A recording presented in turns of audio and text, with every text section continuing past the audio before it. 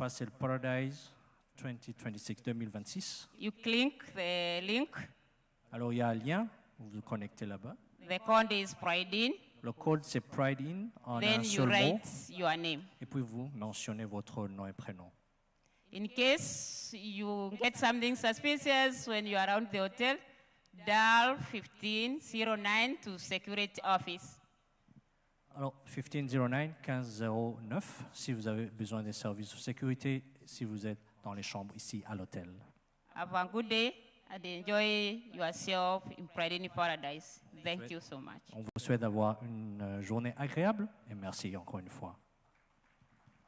Thank you so much. A round of applause for Grace for giving us that important information. Merci beaucoup, Grace. Thank you. It's a security and safety symposium, so we need to know our exits and what to do in case of an emergency. So at this point, when the guest of honor walks in, I'll ask you to be upstanding. But in the meantime, we can have some music interlude. Thank you. Alors, merci encore une fois de grâce pour nous avoir donné cette information très importante sur notre sécurité et notre sécurité ici. En attendant que notre invité d'honneur se joigne à nous, on demande un peu de musique, tout doux. Et quand l'invité d'honneur entrera, on va vous demander cordialement de vous lever, de vous mettre debout pour l'accueillir chaleureusement. Merci encore une fois.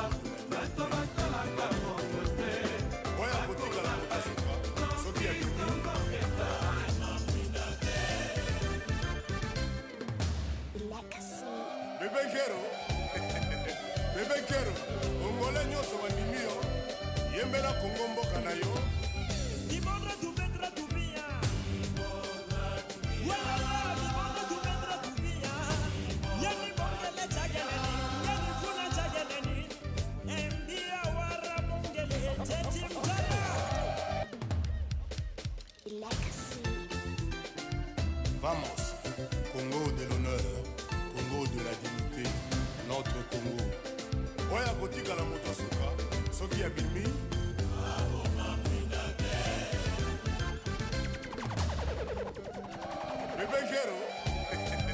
Bebe kero, Congolais nyoso bandimi yo, yembela Congo mboka na yo.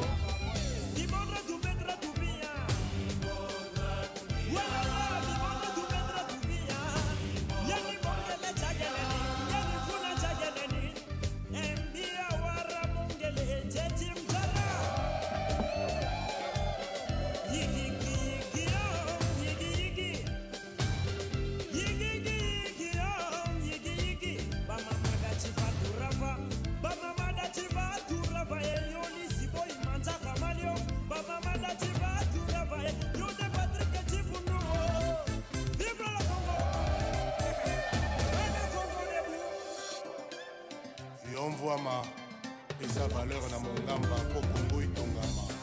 Vivine moleka.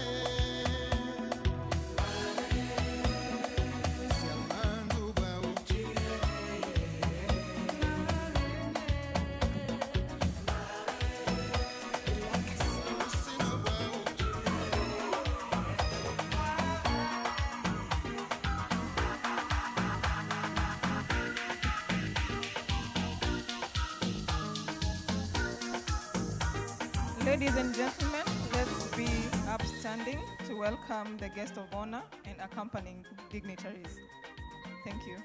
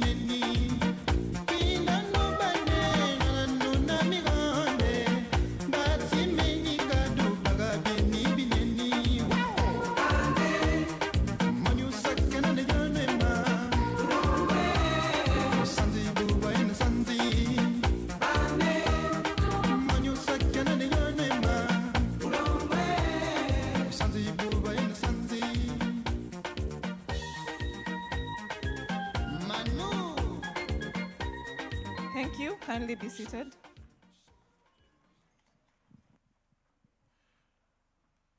Thank you very much, ladies and gentlemen. I have to invite you to be upstanding again for the Kenyan National Anthem and the East African Anthem.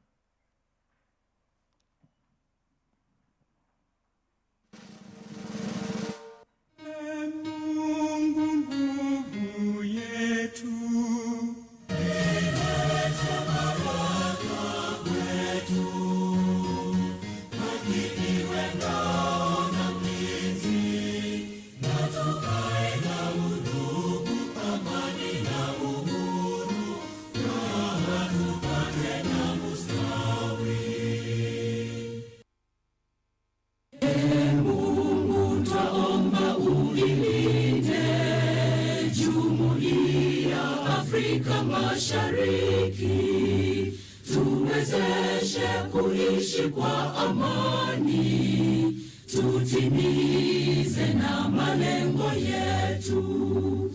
Jumuiya yetu sote tuilinde, tuajibike, tuimarike, umoja wetu ni nguzo yetu, idumu jumuiya yetu. Thank you very much. Kindly take your seats.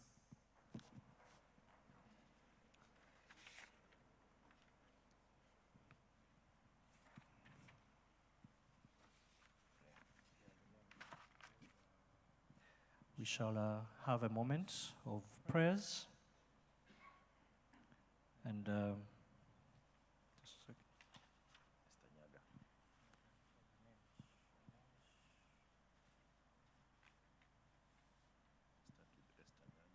Can we ask Miss Esther Nyaga, please?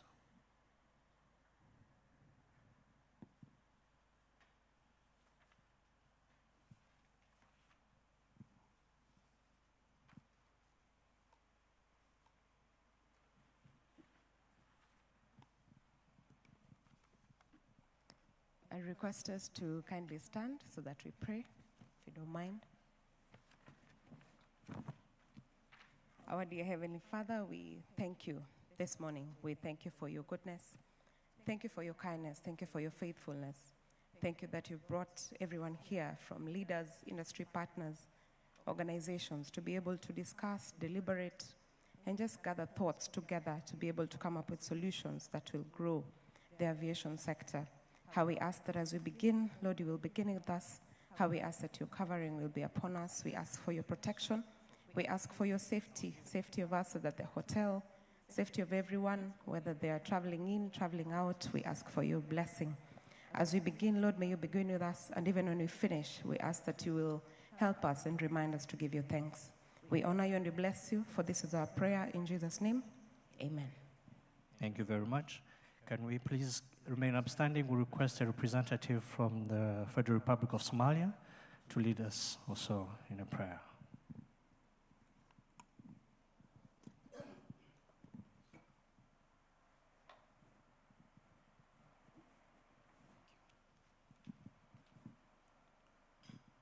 أعوذ بالله من الشيطان الرجيم بسم الله الرحمن الرحيم له مقاليد السماوات والأرض يبسط الرزق لمن يشاء ويقدر إنه بكل شيء عليم. To Allah, to Him He belongs the keys of treasuries of the heaven and the earth. He gives abundant or limited provision. He wills, indeed, He has perfect knowledge of all the things. In this session, we ask God to protect for whatever mission we have convened together, all the East Africa community. Assalamu alaikum. Thank you. Thank you very much. Appreciate. May you take your seats. And at this juncture, we are going to celebrate our cultures.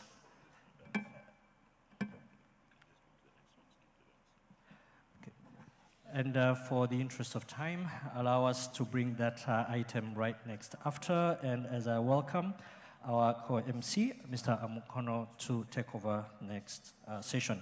Thank you very much. Thank you very much, Arnold. I think we need to redeem time, so allow me, ladies and gentlemen, to have the pleasure to welcome the Acting Director of the East African Community, KCAA, the Acting Executive Director, Mr. Francis Lichuma, to deliver his opening remarks. Acting ED.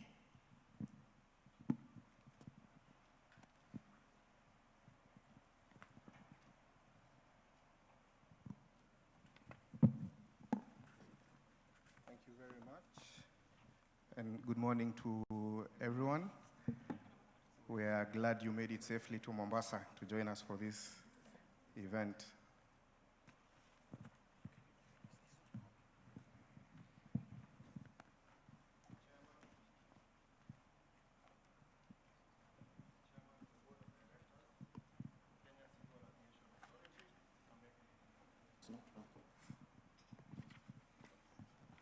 The Chair, Board of Directors, Kenya Civil Aviation Authority, Mr. Brown Ondego, the Deputy Regional Director, ICAO ISAF, Engineer Richard Katete, the heads of delegation, the United Republic of Tanzania, the Chairperson, EAC-CASSOA Board of Directors, represented by Ms. Winnie Ngamije, the Acting Director General, Kenya Civil Aviation Authority, Mr. Nicholas Bodo, Directors of the Board of EAC-CASSOA, Director Generals from Civil Aviation Authorities, the heads of delegation from the different organizations, media and all service providers, distinguished ladies and gentlemen.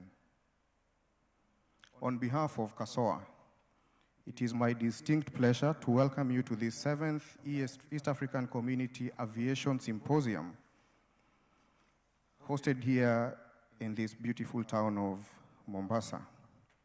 I wish to express our sincere appreciation to the government of the Republic of Kenya for hosting this important regional event.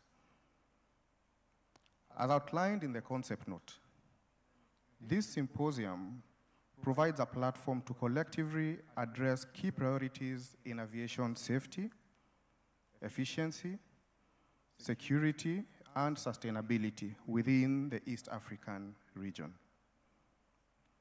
Allow me to highlight some key achievements realized through our collective efforts and partnerships. The harmonization of regulations and technical guidance materials across the EAC has significantly strengthened regulatory compliance and ensured consistency in oversight practices among partner states. This has contributed to improved alignment with ICAO standards and recommended practices and enhanced audit performance outcomes across our region. These achievements have been made possible through strong and sustained partnerships. our collaboration with the International Civil Aviation Organization through the ISAF office has been instrumental in advancing capacity building, technical assistance, and regulatory development. Joint activities have been including training workshops, support missions to support partner states in addressing audit findings, and developing corrective action plans, and coordinated support in priority areas such as PBN implementation, air navigation modernization, and safety oversight strengthening. We have also immensely benefited from strategic support provided through programs funded by the European Union Aviation Safety Agency, including the Aviation Safety in Africa, ASA, and the Safety in African Aviation Systems initiatives. These programs have supported the region in enhancing regulatory capacity, strengthening oversight systems, and addressing safety deficiencies through targeted interventions. Through these collaborations, we have been able to implement training activities, develop technical guidance materials, and support states in improving compliance with international standards. In addition, collaboration with the African Civil Aviation Commission has contributed to advancing continental initiatives such as the Single African Air Transport Market, while cooperation with our other regional safety oversight organizations has facilitated the sharing of best practices and strengthening of regional oversight mechanisms. Furthermore, the implementation of the EAC examination system has significantly improved the standardization, quality, and credibility of aviation personnel licensing across the region. The deployment of the SOFIA oversight system has strengthened the management of safety oversight activities by enabling better planning, tracking, and reporting, thereby supporting a more structured and transparent regulatory environment. Allow me to give a brief recap of activities that have been undertaken after the 6th Aviation Symposium that was held in 2024 in Zanzibar with regards to the resolutions. The first resolution, which called for harmonization of Article 92 of the East African Community Treaty to enable common community-level aviation legislation. This matter was presented to the 19th Sectoral Council on TCM at the community, which directed the agency to develop a legislative pathway for the same. The draft was reviewed by the legal working group made up of legal directors from the CAAs, with the process progressing through the TCM scheduled for June 2026 before being presented to the Council of Ministers, with amendments expected to commence in January of 2027. The second resolution called for strengthened technical support to enhance SAP's compliance and address ICAO audit findings. Here, the agency developed a strategic plan 2025 to 2030, prioritizing state support, and now conducts at least 4 missions annually to each partner state, with 4 missions in 2024 completed, 5 in 2025, and 5 in 2026 to date across 4 partner states. And the agency also supports from ad hoc requests from partner states where we conduct technical missions to support. The third resolution encouraged states to operationalize SATAM under the Yamoussoukro decision. For this, the agency continues engagement with the East African Community Secretariat and partner states and supports the development of regional legal and regulatory frameworks. The fourth resolution called for strengthening state safety program implementation through a regional safety mechanism. The agency updated the SSP roadmap, revised SMS TGMs, and remains active in AFI, and has scheduled an SSP capacity building The final resolution from the 6th Aviation Symposium required the development of a regional aviation cybersecurity policy. The agency developed the policy, which was approved by the Board of Directors of the agency in 2025, and established a coordinated regional cybersecurity framework. However, despite these achievements, we must candidly acknowledge the challenges that continue to affect our performance. Funding constraints have limited the pace and scope of implementation of key regional programs, affecting our ability to fully operationalize and sustain these initiatives. Additionally, the high competitiveness of the global aviation sector has led to significant turnover of skilled professionals. This is further compounded by limited work terms and relatively constrained emoluments, which impact staff retention and continuity.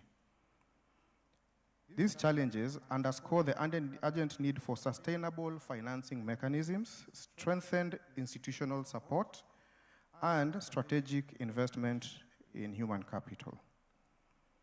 Looking ahead, we must continue to build on our partnerships, scale up successful initiatives, and accelerate implementation in key areas such as seamless airspace integration, digital transformation, cybersecurity resilience, and sustainable aviation development.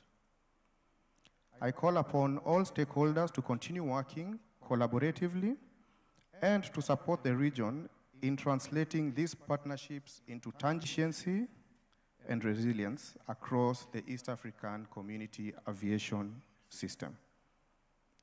I thank you, ladies and gentlemen, for your kind attention.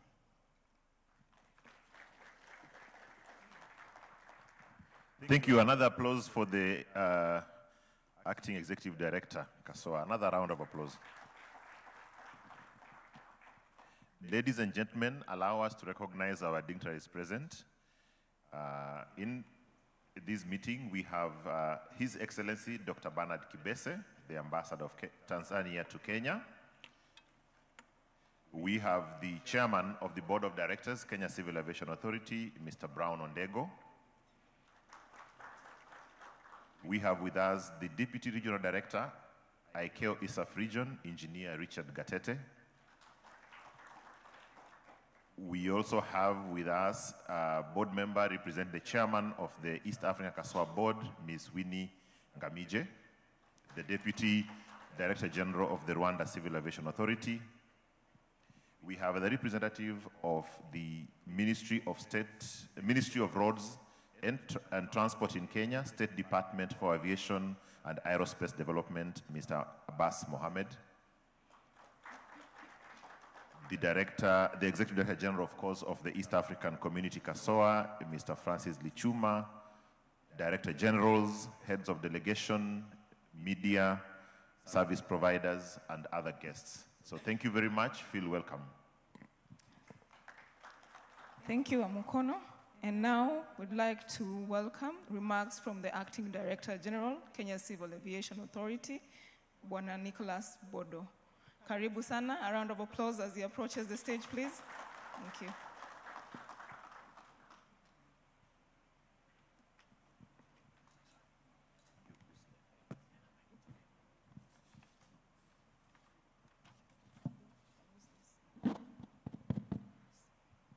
Then it's too short.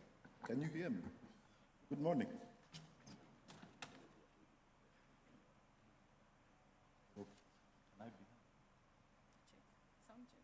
Sound check. Good morning. Oh.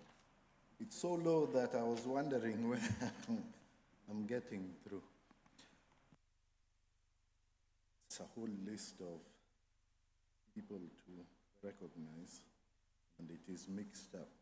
Chairman of the board, Kenya Civil Aviation Authority, Deputy Regional Director, ICAO ISAF, Engineer Richard Gatete, Heads of Delegation, Chairperson, EAC-CASSOA Board, represented by the Deputy DG Rwanda, Executive Director, Acting, Francis Lichuma, Mohammed Abbas, representing PS Aviation, heads of delegation, media, distinguished ladies and gentlemen. It's one whole page of greetings. Ladies and gentlemen, it is my pleasure to welcome you to the 7th East Africa CASSOA Aviation Symposium here in Mombasa. This symposium comes at a critical time for the aviation industry as we continue to navigate evolving operational, technological, safety and security and sustainability demands within a rapidly changing global environment. As regulator, our collective responsibility remains clear to ensure that our aviation systems are safe, secure, efficient, resilient, and aligned with international standards, while at the same time supporting innovation, connectivity, and industry growth. The strength of our aviation sector will increasingly depend on the level of regional cooperation and effectiveness of our regulatory systems. In this regard, our focus remains firmly on two key areas. First, we continue to enhance oversight systems in line with ICAO standards and recommended practices, while promoting a proactive safety culture supported by risk-based and data-driven decision-making. Second, enhancing operational efficiency and passenger experience. This includes strengthening coordination across the aviation value chain, improving service delivery, and supporting more efficient and reliable operations of airlines, airports, and passengers alike. Ladies and gentlemen, the challenges facing aviation today cannot be addressed by individual states acting alone. Regional collaboration and information sharing are essential in strengthening our collective preparedness and response capability. Platforms such as this symposium, therefore, provide an opportunity for regulators, operators, and industry stakeholders to exchange experiences, share best practices, and jointly shape the future of aviation within our region. Our shared goal is to build a resilient, interconnected, sustainable, and globally competitive aviation sector that continues to support economic growth and regional integration. I therefore look forward to insightful discussions and outcomes that will emerge from this symposium. Thank you very much.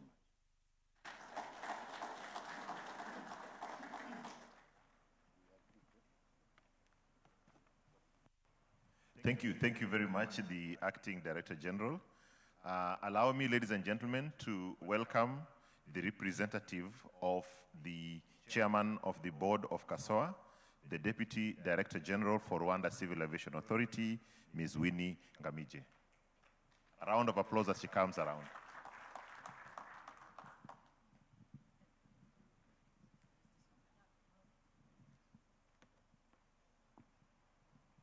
Chairman, Board of Directors, Kenya Civil Aviation Authority, Mr. Brown Ondengo, Deputy Regional Director, ICAO ISAF, Engineer Richard Gatete, Heads of Delegations, Acting Director General, Kenya Civil Aviation Authority, Mr. Nicholas Bodo, Director Generals from Civil Aviation Authorities here present, Acting ED EAC-CASSOA, Mr. Francis, Heads of Delegations, for different organizations, the media and all service providers, distinguished ladies and gentlemen, good morning.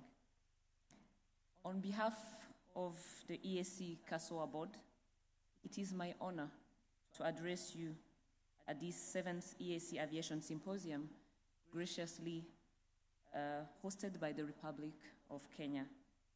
CASSOA and the board extend sincere appreciation to the government of the Republic of Kenya for the warm and welcome hospitality. Please clap for them. So this symposium is defining platform through which our region charts its course on aviation safety, security, efficiency, and sustainability. So our expectation this year is clear. The symposium should go beyond dialogue and deliver actionable and measurable commitments. The board of CASSOA affirms the tangible progress achieved in harmonizing the regulations, strengthening oversight across partner states, a foundation that has improved compliance with international standards and reinforced the credibility of our regional regulatory architecture. Our progress must be measured against the global imperative set by ICAO, which is zero fatalities in commercial aviation by 2030. This is a binding strategy direction, and the board of CASSOA fully is committed to this trajectory. CASSOA directs its full institutional weight towards stronger implementation of regional aviation safety plans, including the Africa-Indian Regional Aviation Safety Plan, and towards deepening structured collaboration among partner states on safety oversight, data sharing, and risk management.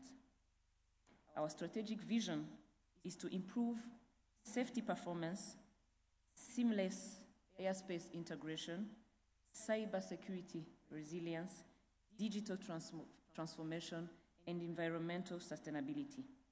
These are not aspirations. They are active priorities that are reflected in every program and partnership in advance. I want to reiterate CASSOA's readiness to work with ICAO, all states and partner states in transforming African aviation. The symposium is a unique opportunity to critically analyze the vision, challenges, and develop implementable solutions.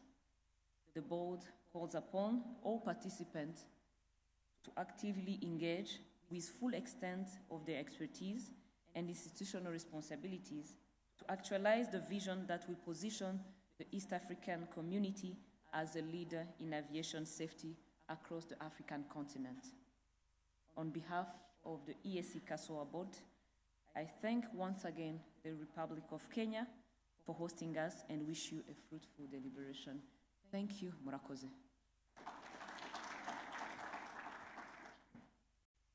Thank you so much for those kind remarks. Having reiterated the commitment of CASSOA board to work with ICAO, I think it's the right moment then to welcome the Deputy Regional Director, ICAO ISAF Region, Engineer Richard Gatete, to make his remarks. A round of applause as he comes to the podium.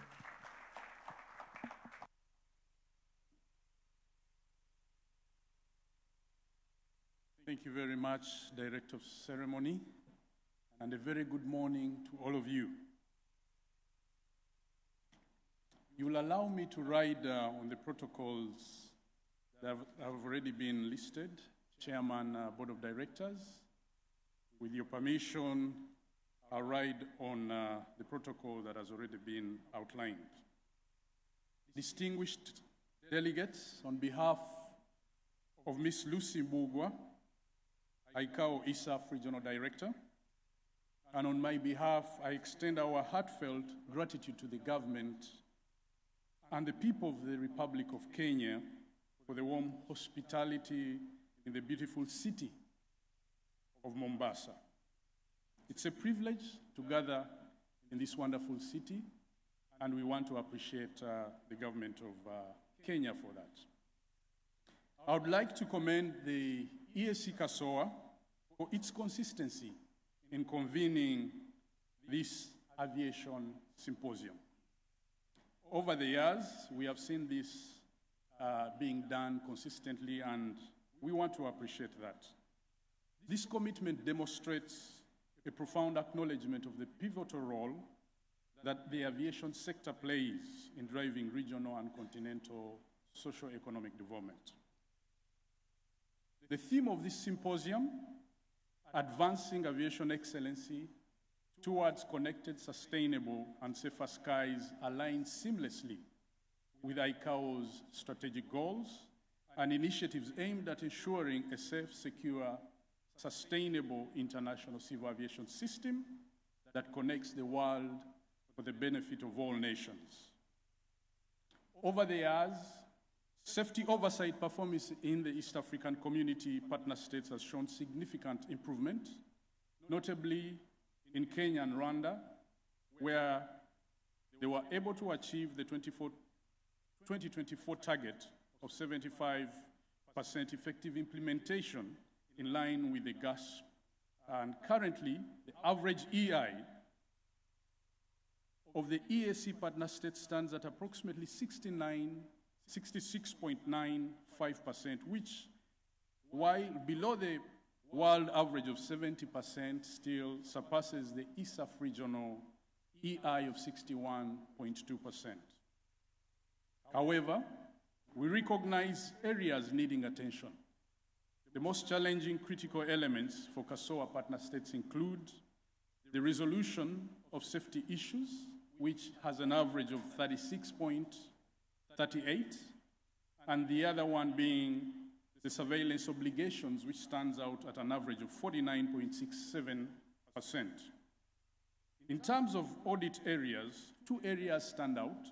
That is AIG and the Air Navigation Service at an average EI of 45.2% and 57.9% respectively.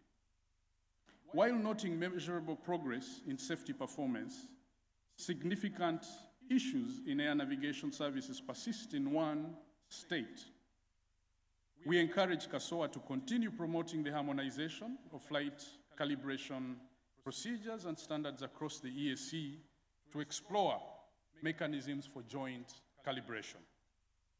Such collaboration will enhance safety and operational efficiency while reducing costs. I wish to underscore the imperative of advancing regional frameworks and capabilities for accident and incident investigations across the region. Such frameworks are crucial for ensuring independence, technical capacity, and timely investigations, thereby enhancing shared expertise and resource efficiency across the region.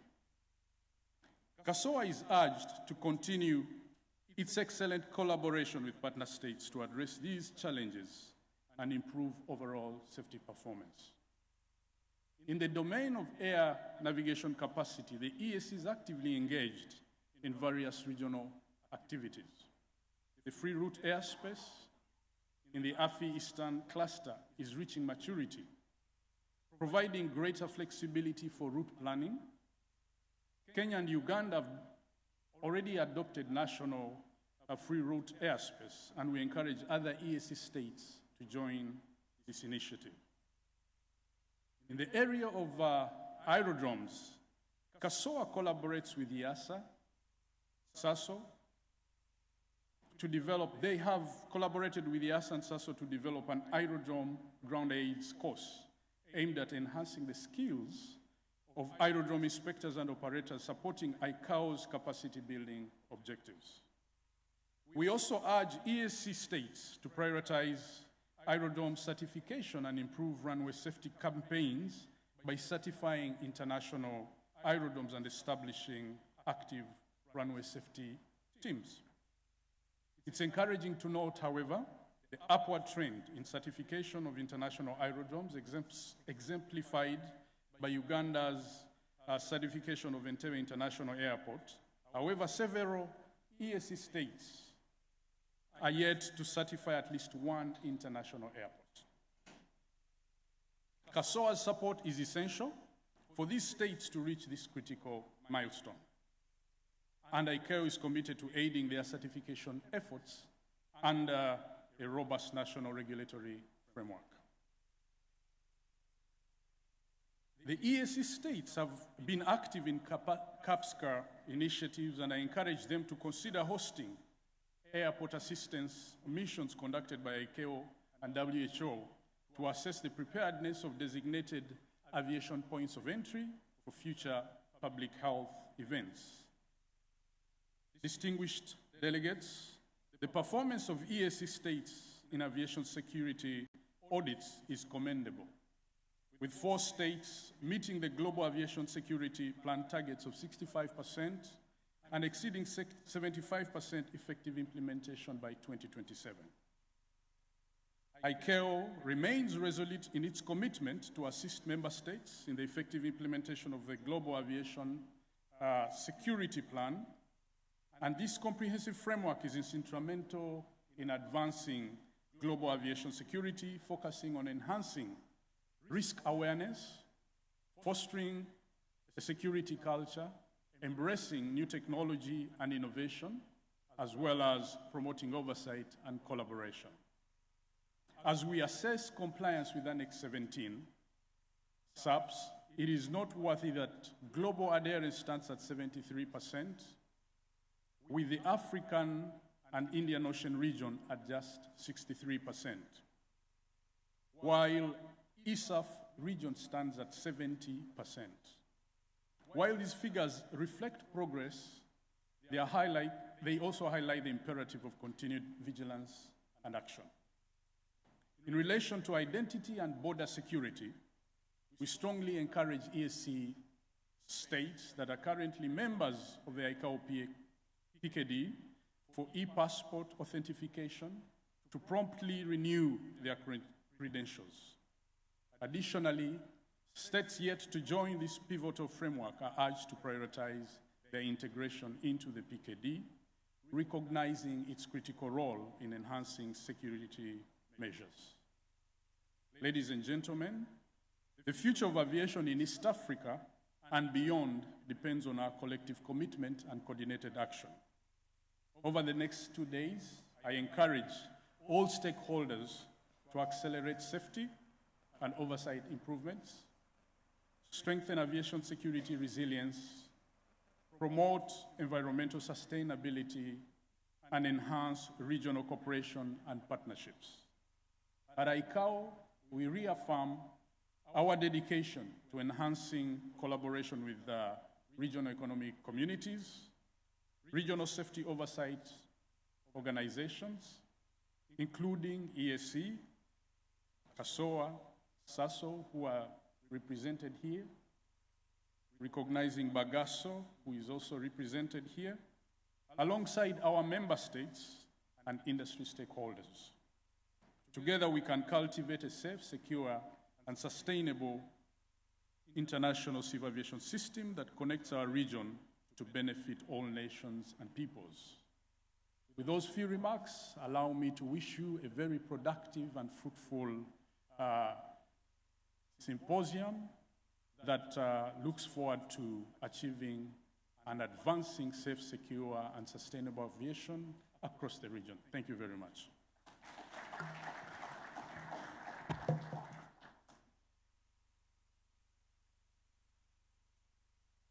Thank you so much, RD, Engineer Richard Gatete, for your remarks. At this point, I'd like to recognize also the presence of our board chairman, Mr. Brown Ondego, ABS, who is also accompanied by board members from KCAA, Madam Anto, as well as Lydia Mukaya.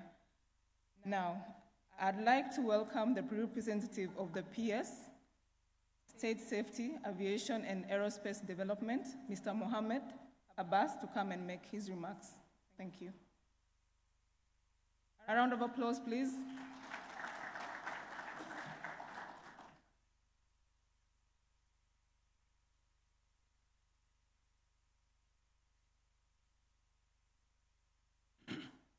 Good morning. allow me to ride on the protocols which have been set.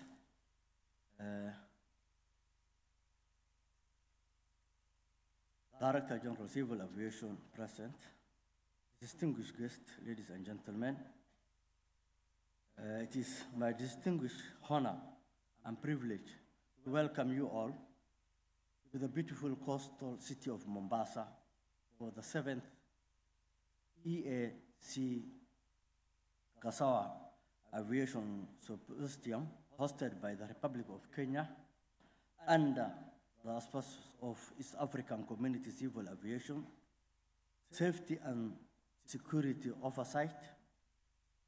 This premier regional forum, which bring together regulators, operators, and stakeholders, is aimed at fostering critical dialogue, harmonizing regulations, and driving enhanced safety, security, sustainability across our East African aviation sector. As we gather here, amid the vibrant energy of Mombasa, a city that is own right is a true gateway to East Africa's skies, let us commit to turning the shared challenges into collective. The objectives of this symposium are clear, and our deliberation toward a safer and more integrated aviation future, as we focus on aviation policy and harmonization and collaboration, safety and security, oversight, digital transformation, forging strong and partnership to deliver safe, reliable, and economically viable air transport throughout East Africa as a part of enhanced regional integration. Environmental sustainability and improving of human factor like mental health, let us pull together to maintain the global standard that enable us as a region and make a mark on the global stage. Allow me to reflect briefly on CASSOA's remarkable journey established to oversee civil aviation, safety and security across East Africa. CASSOA has evolved into a beacon of excellence. Kenya proudly hosted the 4th edition of Nairobi, where the focus on implementing ICAO standard underscore CASSOA's status as the second best performing regional safety oversight organization globally at the time. That event marked a pivotal moment in our integrated effort to safeguard aviation in the region, a legacy we built upon today. For Kenya, this 7th edition arrives at opportune moment. We are in the midst of one of the largest aviation infrastructure modernization plan in our history. Jomo Kenyatta International Airport, the prime gateway to East Africa.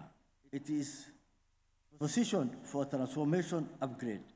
These include expanded runways, state-of-the-art terminals, advanced air traffic management systems, and sustainable technology that will handle surging passenger and cargo volume.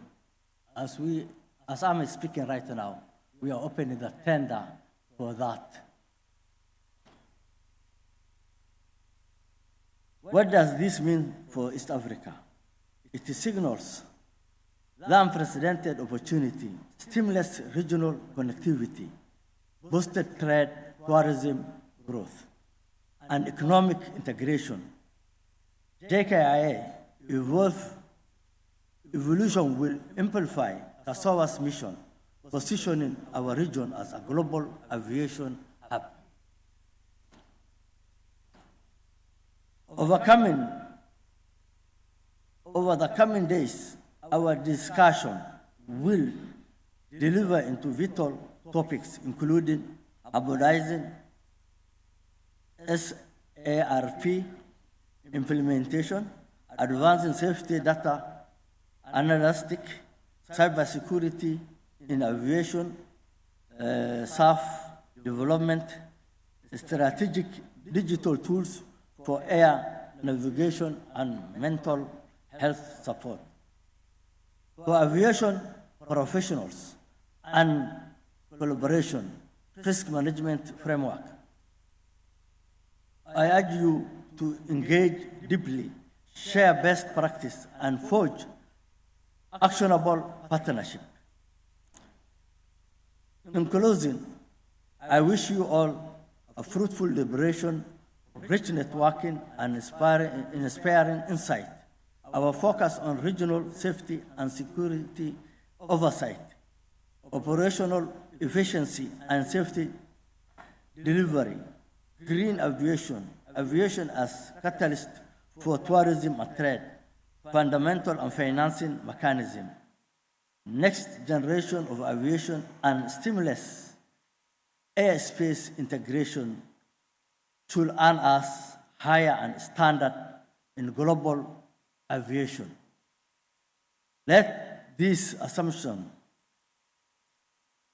propel us toward a safer, more sustainable East Africa skies and look ahead. We engage. Thank you all.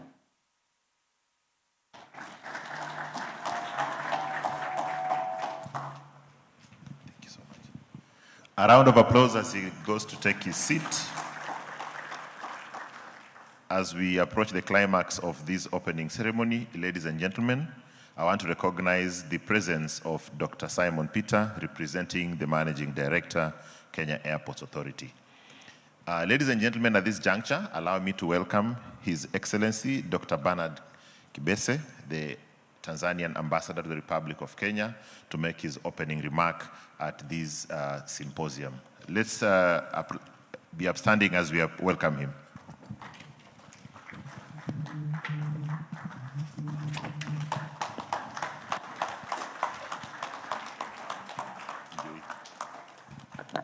Let us get seated.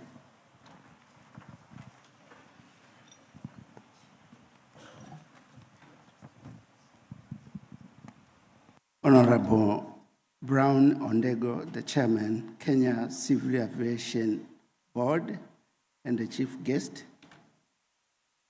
Mr. Francis Lichuma, Acting Executive Director, EAC-CASSOA, Mr. Nicholas Bodo, Director General, Kenya Civil Aviation Authority. I want to recognize also the presence of Mr.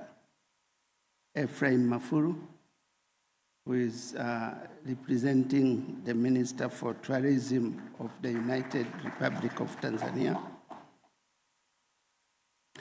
Representatives from East African partner states, sponsors, members of the press, invited guests, distinguished guests, ladies and gentlemen, good morning.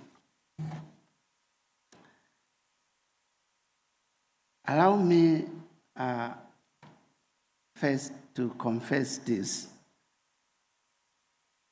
that the speech I'll be reading here is not mine. Since the United Republic of Tanzania places significant importance to matters of civil aviation diplomacy, 3 ministers from the United Republic of Tanzania would be attending this important symposium today with us. This would be led by Minister of Foreign Affairs and East African Cooperation, Dr. Mahmoud Sabit Kombo, the Minister of Transport, Professor Makame Mnya Mbarawa, and the Minister for Tourism, Dr. Ashatu Kijaj.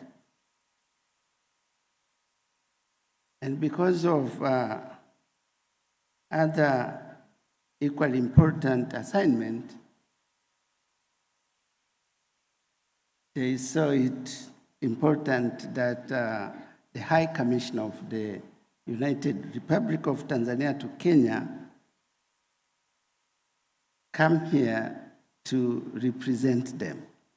So the speech I will be reading, of which I'm not even allowed to utter a single word, will be from Honorable Ambassador Dr. Mahmoud Sabit Kombo, Member of Parliament, the Minister of Foreign Affairs and East African Cooperation.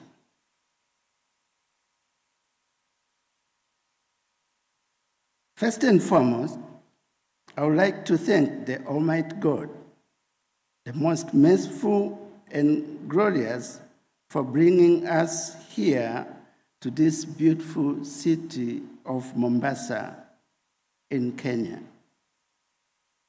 But allow me to also express my profound gratitude to Her Excellency Dr. Samia Suluhu Hassan, the President of the United Republic of Tanzania, for her visionary leadership, sound governance, and steadfast commitment to the development of transport infrastructure and services.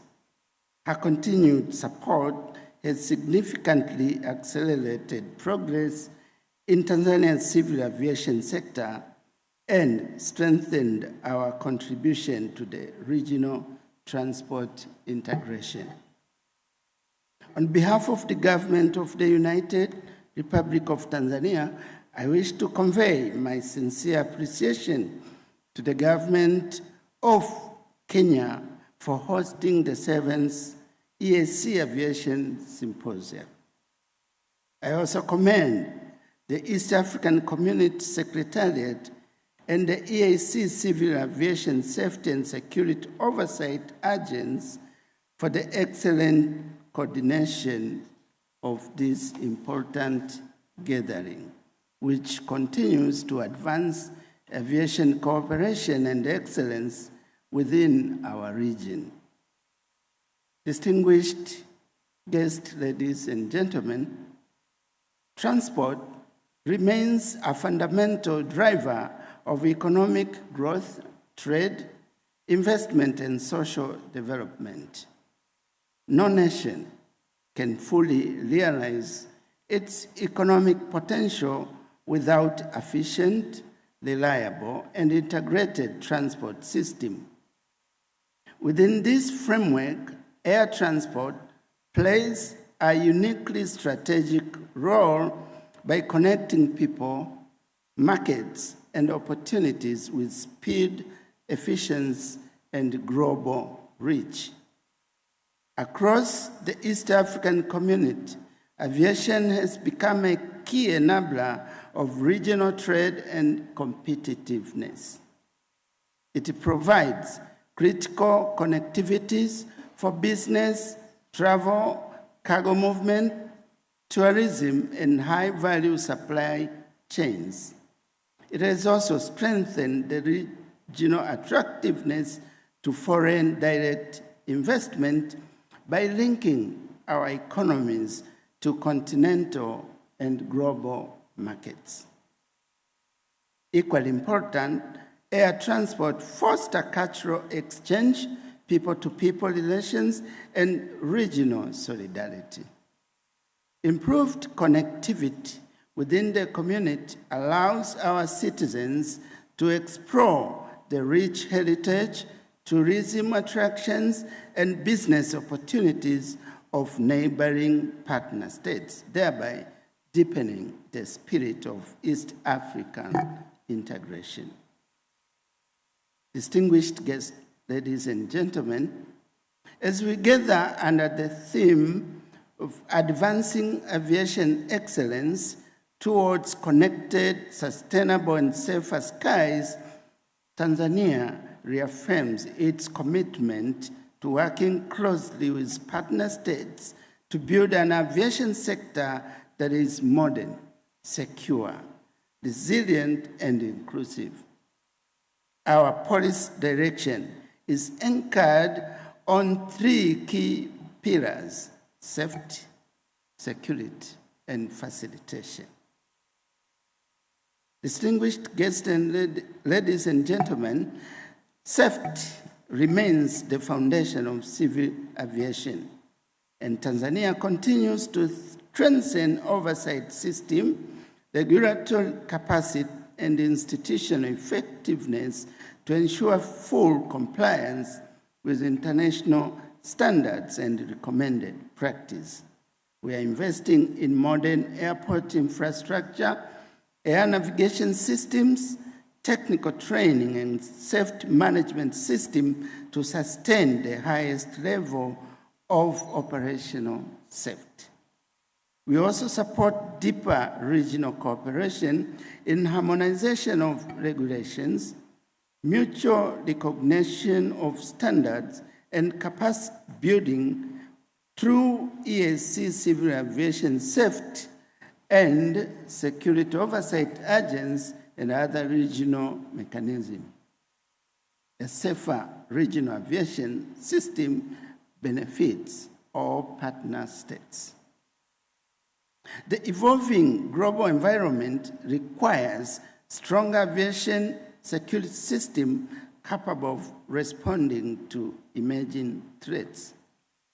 Tanzania is therefore enhancing airport security infrastructure, screening system, cybersecurity preparedness, intelligence coordination, and personal training.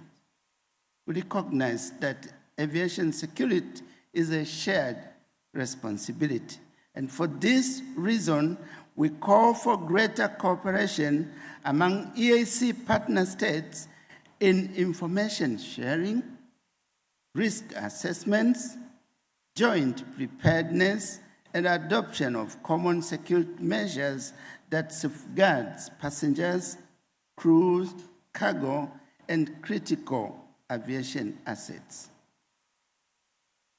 Distinguished guests, ladies and gentlemen, an efficient aviation sector must also deliver convenience, predictability, and seamless passengers' experience.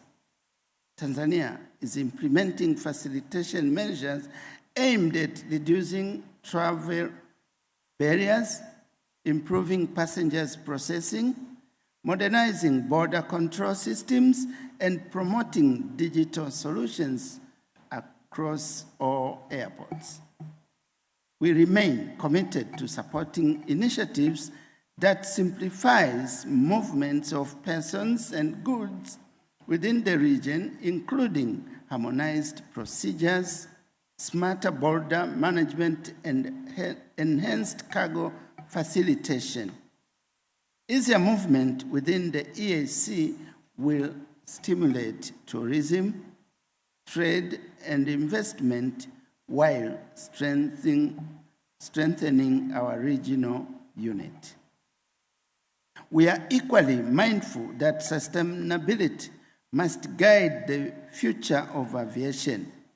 As traffic continues to grow, our region must invest in greener infrastructure, efficient operations, climate resilience, and innovation that ensures aviation growth goes hand in hand with environmental responsibility.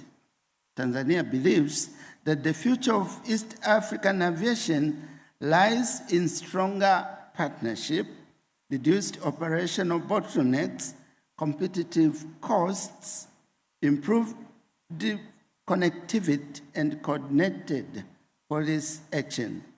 Together, we can transform the EAC into a leading hub for trade, tourism, and air transport on the African continent. Distinguished guests, ladies and gentlemen, in conclusion of my short speech, I urge all ministries and institutions responsible for civil aviation matters within our region to deepen collaboration, promote policy harmonization, reduce unnecessary operational constraints, and continue investing in safe, secure, and efficient aviation systems. Let us move forward with unity and determination to create a connected, sustainable, and safer East African sky for the benefit of our people, our economy, and future generation. I thank you all for your kind attention, and asanteni sana. Thank you very much, Your Excellency, for your remarks.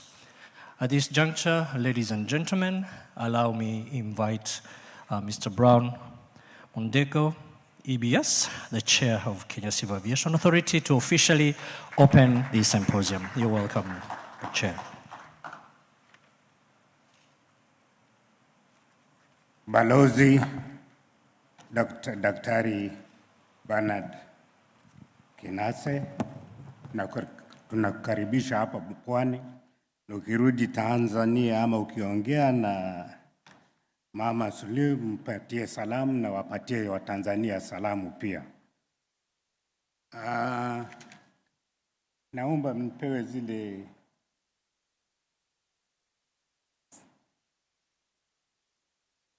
naona hapa taa zinanitatiza, kwa hivyo siwezi kuona vizuri.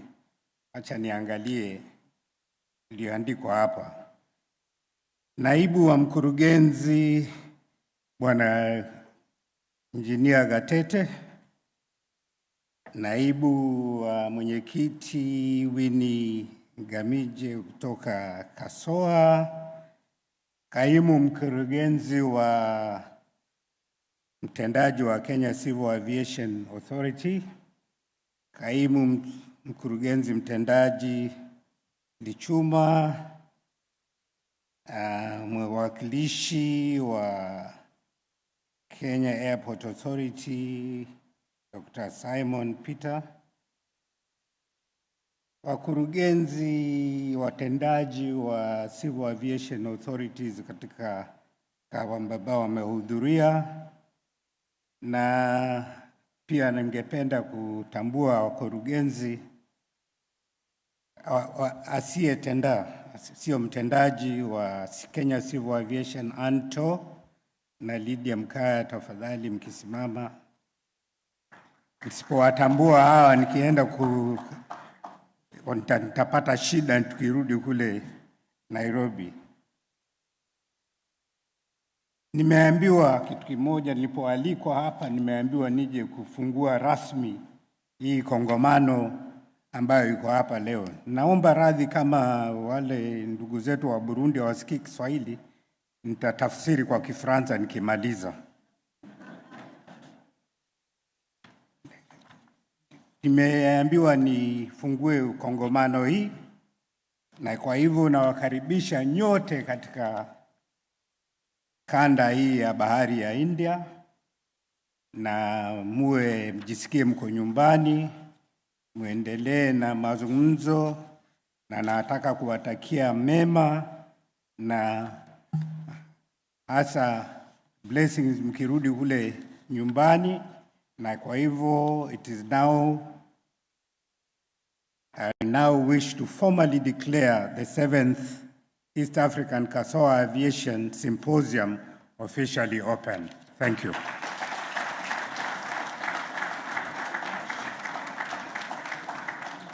Thank you very much, Chair of Board of KCAA. And this juncture, allow me to start the session of some group photos. I would request all the VVIPs, the Chair of the Board of KCAA, as well as KCAA board members, CASSOA board members, kindly, and guest of honors, kindly join us here as we take a group photo. Bien en français, on appelle ça les photos de souvenirs.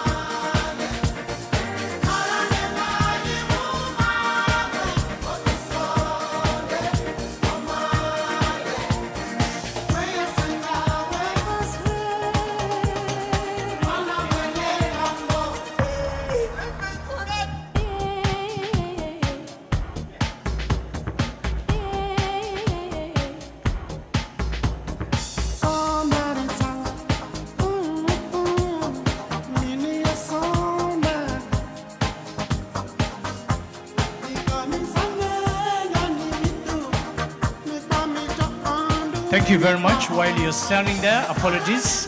While we are there, I'm requesting the delegation from EASAF, for SASO, Bagasso, EU, those who are here, our partners, please join us for this picture as well.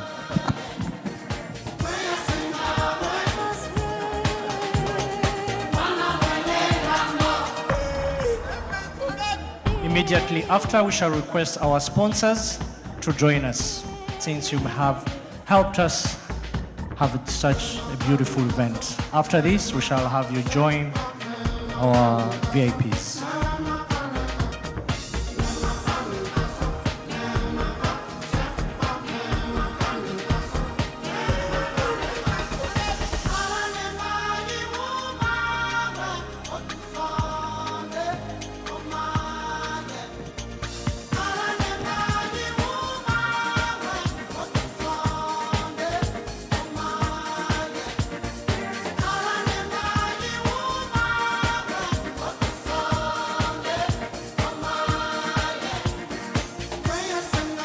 Our sponsors, please join us. Kindly stay as we have our sponsors join us. Kindly. We have Amref, Skyward Express, Ukrainian Helicopters, Astral Aviation Limited, Air Academy, Safe Air Company, as well as UCAA, Uganda Civil Aviation Authority.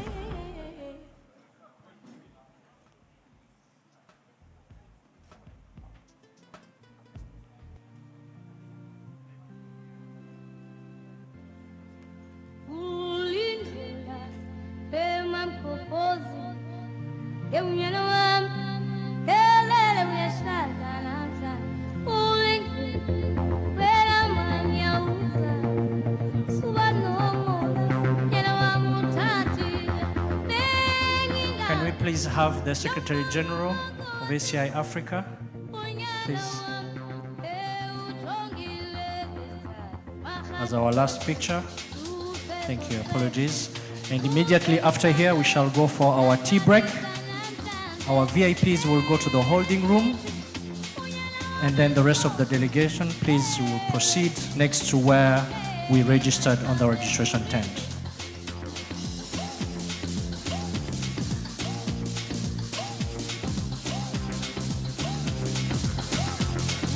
Thank you very much. We can enjoy our tea break. We have 20 minutes. VIPs, kindly, you can proceed to the holding room. And the rest of us, we can go to the Expo Center. Enjoy your break. À tout à l'heure.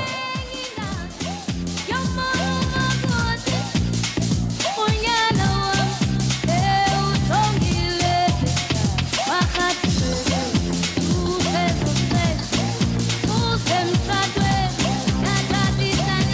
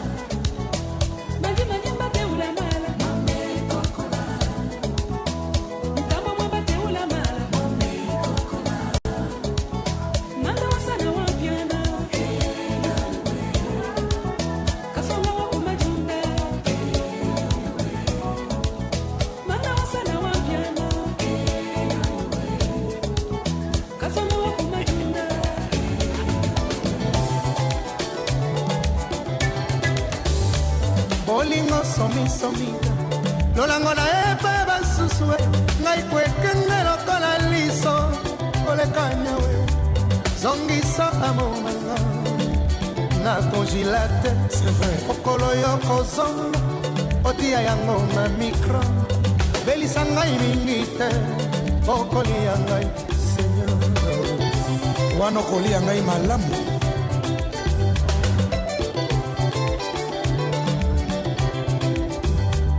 Bazua lolango na epa basusue ngai konzete ya mbila yo mbengwelekelaka wapi mbo bango bazwaka na matanga to na bafeti somisomi tokoluka ngai biso zelaka se ya nzambe po apesaka temple boni yokopesanga banga mobesu papa basi bakanoli ye si je savais ça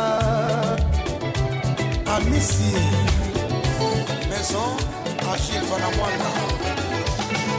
Nasirika na poswa eloko ninyo natomboka na poswa réponse ninyo moto soki akoline esaleli banda na bomwana na ye akoki kosilisa na mokolo moko te tikasala na boswana swana sepa ezali motindo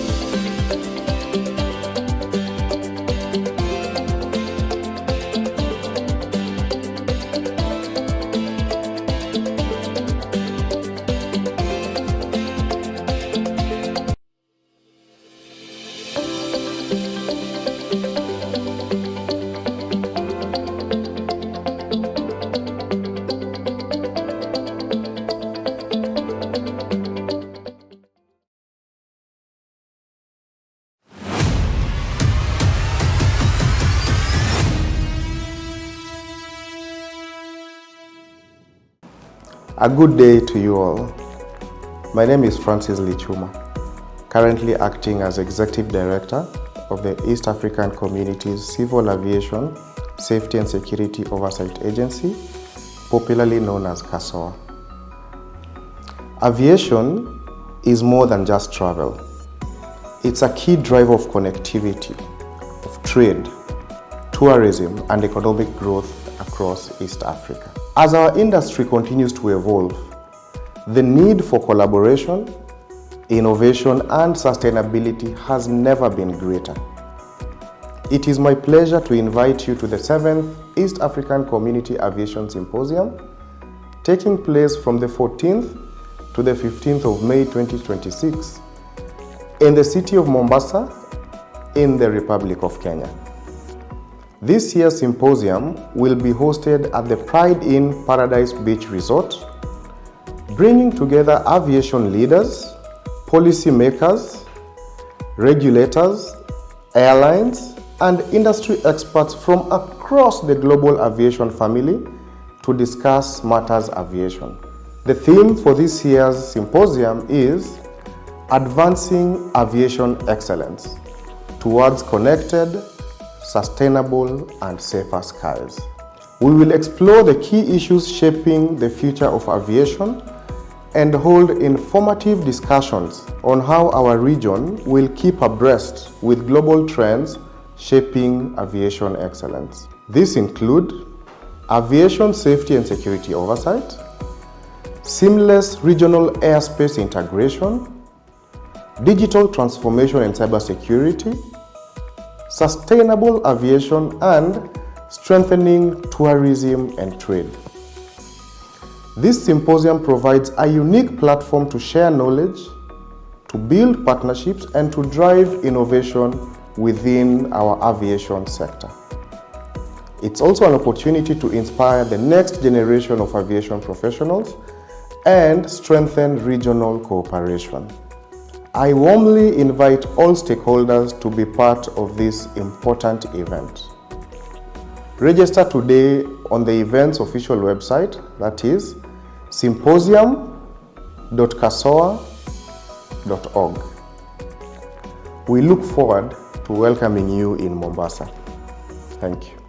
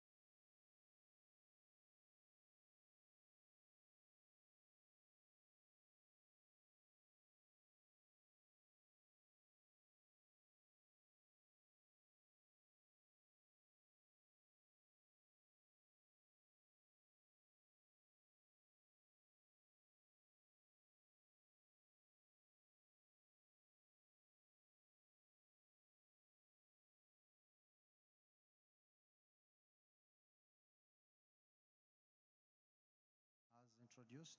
I am the Director Technical at KCAA, and today I'm going to take us through what KCAA does. I think we are having an echo. I don't know if it's just me.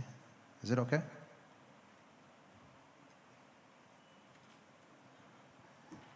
I don't know if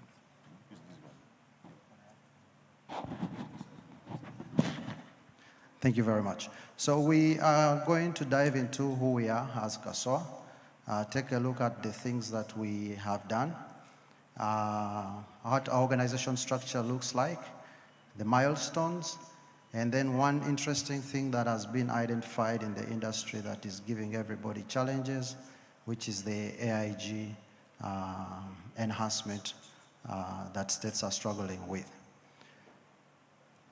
So with that, we will start. Who we are, most of you have heard the name KCAA. It's just an abbreviation that we have for the Civil Aviation Safety, Security, Oversight Agency. So that means we are covering both the safety and the security part of the aviation industry. We were established in 2007, and that brings in perspective the whole East African community because we were established by a treaty, and we are part of the protocol that sets us up as an autonomous agency. That means we can self-account, and we are still able to own facilities and equipment that we can use. The main mission and our objective for the existence is to support the states in their safety and security oversight obligations. That is meeting ICAO requirements and that is meeting the state requirements. And the vision for us is to be a model regional safety and security oversight agency. I know we are in Mombasa, but we are headquartered in Uganda, but being an East African agency, we have a home in each of the 8 countries. As I said, the founding members were mostly 3.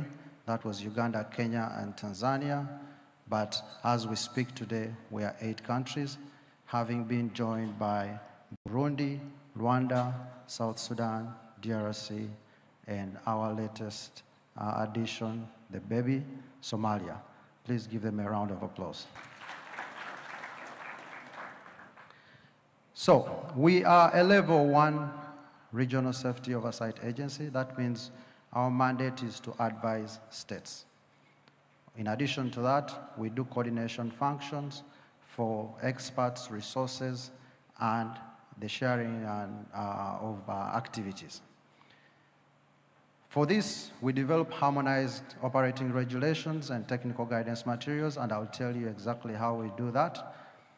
But our plan is to move to a level 2 RSO in the next 3 years. That is by 2028. The level 2, the difference between the level 2 and level 1 is level 2 can provide actual operational assistance functions. That means it can be delegated to do certain activities. That means if a state is weak in a certain area, they can delegate their whole function to KASSOA, and KASSOA can do that activity on its behalf. And that would include licensing and certification, and including accident investigations. Level 3 would be us issuing licenses and certificates as an agency, as East Africa. The same way we have our East African passports, we would be having East African licenses, East African certificates for our aircraft, and there would be no requirement to verify or to validate in any of our states. That is the vision that we all have, and we hope during our lifetime it actually happens, that we become one people without borders and without restrictions. That means a pilot from Kenya can easily or should easily work in Rwanda or in Burundi or in South Sudan without having to do any examinations, without having to be subjected to any restrictions or to be asked even what nationality they are, but just crossing borders. This is how we are set up. Thank you very much. It's a dream, and we hope we can see it during our lifetime. This is how we are set up. You have seen the board members who are still present here. We are guided by the board in our direction, and we serve to the interest and the pleasure of the partner states. It is very important to note that our mandate is to the partner states, but we serve the states through the civil aviation authorities because we are a unique aviation safety and security oversight agency. So we have a very good technical team and a very good support structure, organization structure, which includes, on the support structure, we have the HR functions, finance, accounting, legal, and procurement. All these activities are all supporting the technical function, which is the core mandate of the agency. So on the technical side, it is headed by myself, who is the director technical, and we have an expert in each of the audit areas except accident investigation and SSP. This is now the future that we are talking about. Is initially when the organization was being set up, we only had one director of technical coordinating all the 8 states. As we have grown, we have realized that it is important for us to have an expert in each area to make them readily available to any state as and when they are needed.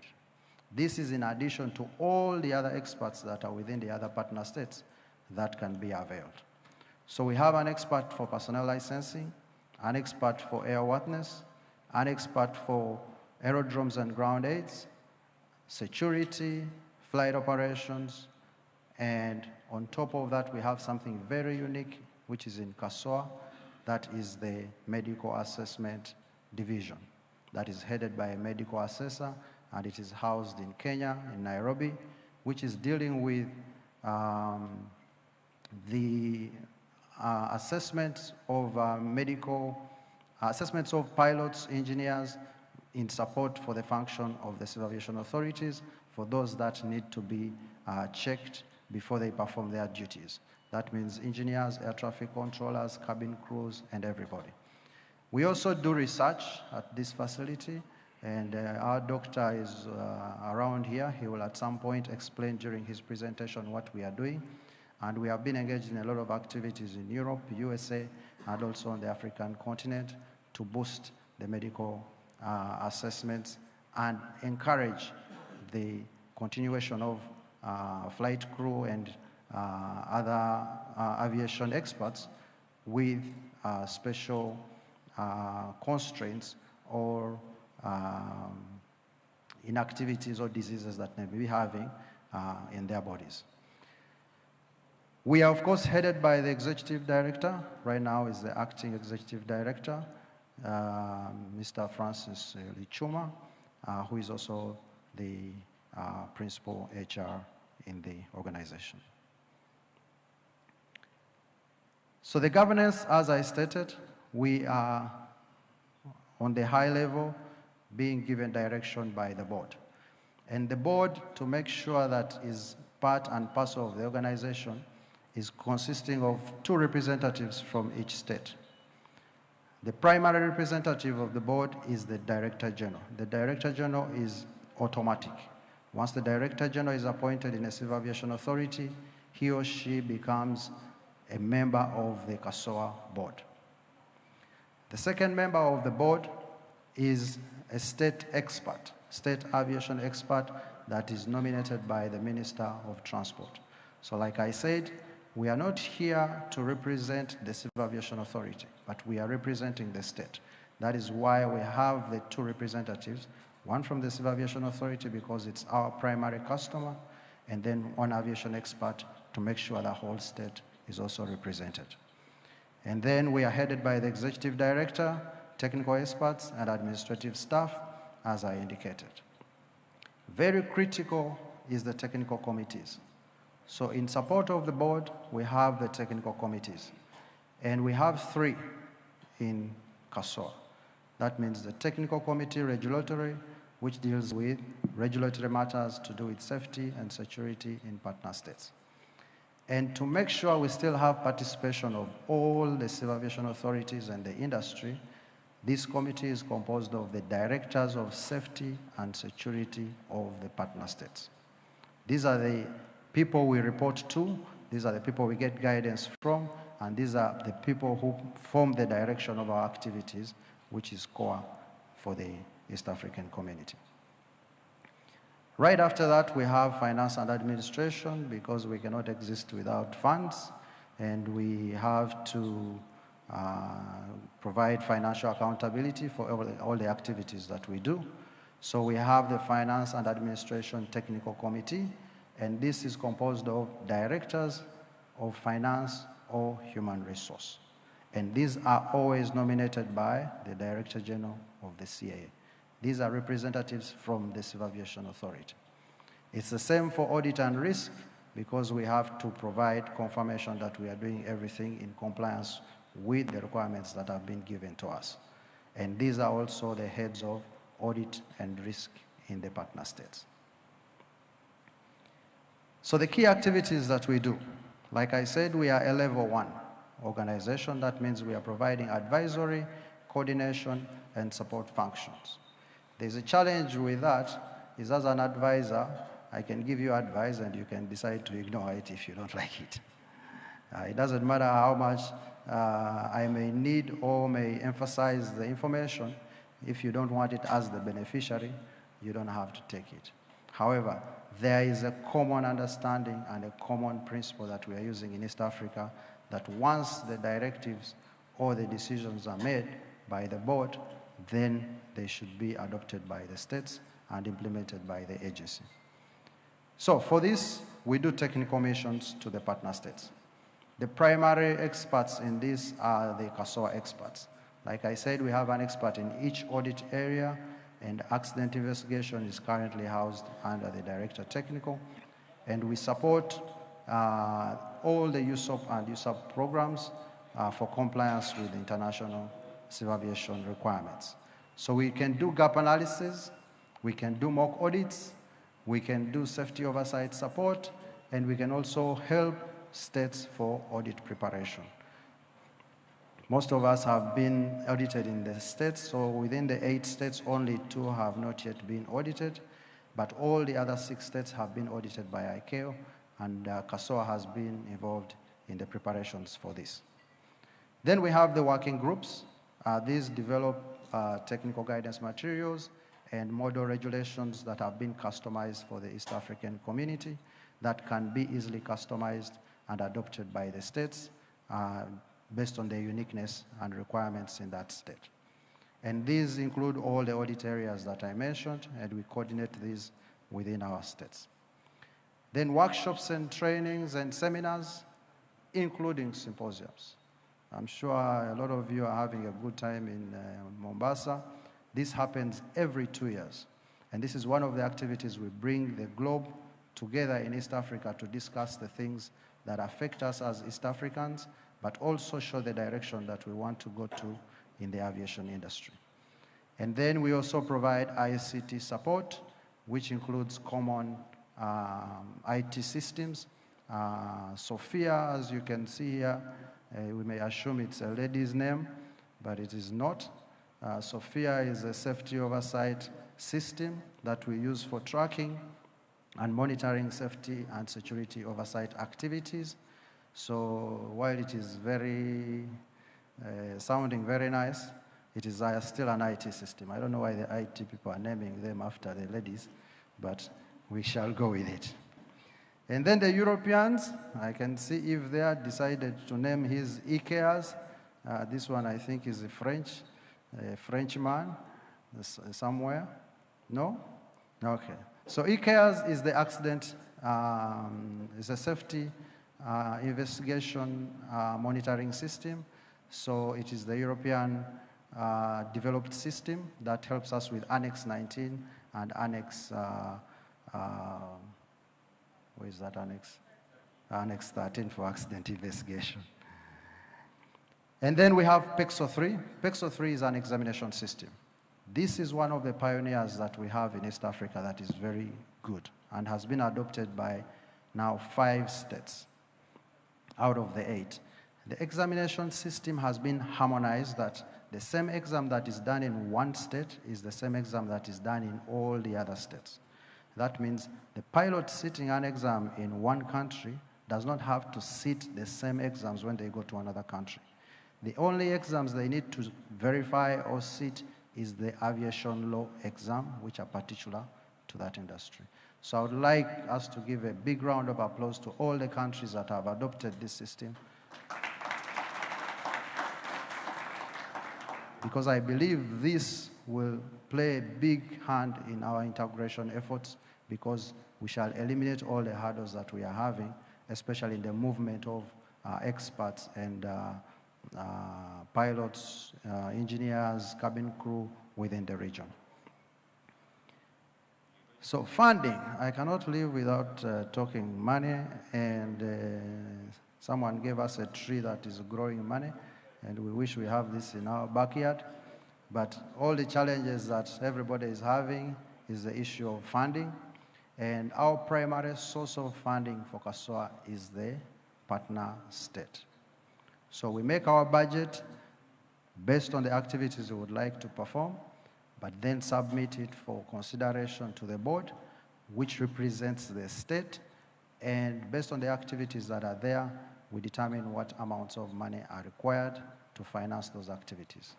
And then the states pledge to commit the funds and avail them as and when we require them. This has been a huge challenge in the organization for the last couple of years.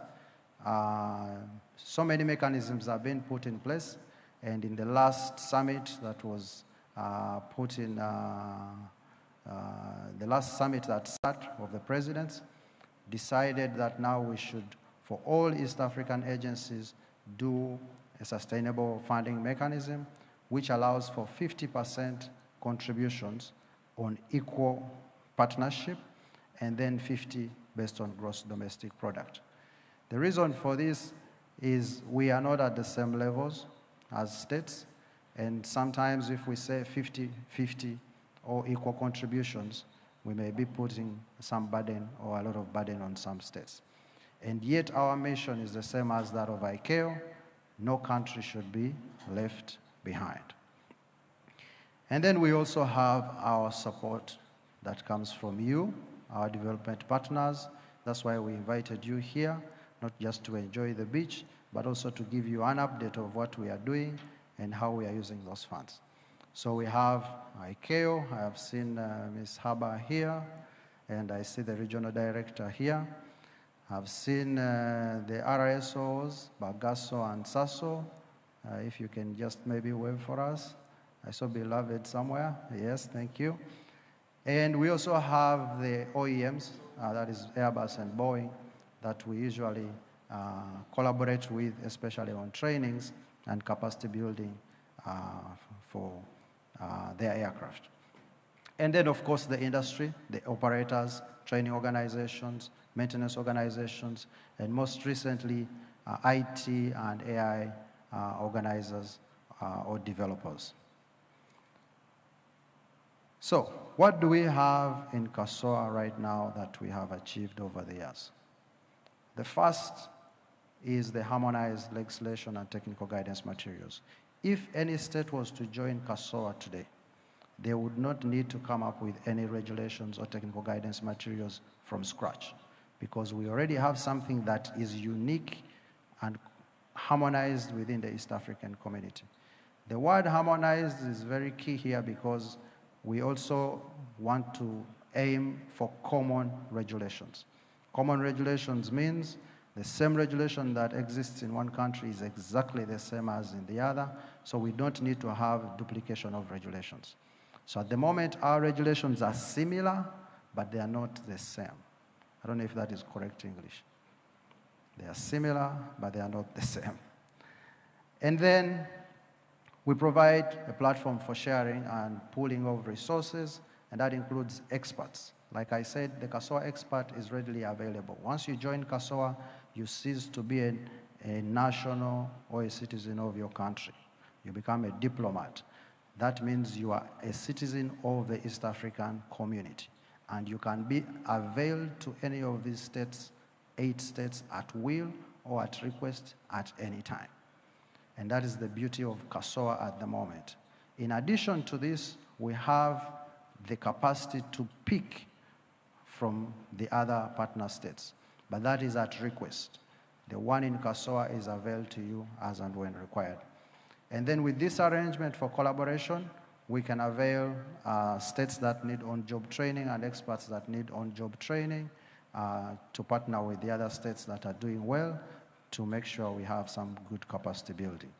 I talked about the IT systems and then the project support that we always have from our development partners. And I believe the EU will have a presentation later today to give us an update on one of the new projects that they are running. So I hope everybody continues to stay here to listen to that, because it's a $10 million project which will be very beneficial for Africa and East Africa. So like I said, there's 2 states that have not yet been audited, and that is our brothers from Somalia and our brothers from South Sudan. There are so many efforts that are being made to have this audit done so that we can show the progress and satisfaction to the international community that we are doing well in those partner states. The support activities that we are rendering as a CASSOA are always at will, and anybody or anytime we are called upon, we avail our support. So this is the current standing. For Burundi, we have about 45% effective implementation. Burundi has not been audited again in about 5 years. Is it correct? Yes. And then Democratic Republic of Congo was audited. This is one of our interesting states. You can see that they performed very well with about 65%, but the uniqueness of audits is I could score 95% and then get one very important thing wrong, and then I have a significant safety concern. A significant safety concern is there is a high risk of accident or consequence if that activity is not done in that proper way.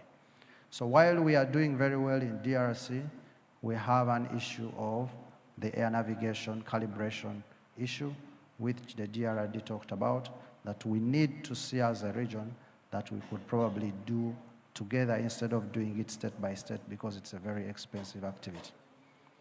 And then for Kenya, I will also touch this. You can see Kenya went down a little bit after the audit, and we have some of the reasons, among which is the issue of the accident investigation department being separated from the Civil Aviation Authority. Rwanda is the leading at the moment with about 79 to 80% effective implementation, and Tanzania also improved. This is also another state that we are rendering support to because of some activities that happened recently that we need to sort out to ensure that the industry still remains safe. And Uganda had an audit in 2023 where I scored 72%, and efforts are being made to bring in another audit to see that this score can go higher. Aviation security is also the same. For purposes of security, I will not disclose the states. So we can see that after some interventions, some of the states have gone up, and one state, which is the second one, went down, and we also found the issues there. And some audits are going on with ICAO in 2 states this year and next year that we shall see, and we hope we shall see some improvement in the performance. So while the states are also being audited, we are also being audited by the International Civil Aviation Organization. And our audit is not called USOP, it is called RAP, which is the Regional Safety Oversight or Regional Accident Investigation Audit Program. This is similar to the USOP program, but it evaluates regional safety oversight agencies and regional accident investigation units. We were the very first because initially this program was called GASOS, which was a Global Aviation Safety Oversight System, which was simply a generic system looking at how organizations are set up and how they function. When it was standardized to the USOP program, it was now called the RAP. And we, as CASSOA, were the very first agency to undergo this audit. I think that deserves a big round of applause, because if you can see from the score, we did 2 areas, which were the airworthiness and GEN, which GEN included organization and legislation. And in organization and legislation, we were found to be at 75%, airworthiness at 85%, giving an average of 82%. I believe if your child scores 82% in an exam, we already have an A+ at that point. And being the first, everybody has to beat this record before we actually come back and establish a new one. Other areas to be audited, we would like now, because we have learned from the challenges we had in the airworthiness section, we have put in place some mitigations and processes to assist us boost this, and we hope next year we can undergo a similar audit for all the other areas to confirm our effective implementation and support to the states. So during this audit, what was found for us was that we have a good organization framework. Like I said, we are very unique among RSOs that we have an expert in each area. Some RSOs have only 2 experts or 1 to facilitate the coordination and support functions. The regulatory framework that was found to be very good, we were found to be at 91%. That means our regulations and technical guidance materials are really top class and meet the ICAO requirements. So any state that needs help in this area, we are ready to support.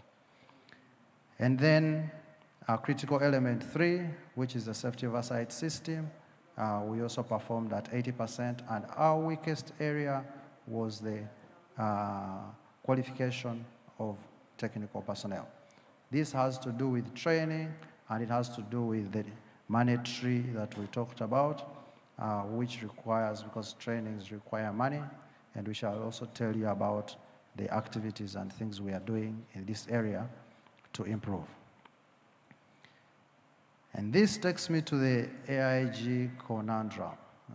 It is cut off a little bit, but this is one of the issues that we are having in the region that is becoming complex and is a very big subject of discussion. The requirement from ICAO is for us to have an independent accident investigation unit for obvious reasons, that the unit investigating an accident should not be part of the unit that certified the aircraft or licensed people to do the activity. However, while this calls for independence, it also calls for independence from state aviation authorities and any other entities that could interfere with the conduct or objectivity of the investigation.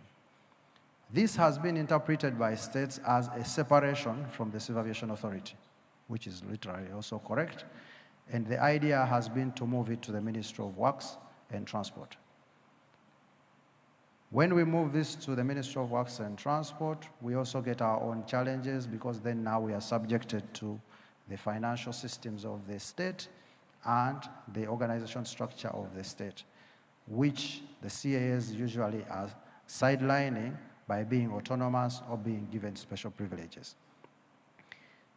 The catch also here is that the requirement asks the auditor to confirm clearly that, one, the accident investigation unit is not in the Civil Aviation Authority, but also it should not report to the same minister as the minister who is in charge of the authority.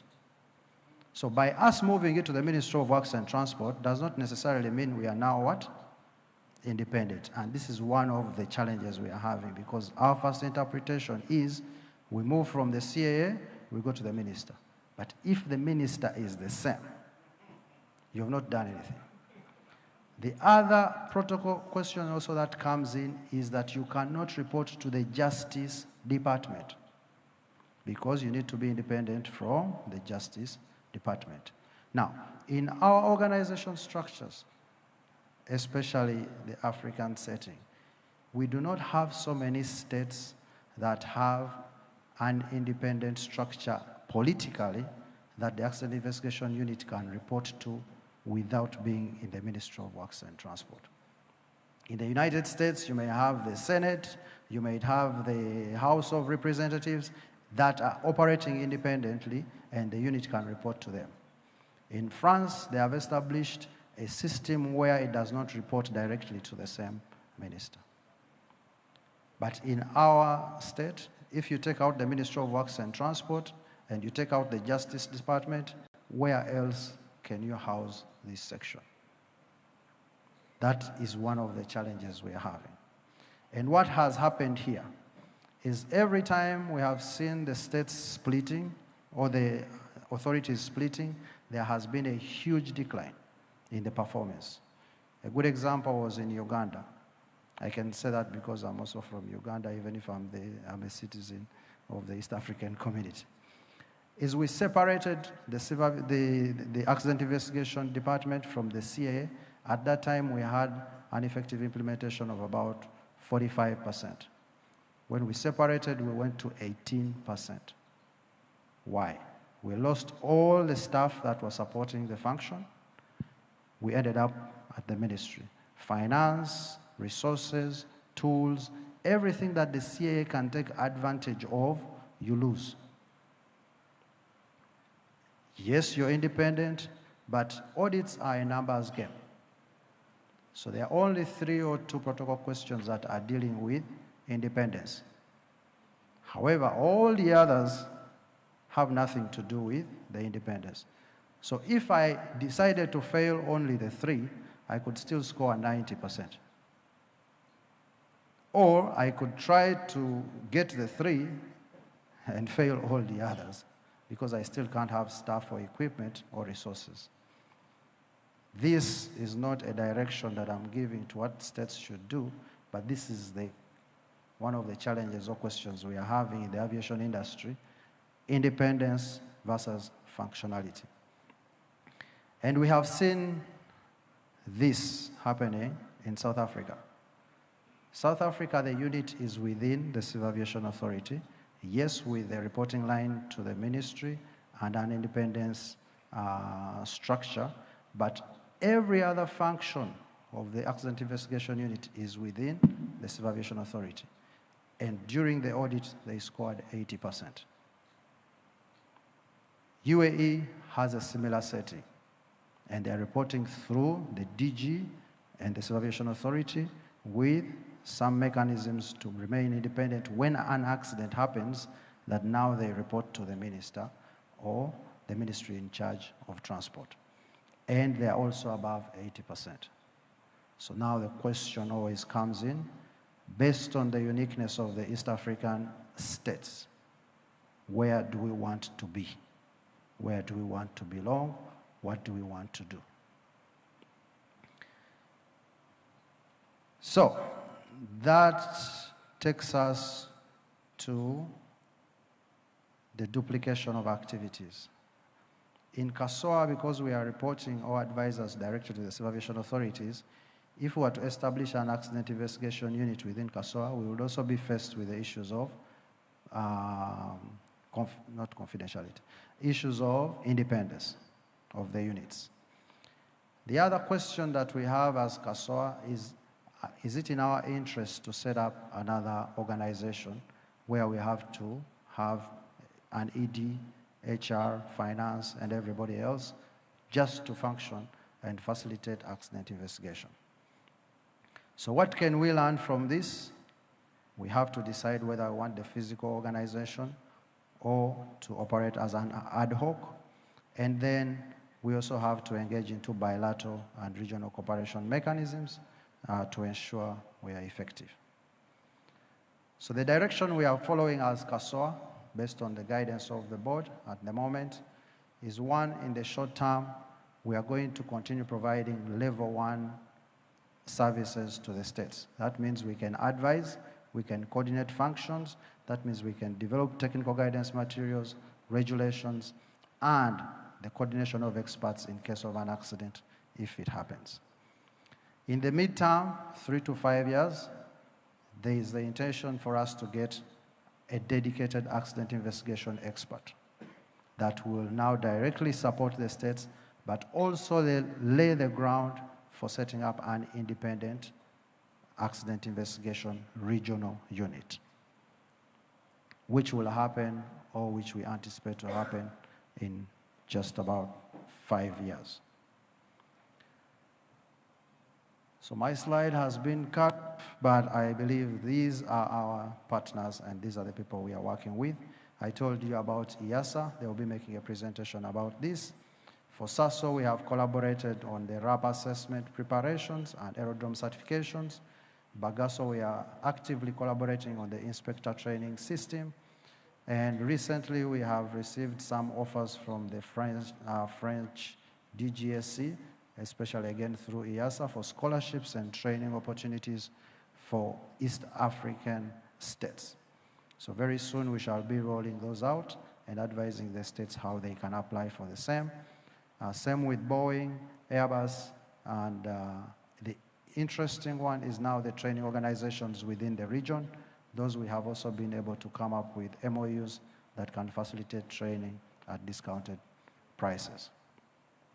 So the challenges that we are facing mostly, I talked about the financial contributions, and we have now going to test starting July the 50 equal contributions, and then the 50% based on gross domestic product.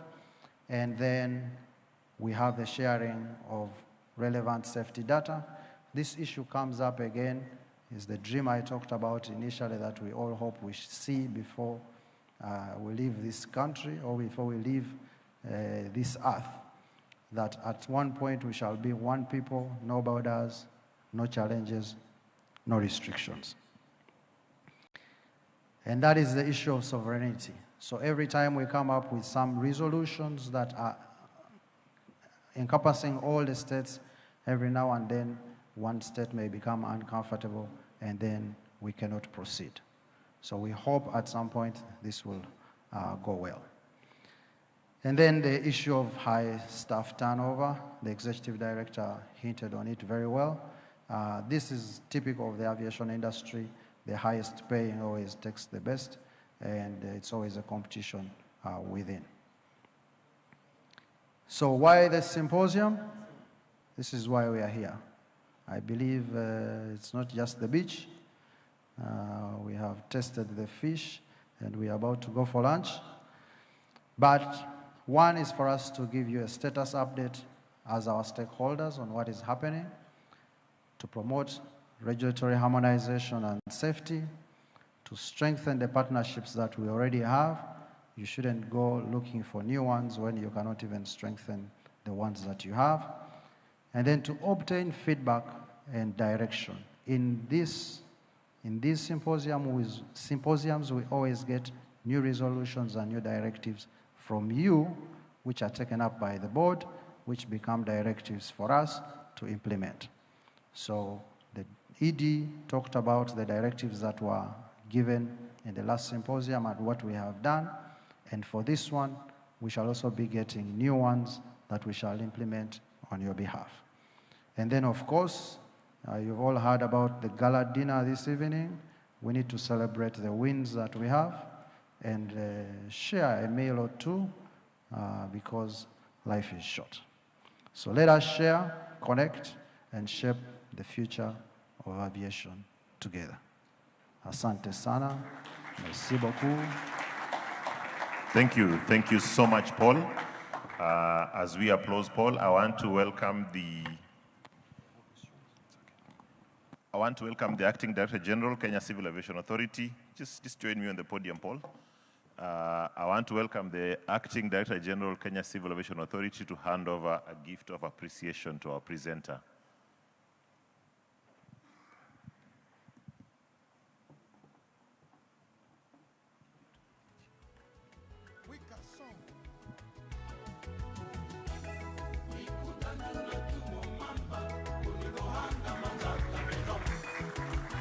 Kayembe, Shentemba, Polkadea. Machama, Dachama, Fechama, Chachama. Thank you so much, Liti. If you have questions from that presentation, he is willing to take questions on the sidelines. Next, we have a sponsor's presentation, and I welcome our silver sponsor, the Ukrainian helicopters, Mr. Serhiy Cheschenko. Welcome, sir.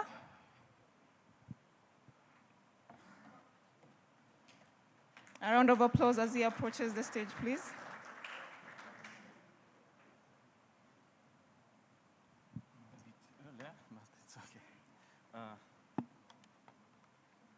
What works?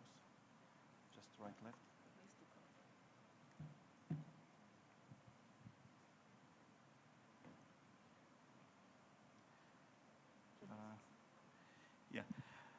Good afternoon. It's already afternoon, and I understand that it's very soon lunch is coming. But at the same time, I'm very grateful that I had this opportunity to represent our company. We are not a new company, and we have a very, let's say, deep presence here in Africa. But we have a very new established branch of our company registered in Kenya, in Nairobi. So now we have like an official presentation here. So since the timeline is it's very short, let me briefly introduce our company, and later on I want to show you the video about our product, about our helicopter. I think that it's better one time to see than 10 times to hear about this one. So, Ukrainian helicopters, we always come to rescue. Oops, sorry. So, who we are? We are the largest helicopters operator in Ukraine. Unfortunately, as you know, right now in Ukraine there is a war between us and Russia, so that's why most of our activities we have to relocate here to Africa. So our company was founded in 2002, and we're already like 24 years on a global market. So our fleet at this moment consists of 24 modernized Mi-8 or its Mi-17 type helicopter. And we have all our operations all over the world, mostly in Africa actually, yes, but we do have some in Europe and some, right at this moment we have one helicopter at the UN mission at Haiti. So these are the basic hours that was done, let's say, during those 24 years of our existence. So it's already flown more than 446,000 hours. Was delivered more than 750 tons of cargo, 1.2 million passengers, and we rescued around 17,000 plus people. So we conducted 4,500 search and rescue operations, and also we did, out of them, 2,300 it's a night rescue evacuations. So mostly we are present here in Africa with the United Nations. We provide the full support for the United Nations and WFP. So from our history, we've been in a lot of countries. I will not, let's say, spend time counting them, but let's say everywhere where the United Mission opens their mission, usually we're present there as well. So this is our product. Later on in the video, you can see it broadly, but right now, so what we have the Mi-8, Mi-17 helicopter, but this is deeply modernized. What does it mean? We created a transformer. So the same helicopter can conduct different type of operations, starting from very simple, like passengers transportation or cargo transportation. Then we may have combi, when we transport passengers and cargo. And then we are stepping in more specialized operations, such as search and rescue, and medevac and CASSOA. And we have the proper equipment for those operations. Also, we can do a firefighting operations. So, as already mentioned, in search and rescue, we conducted more than 4,500 operations. And let me go further. So, for the medical evacuation, we can equip, and this equipment can be installed within the 40 minutes on a helicopter. And this is class 1 air ambulance. So, we can install, you see on this picture, it's the intensive care unit modules. We can install 3 at the same time. So, it means that we may carry at the same time 6 patients on a medical evacuation. So for the firefighting, we can conduct using the external Bambi bucket, the ones that can carry around the 3,000 liters, and we also can use the internal tank, the capacity of 3,785 liters. So also, we can equip, or most of our helicopters equipped with this specialized equipment. So we have the night vision system. For instance, FLIR, it is a front-looking infrared system that can easily designate the people or the transport in a distance more than 10 kilometers. Also, our crews are fully certified and trained to use the NVG goggles. So also our helicopters can be equipped with a satellite data link. This equipment allows us to have a direct link from the flying helicopter. So in case if we have heavy, for instance, medical patients on board, so the personnel on board, they may directly connect to the doctor or maybe to the operations room who is on ground and who can provide more directions or instructions for the personnel on board. So all the time they have someone on ground who can recommend, suggest, or advise them in their further actions. So also our helicopters, since that Mi-8 helicopter, it's a bit old type, but we modernized it. So we have the advanced engines with a more powerful performance. And in case, whenever we work in the dangerous areas, we also can install the protection system. Later on, I think that in that video, you can see it more detailed. At the same time, we're a big company and we have all our, we're fully self-sustaining company. So we have our own helicopter training center that allows us to train and prepare all our air crews for all our upcoming missions. And at the same time, we have our aviation service center with a very high qualified personnel that allows us to do all kind of maintenance on the helicopters, and not only in a basic maintenance facility. Also, we can do this kind of maintenance in the fields. So, Ukrainian helicopter can be a very good partner for the East African operations. I was very quick because the video is going to take another maybe 10 minutes, and I understand that it's almost lunchtime. So, after you watch the video, you're welcome. If you have any questions, I'm around, so you can find me here, and I can share the information if you have any interest in this type of helicopters. Okay, thank you for your attention, and please have a look for the video.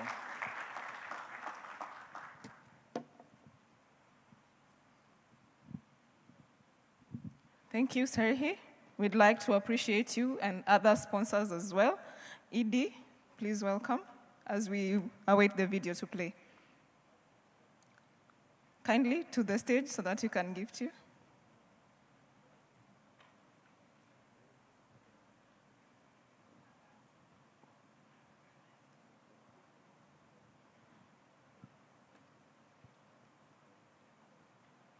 A round of applause, please.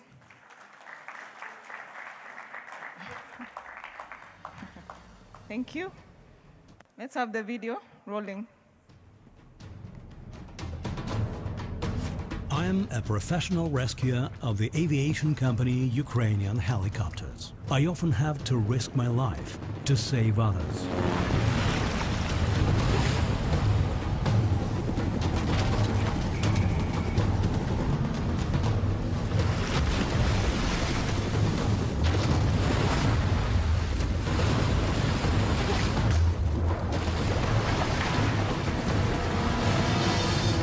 I'd hardly be able to do it properly if not for my team. And the main member of it is our rotary-winged comrade called Transformer. It's only on the outside that it looks similar to thousands of its fellow helicopters, Mi-8 MTV. Our pilots say that Transformer is a revolutionary combination of load capacity of Mi-8 and cutting-edge aviation technologies.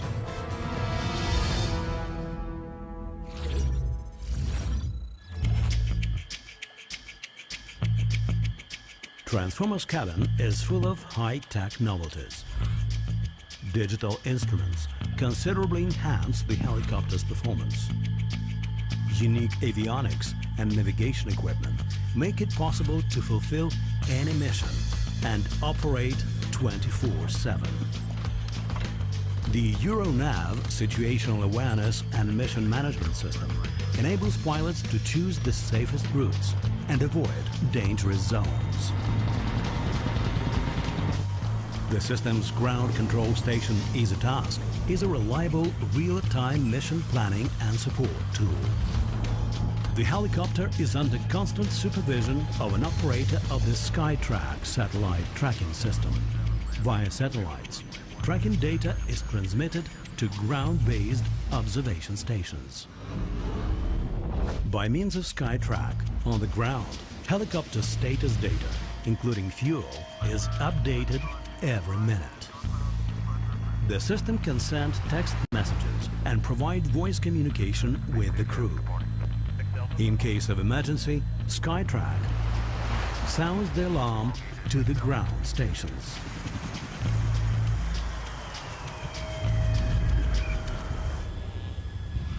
The vehicle is equipped with a terrain awareness warning system, as well as an early warning, traffic alert and collision avoidance system. Thanks to the latest equipment and crew training, the helicopter can operate in all weather conditions, choose landing areas from the air during day and night, as well as land and take off in rough weather and dust-laden conditions. But my workplace is not in the cockpit, it's in the passenger and cargo compartment. Follow me and you'll see why we call our rotary-winged friend Transformer. First of all, the helicopter is an air ambulance, but it can easily turn into a search and rescue vehicle for passengers or cargoes. There is also a combi, passenger and cargo version. So, Transformer is an air ambulance, which within 40 minutes can transform into any of the above-mentioned configurations. As soon as we get a distress signal, we set off on a mission. And it often happens that we don't know the exact location of the accident site. Then it's up to us to figure it out. No matter if it's on land or in water, we'll always find those who need our help. And this is our all-seeing eye, the electro-optical surveillance system, FLIR. It offers a 360-degree vision and enables us to recognize targets in the daytime. At night, it works in the infrared mode. Together with a searchlight and night vision goggles that every crew member has. At night, by means of a thermal camera, the system can detect an individual more than 10,000 meters away and identify a person from 2,200 meters. The system can spot a vehicle at a distance of 17 kilometers and identify it from 4,900 meters. The cockpit is also adapted for night missions. It has FLIR monitors. The system's operator's workplace is in the passenger compartment.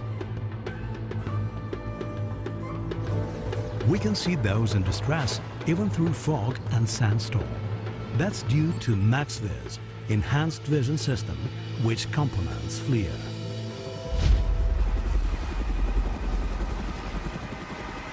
We can also easily find those in distress if they have a radio beacon. If there's no place to land, Transformer can hover above the target, and then it's over to us, the rescuers.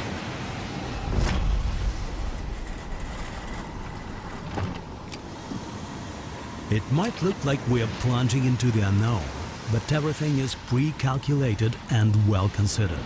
We go down by an enhanced capacity rescue hoist with a rappelling device.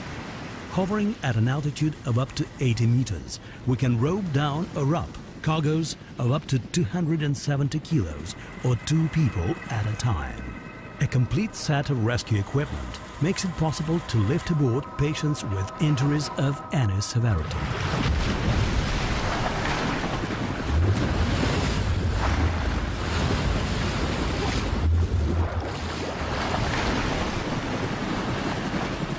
Ambient noise is not a problem for us. Wireless communication system enables us to hear each other and pilots on board loud and clear.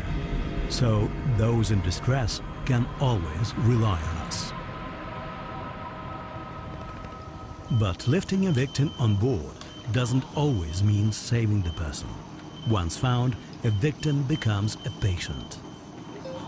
Those in critical condition are placed in a medical module. There are 2 on board, each having the capacity to take 2 patients of the red and black tag categories, those hovering between life and death. Besides, using our stretcher compartment, we can take 3 patients of the yellow category, those with non-life-threatening injuries. We can evacuate 7 people at a time, which explains why people call us air ambulance.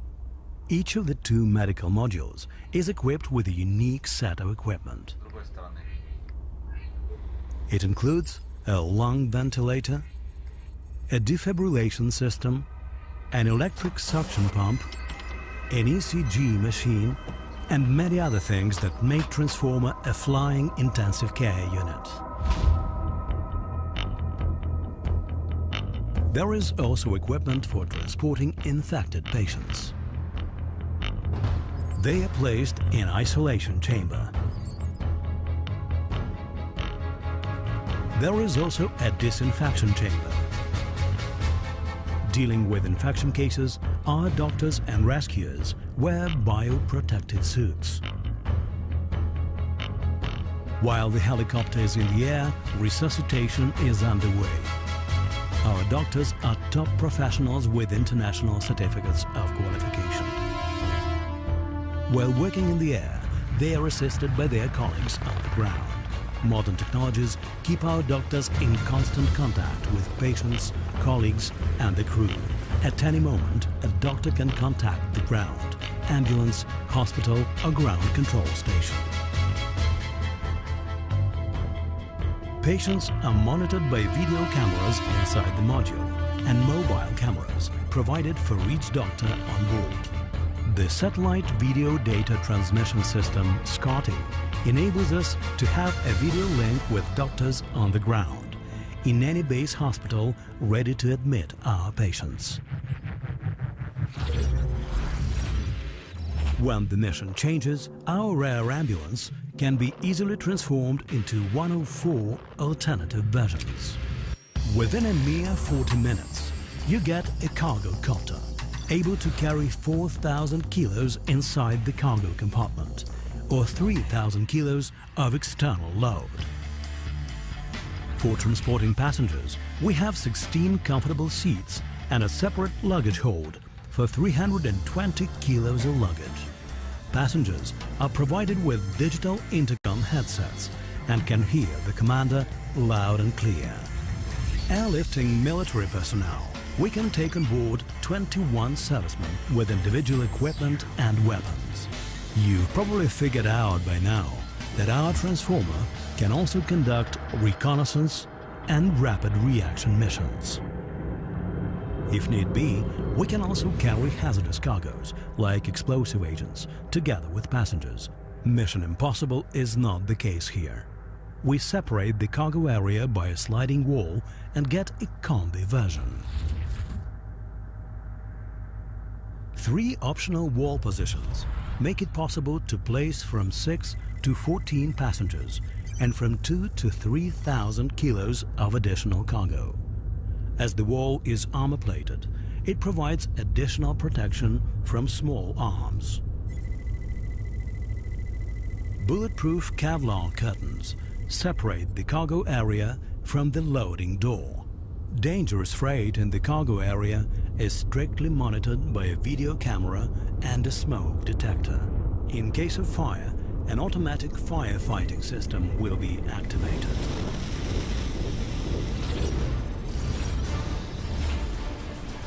We at our Transformer do need protection because we fly in areas where missions are never risk-free.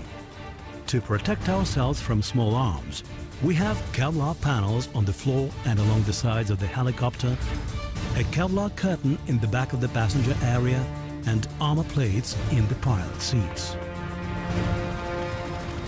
But we are also ready for missile attacks. The AMPS Airborne Missile Protection System guarantees detection, identification, and deflection of up to 8 missiles simultaneously. 5 sensors provide full coverage across a variety of threats, and IR decoy flares reliably deflect approaching missiles. From experience, we know full well what it means to be under fire of small arms and even man-pads.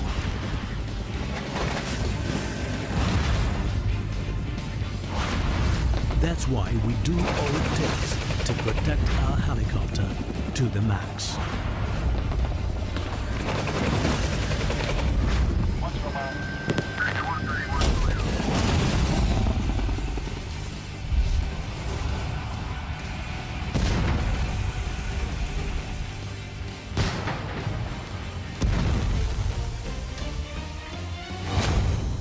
This unique vehicle needs new, more powerful engines, and Transformer got them. 2 power units enable us to fly farther, to carry more people and freight, and to rise up to 6,000 meters at excessively high temperatures. But Transformer's key success factor is our team. Trained at the AC Ukrainian Helicopters Training Center and seasoned by missions in hot spots, we've made our teamwork seamless. And we always stand ready to help those who need our help. Any place, anytime.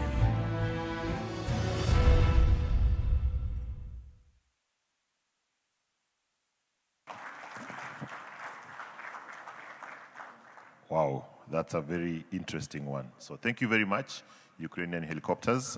We invite our delegates to engage with you further on that wonderful equipment. Ladies and gentlemen, to carry us on, we have a few minutes before lunch. We would like to take care of one of the presentations on the role on ICAO's Regional Aircraft Accident Investigation Organization, CP's role in AIG. To take us through this presentation, I'd like to introduce Ms. Haba Balde. Ms. Haba is a technical officer at the ICAO Regional Safety Cooperation Unit, Air Navigation Bureau, with over 20 years experience in aviation safety and international cooperation.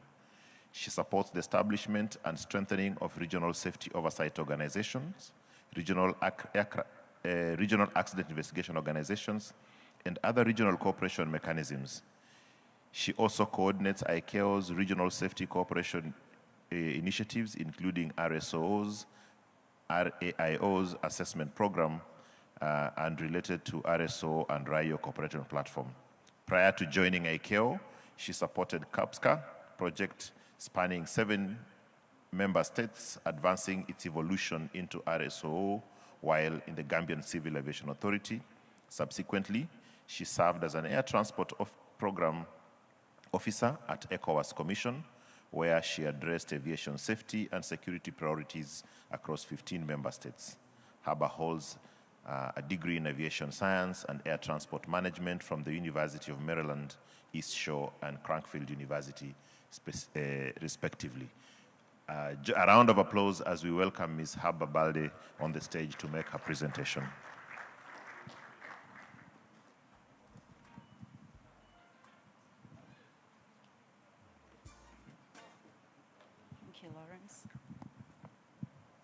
Habari za mchana. Good afternoon. My name is Haba Balde, as Lawrence just said. I am your speaker that's holding up your lunch, so I will be very fast, as I don't also do breakfast, so I'm ready for lunch. Why regionalization in investigation matters. Some states have maybe one or just very few accident investigation experts. And when an accident occurs or an incident occurs, the question is not whether an investigation will be held or when. The question is if it will be held, which this capacity gap causes a delayed investigation, reducing learning flow, which what we know is after doing investigations, we learn from them. So I'm preaching to the choir because I know the East African community is strong on regionalization, But in ICAO, we're working with several different regions that don't cooperate as well as you do here. The last assembly, during Assembly 42, regional cooperation was pronounced quite highly in Resolution A4210, where the Assembly directed ICAO to promote the concepts of regional cooperation, including the strengthening of RSOs and RIOs. So I work in the Regional Safety Cooperation Unit of ICAO in the Air Navigation Bureau, where together with our colleagues in the regional offices, we work on the RSO and the RIO cooperative platforms, which I will speak on later. We also work on the RAP, which is the RSO, the RIO assessment program, which CASSOA did so well on in airworthiness and gen. And we hope you will be assessed in the other technical areas subsequently.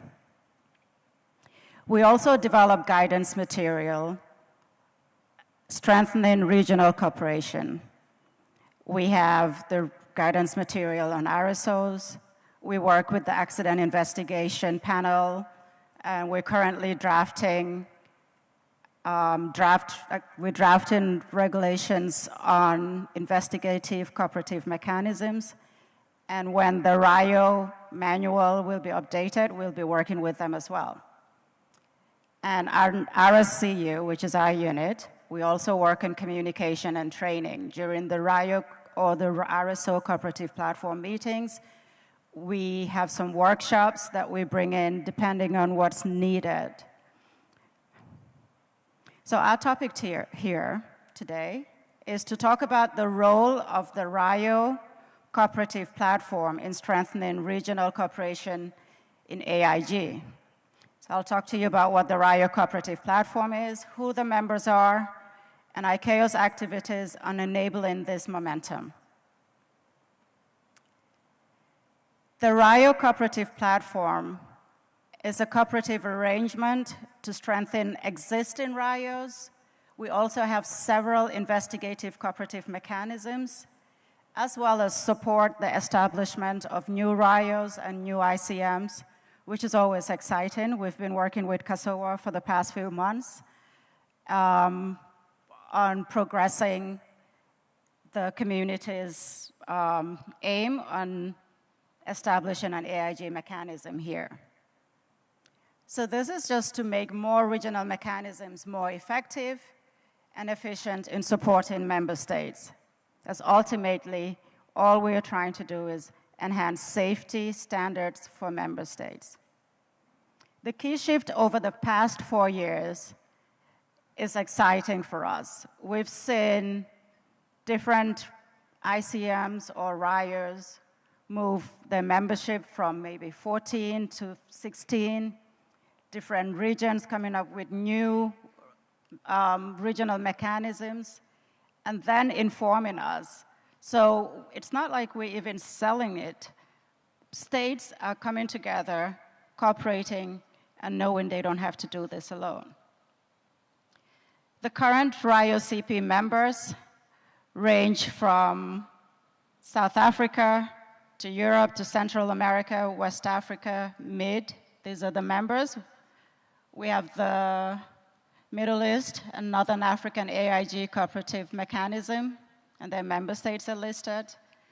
We have the Banjul Accord Group Accident Investigation Agency in West Africa. We have EAC-CASSOA in Europe, GRIA in Central America, and Interstate Aviation Committee from Europe as well. In addition to these members, we also have observers who attend the RIO cooperative meetings. We also have all the ICAO regional offices involved in the RIO cooperative platform, because at the end of the day, we bring in everyone globally, but then our regional offices progress the work within the regions. So this is what they are in the map. Between the RSO cooperative platform and the RIO cooperative platform, we've counted over 152 member states that are members of this regional cooperative mechanisms. The numbers tell the story. What is emerging now is operational. It's not just on paper. At our recent meeting, which KCAA, the last RIO cooperative platform meeting, KCAA was there, and they heard themselves the progress that these mechanisms are making. The Southern American one, SAM, has implemented a training program, and they're developing a regional technical library. During the last assembly, Bagaya and IAC signed an MOU linking the two regions in joint investigations and technical exchange. And CASSOA recently convened their plenary meeting, and had over 31 European states attend this meeting. GRIA in Central America is assisting with over 66% of incidents occurring in the region now.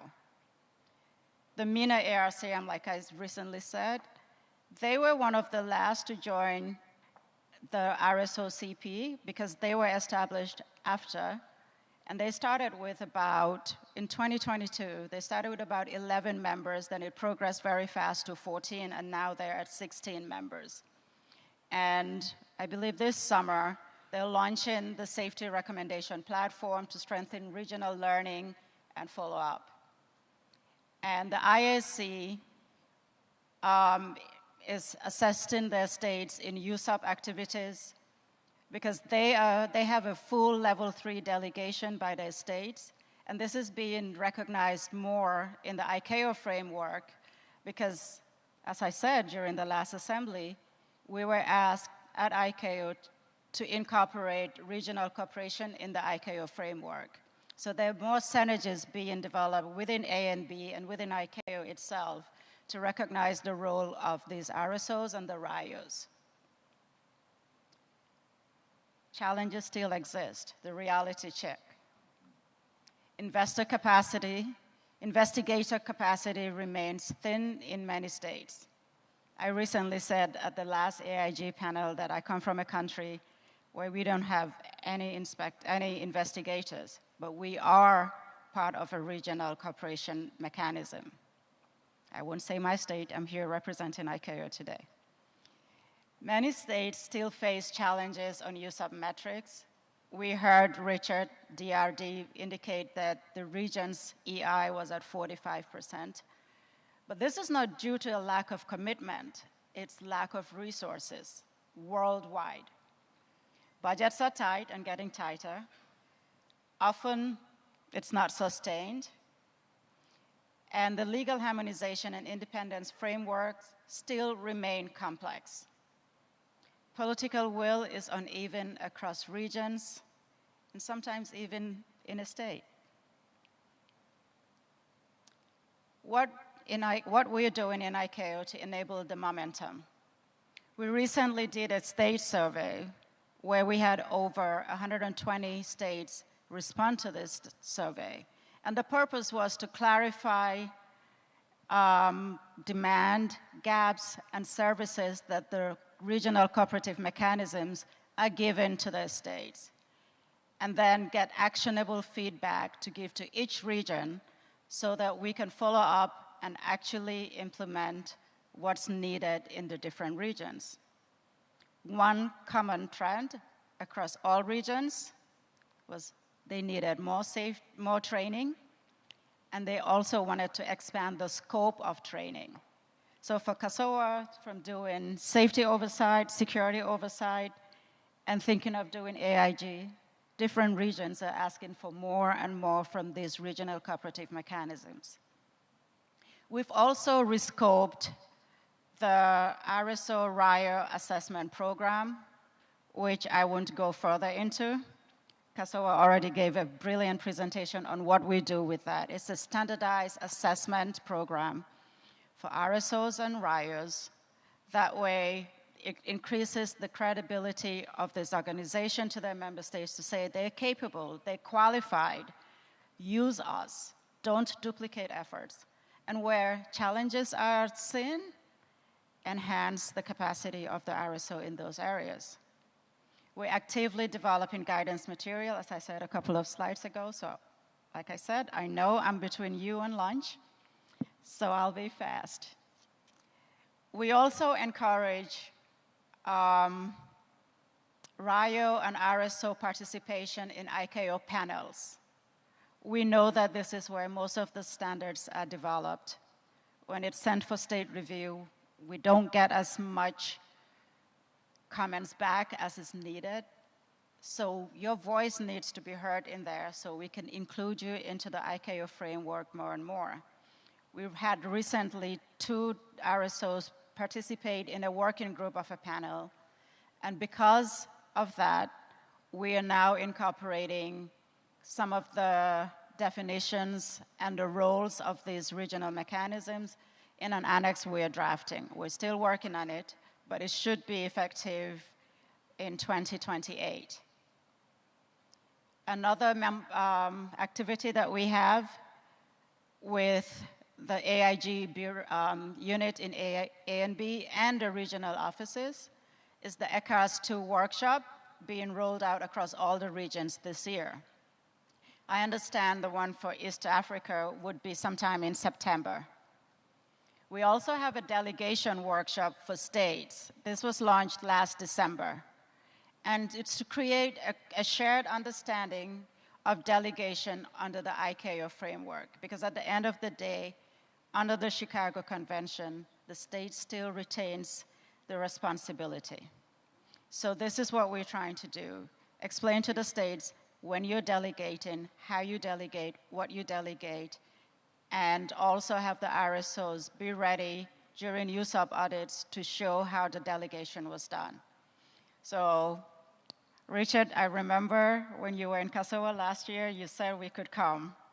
So we're following up with Paul and Francis and hoping to still have this delegation workshop in the region late this year. What's next? We had the first RSO forum in Eswatini in 2017. At that forum, there was also an African ministers meeting where a declaration was made. And it's from that declaration that this assessment program was born out of. It's from that declaration that the RSO cooperative platform was born from. And since then, we've been progressing regional cooperation more in this continent than in other areas.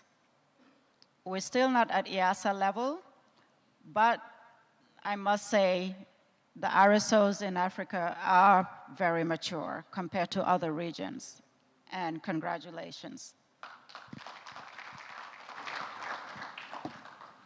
So, we're taking the mountain to Dash. ICAO and EASA will hold the 3rd RSO RIO Forum in Guyana during the last week of September. The state letter has gone out. We do hope you will be there to show what you've been doing, what you've achieved, and encourage that area of the world to develop their RSOs like you have here. So we aim to consolidate the lessons and good practices, strengthen cross-regional cooperation, which is being done excellently here, and accelerate sustainability and implementation. We know that every investigation completed is a lesson learned, and every lesson learned is a life potentially saved in the future. Asante sana. You didn't teach me how to say lunch is served. Please don't go far. Don't go far. For speaking some Swahili, we have a gift for you. I'd like to welcome our board member, Engineer Luke Kangogo, to gift our presenter, Haba, for the good work she's done and the Swahili she's been learning. I was told I'll be given a cow. You get a cow, don't worry.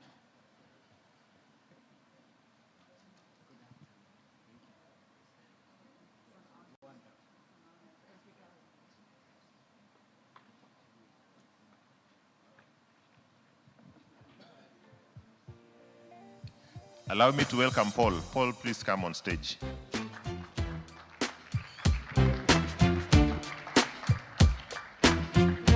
I am welcoming Paul because Haba and Paul have made a presentation or presentations that link to RSO and RIO, and we did not give people an opportunity to challenge them on their presentation. So I want to give you an opportunity.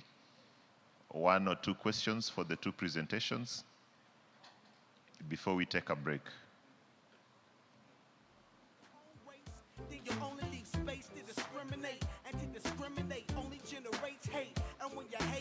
Yes, there's a hand there. Can we have...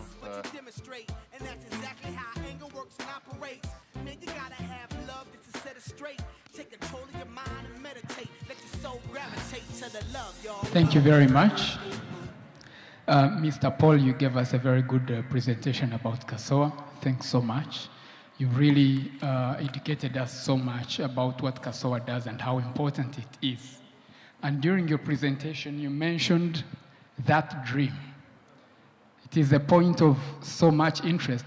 My name is Christopher Kagaba from East African Civil Aviation Academy. We train pilots, engineers, and dispatchers.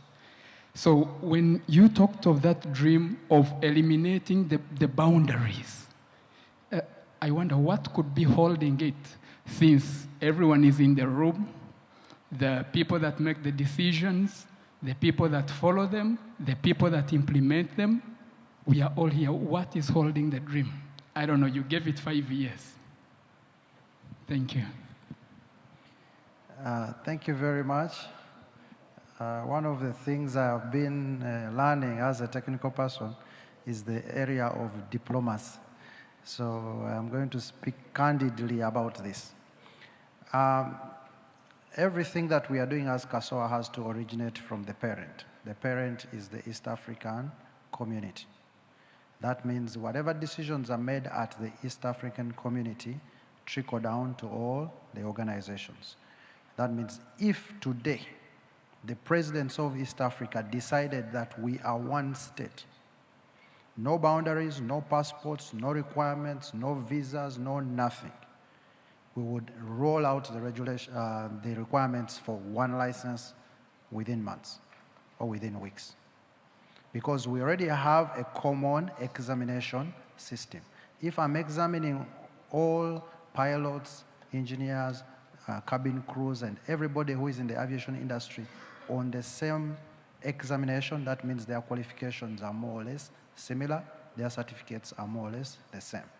So that is the dream, is as I come to Kenya, I do not need a passport. That is very good, I can just travel with my ID. But as I go to one other state, which I will not mention, I'm still asked to present my passport, and I'm still asked for the reason why I'm in that state. And the sovereignty issues come in, because once I issue a certificate from one state, it still bears the name of the state. But regulations-wise, preparation-wise, everything that we need to put in place to have that one East African license is more or less ready to go. Because the biggest hurdle that we need to cross is the issue of examination and certification of organizations. Thank you. Thank you very much. Any other questions, or this is lunch happening? Okay, thank you. There's a question there.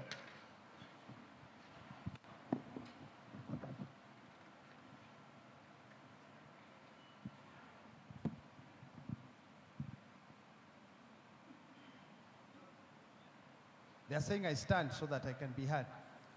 My name is Isaac from Kenya Airways, and I'm very delighted to learn what CASSOA is doing, and in your presentation, the word harmonization kept coming. Indeed, harmonization is a critical aspect that will bring the partner states, and especially talking in regards to a number of things like taxation, a number of issues like the licensing regulations. And you have mentioned in the answer to the first question that came through, that there is an aspect of sovereignty that you navigate around. is there a challenge? Is there a way we can go around it without having to wait until that one moment in the announcement that you are saying that, I don't know when, it will be expected to come, where the EAC becomes, borderless, and that the pronunciation that you are saying is made. Because while we wait for that, our passengers, the traveling public, is indeed having to pay more, is indeed having to go through a lot of it, a lot of challenges, and the airlines operating in the region are not able to realize the revenues, the growth that other regions are taking in. In particular, kindly address the issue of taxation, harmonization, and I want to bring in an issue already at hand of the advanced passenger information, PNR, that indeed is taking stock. We're charging differently. Some countries, with all due respect, are up to 90 USD. That has just been introduced. And this indeed has made it very expensive to travel within the region. Thank you. Thank you very much, Mr. Isaac. And I can see you're still trying to take me to the non-diplomatic area. But on a personal basis, I believe it's been a challenge of our lifetime. It's not just the East Africa uniting, it's the whole of Africa. Why we still have these borders and boundaries, that it is more complicated for me to go to an African state than to go to a European or to the US. That is a challenge that is above the institution at the moment, but a challenge that we need to ask ourselves as Africans, why do we still have these barriers in place? Not just in East Africa, because East Africa is currently open. Yes, I still need to carry my passport in some places, but I still have free access to the community. And progress is being made in these areas. But there's still a challenge even at the global level, which is the African setting, that it is still very tedious, very challenging to travel from one African state to another. The airlines are being subjected to so many restrictions. The fifth freedom rights are so limited. The issue of the SATAM, the single air traffic movement that we are trying to get, has delayed time and time again, and every target we have set, I'm not saying any individual, we as Africans have not really proceeded with this. So we come up with very good resolutions, and then the implementation becomes a challenge. So everybody needs to work hard in this effort, and that is what we're saying is, as KASSOA, we have already put in place the mechanisms. Should that day come, immediately we are ready to roll. So we don't just sit back and say we have failed. No, we make progress as we can based on how the situation moves. I'm running around in circles because I cannot go. I have my, but I think I hope it's a bit clear on that. Is it okay? Thank you very much. Thank you for those questions. I'll take one more, and then we proceed to the next activity. So my question is just brief. It's a forward-looking question. I'm an ATC with KCAA based in Mombasa. So my question goes as drones keep on growing, drones operations, urban air mobility, and also unmanned traffic management keeps on growing across East Africa. How is KASSOA keeping up in its mandate and capacity to keep up pace with all this? Thank you very much. Here you're prompting me to ask for another position in KASSOA. In KASSOA, we are looking at the drones as a complete also new section because of the challenges and requirements that are coming up. So at the moment, we have combined the roles for one of our experts to be also supporting the drones because we have the Annex 6 and the Annex 1 requirements. So we are also developing or supporting the states as level 1. So we are developing the regulations, the technical guidance materials, and doing workshops and trainings. So far this year, we have already done 2 workshops and 1 training on drones, and also done a working group for model regulations to affect those that are doing international and those that are just local. So already progress also is being made on that, and very soon I'll be asking my executive director and the board to also give me a new position for an expert so that we can support the states on that regard. Thank you. Thank you so much, Paul. Ladies and gentlemen, I want to do one ceremonial business before we break for lunch. In the morning, we had the privilege of our dignitaries gracing our opening occasion, and I want to just appreciate them. To help me do this, once again, allow me to invite Engineer Kangogo, who's one of our seasoned experts and a member of the KASSOA board, to help me honor and acknowledge. I think we use transactional prices rather than market values for CGT calculation. Why don't we go the route of valuation?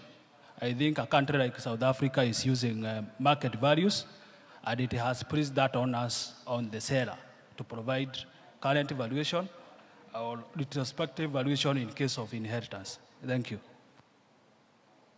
Thank you. I think that is something to do with the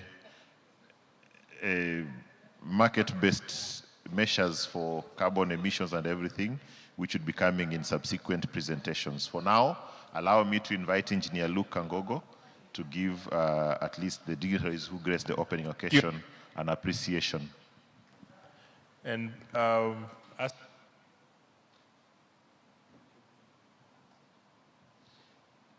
allow me to welcome Balozi. Allow me to welcome Balozi at least to receive an appreciation from us.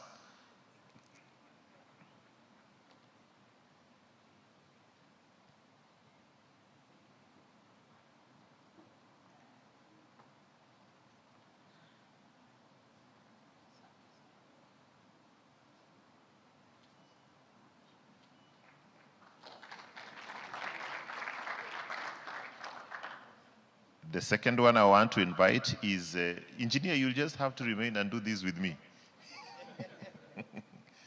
I want to welcome the chairman of the board of Kenya Civil Aviation Authority, Mr. Brown Ondego, for a gift, at least an appreciation for being here.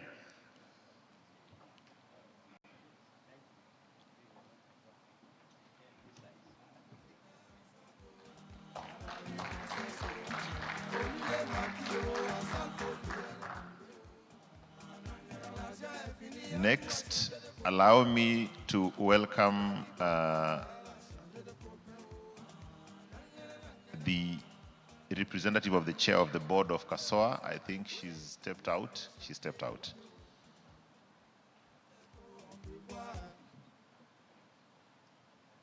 I think we will terminate this at that point as we proceed for lunch. Ladies and gentlemen, as you walk out through the door, you'll receive a lunch voucher from the hostesses. Our lunch is served at the Dow restaurant. It is now exactly 21 minutes past 1. If we can make it back at around 2:15 o'clock, that would be appreciated. Enjoy your lunch.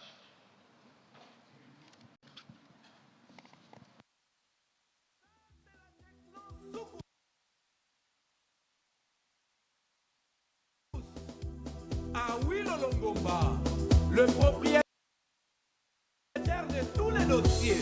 Hey, hey, hey, hey, hey, hey, hey, hey. Avec la participation de Jocelyne Berroa. Hey, hey, hey, hey, hey, hey, hey, hey. Ah! Yo, Africa, Africa, ngase kapitula bibamba, nyuso bamba, baninga nanga pinch na yo, kotunga makamingi, koleka kutunga moto na zanga. Pinga naka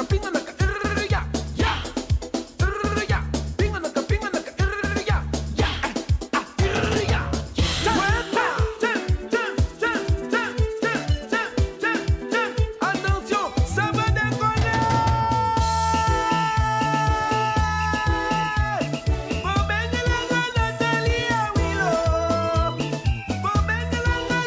Maninka.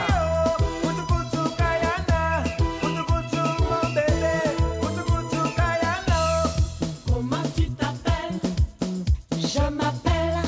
Comment tu t'appelles? Qui, moi? Je m'appelle Coupé Coupé Bibamba. Hey. Je m'appelle Coupé Coupé Bibamba.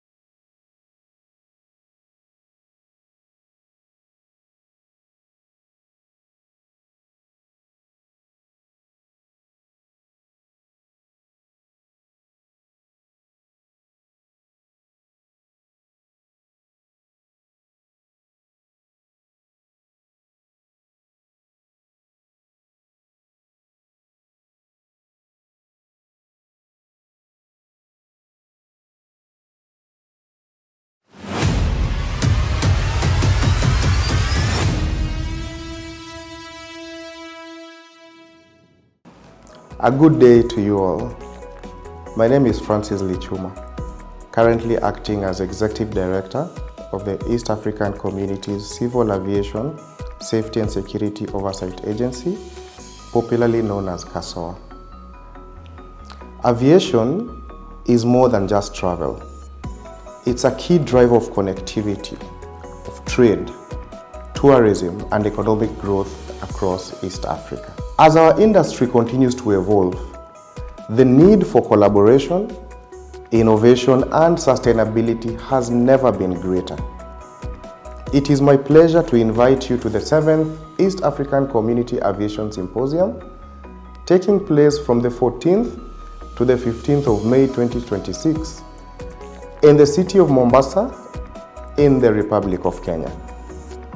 This year's symposium will be hosted at the PrideInn Paradise Beach Resort, bringing together aviation leaders, policy makers, regulators, airlines, and industry experts from across the global aviation family to discuss matters aviation. The theme for this year's symposium is Advancing Aviation Excellence towards connected, sustainable, and safer skies. We will explore the key issues shaping the future of aviation and hold informative discussions on how our region will keep abreast with global trends shaping aviation excellence. These include aviation safety and security oversight, seamless regional airspace integration, digital transformation and cybersecurity, sustainable aviation, and strengthening tourism and trade. This symposium provides a unique platform to share knowledge, to build partnerships, and to drive innovation within our aviation sector. It's also an opportunity to inspire the next generation of aviation professionals and strengthen regional cooperation. I warmly invite all stakeholders to be part of this important event. Register today on the event's official website, that is symposium.cassoa.org. We look forward to welcoming you in Mombasa. Thank you.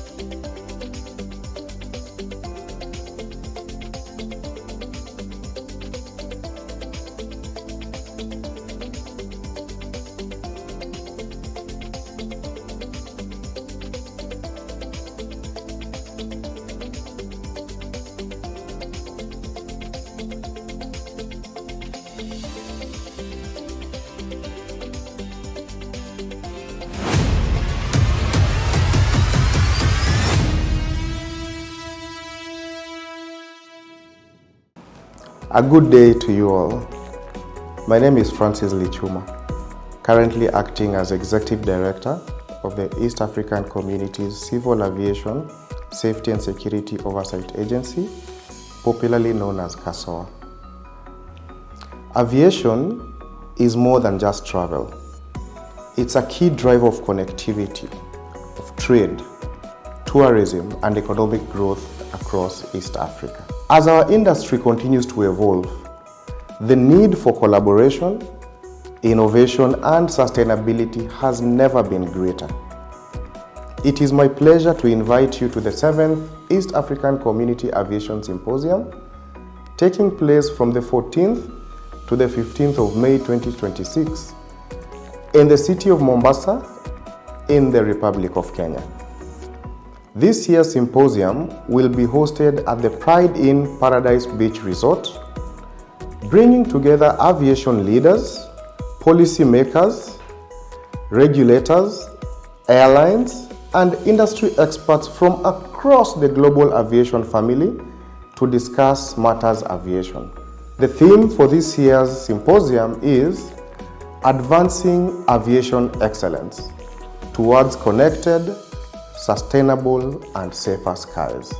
We will explore the key issues shaping the future of aviation and hold informative discussions on how our region will keep abreast with global trends shaping aviation excellence. These include aviation safety and security oversight, seamless regional airspace integration, digital transformation and cybersecurity, sustainable aviation, and strengthening tourism and trade. This symposium provides a unique platform to share knowledge, to build partnerships, and to drive innovation within our aviation sector.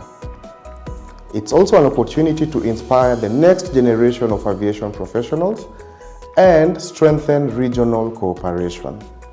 I warmly invite all stakeholders to be part of this important event. Register today on the event's official website, that is symposium.cassoa.org. We look forward to welcoming you in Mombasa. Thank you.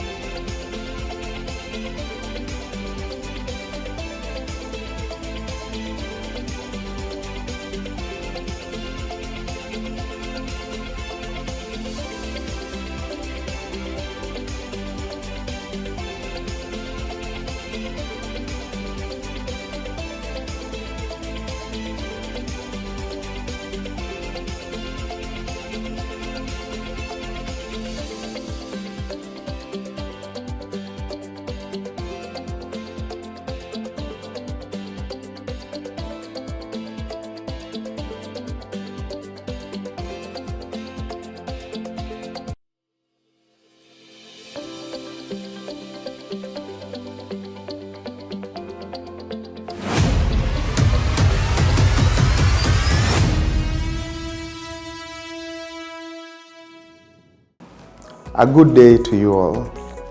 My name is Francis Lichuma, currently acting as Executive Director of the East African Community's Civil Aviation Safety and Security Oversight Agency, popularly known as KCASSOA.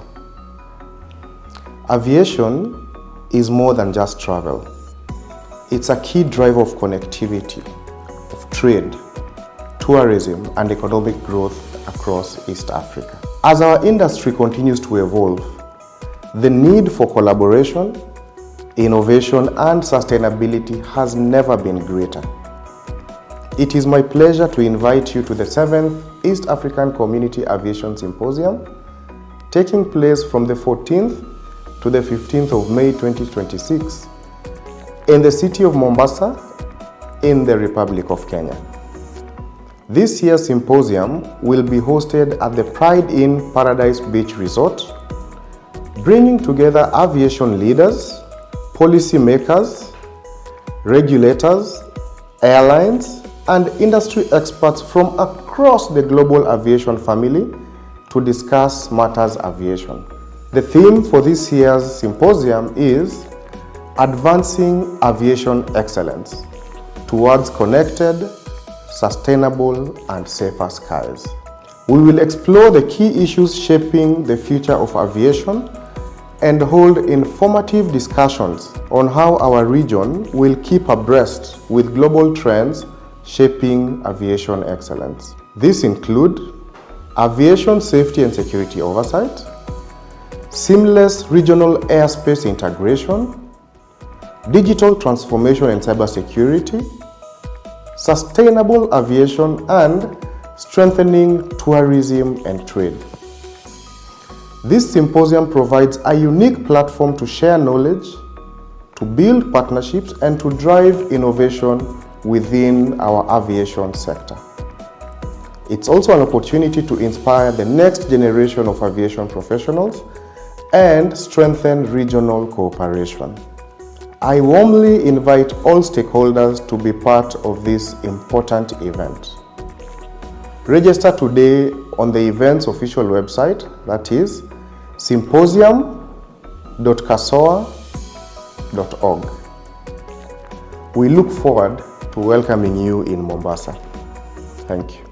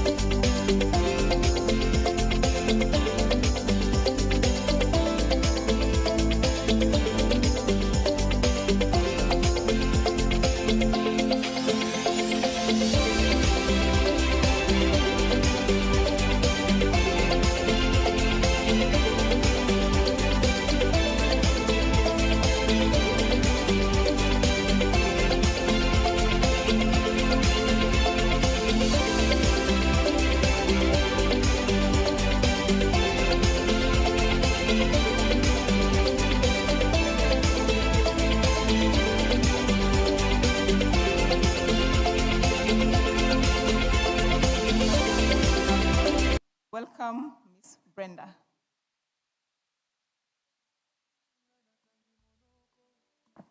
Thank you very much. Good afternoon. I'm hoping the two gentlemen who raised the questions are in the room. The one on the licenses, I see you there. And the second one on cheaper air transport. Okay, but I'll proceed. So on the issue of licenses in the region, KCAA has already embarked on a project. It's been a long-standing project on the automatic validation of personnel licenses. There are some legal requirements based on Annex 1, which is the standard that requires for a common legislative framework. So unless we have a regional framework on licensing which is binding on the partner states, we're not able to fully implement the automatic validation. But that being said, the agency is embarking on developing a regional aviation legislative framework. It's in progress, so please bear with us. It's quite a long process, but work is being done in that area, and hopefully in the next 3 years or so, licenses for aviation personnel across the board shall be recognized in the region, regardless of where they come from, as long as they have been licensed in the region. And then on taxes, fees, and charges, that is what actually is one of the root causes of high air transport fees, rather tickets. And this is something that is being embarked on under the Single African Air Transport Market. Thankfully, we have the ambassador here, Mr. Kibe. He's the lead ambassador on that. And AFCAC, the African Civil Aviation Commission, has currently embarked on developing the legislation that is meant to trigger the harmonization of these charges. So there are a number of workshops going on. There are drafting sessions going on. Last week, we just completed one on competition. And once these are actually adopted by the states, we shall see some improvement when it comes to ticketing in the region and the like. When we talk about liberalization and domestication, that's a whole other topic, but it is something that is actually anchored in Article 92 of the EAC Treaty. The heads of state did come together and agree to liberalize the East African air transport market. We are looking into that. We are developing regulations on that, and hopefully in the next 5 years we shall see something. Thank you. Politics. Thank you, Brenda, for that initiative. A round of applause for Brenda. Thank you so much. Now we proceed into the first session in the afternoon, which is Aviation as a Catalyst for Tourism and Trade, which will be moderated by Pacific Musongera. And I'll be introducing him as a speaker. Musongera holds a master's degree in Integration, Trade, International Investments. He joined civil aviation in 2010 as an air traffic controller and has 16 years of experience to date. Has occupied the position of Manager, Air Navigation Services at Burundi Civil Aviation Authority from 2014 to 2015. Since 2015 up to now, he's the Director, Airports and Air Navigation Services at Burundi CAA. He has been a member of the East African Community Technical Team in the establishment of the Unified Upper Flight Information Region project as an air traffic management expert from Burundi. Thereafter, in the same project, he is a member of the CNS ATM subcommittee, made up of directors in charge of air navigation in the EAC region to date. He is now the coordinator of the project of rehabilitation, expansion, and modernization of the Melchior Dandai International Airport in Burundi. Welcome, Bwana Pacific Musongera. Come to the stage kindly, thank you. On his panel, he'll be having Acting Director General, Kenya Civil Aviation, Nicholas Bodo. followed by Ms. Doreen Odhiambo, Director Strategy from Kenya Tourism Board, as well as Captain Gilbert Kibe, Managing Director, Air Transport Consulting. Welcome.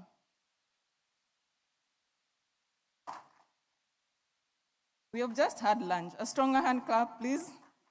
Thank you.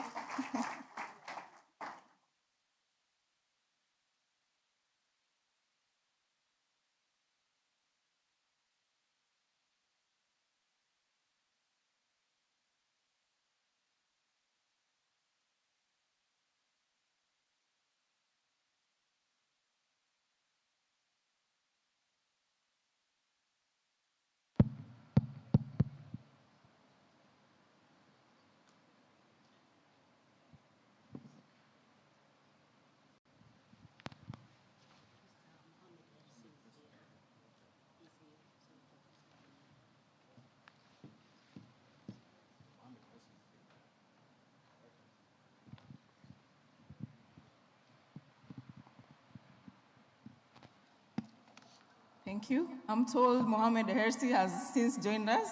Karibu sana, Bwana Mohamed. A round of applause as he approaches the stage, kindly. Thank you.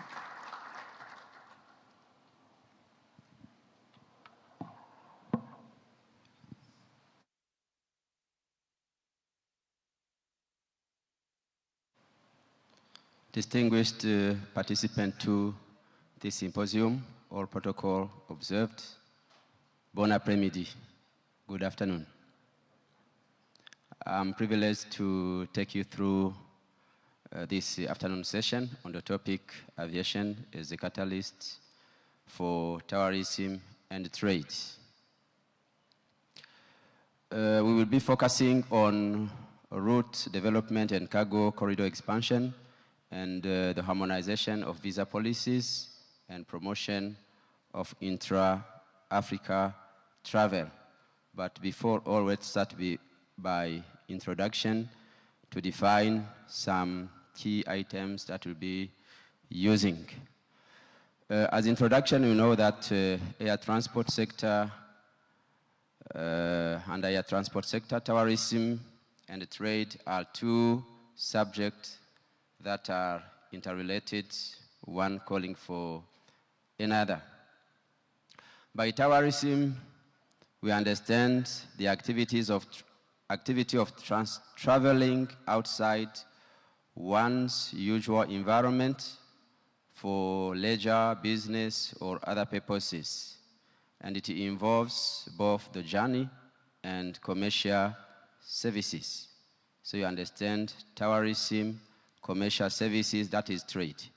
And these commercial services, they support this tourism, and it includes accommodation. The tourists need to go to the hotels for accommodation, multimodal transportation by road or taxi or by air, and entertainment activities. They have money they have to spend. Tourism is therefore one of the world's largest industry, generating much revenue and several jobs as described earlier. Trade, on the other hand, is the act of buying, selling, and exchanging. So you have to, if you have to sell, you need to get someone to buy. And you need to exchange either money against goods, or you exchange goods, what we call bartering. So the key items, as we have realized it, in tourism, there is traveling. In trade, we have buying, selling, exchanging. So there is a link between the two terminologies. You cannot trade without anyone to come and buy.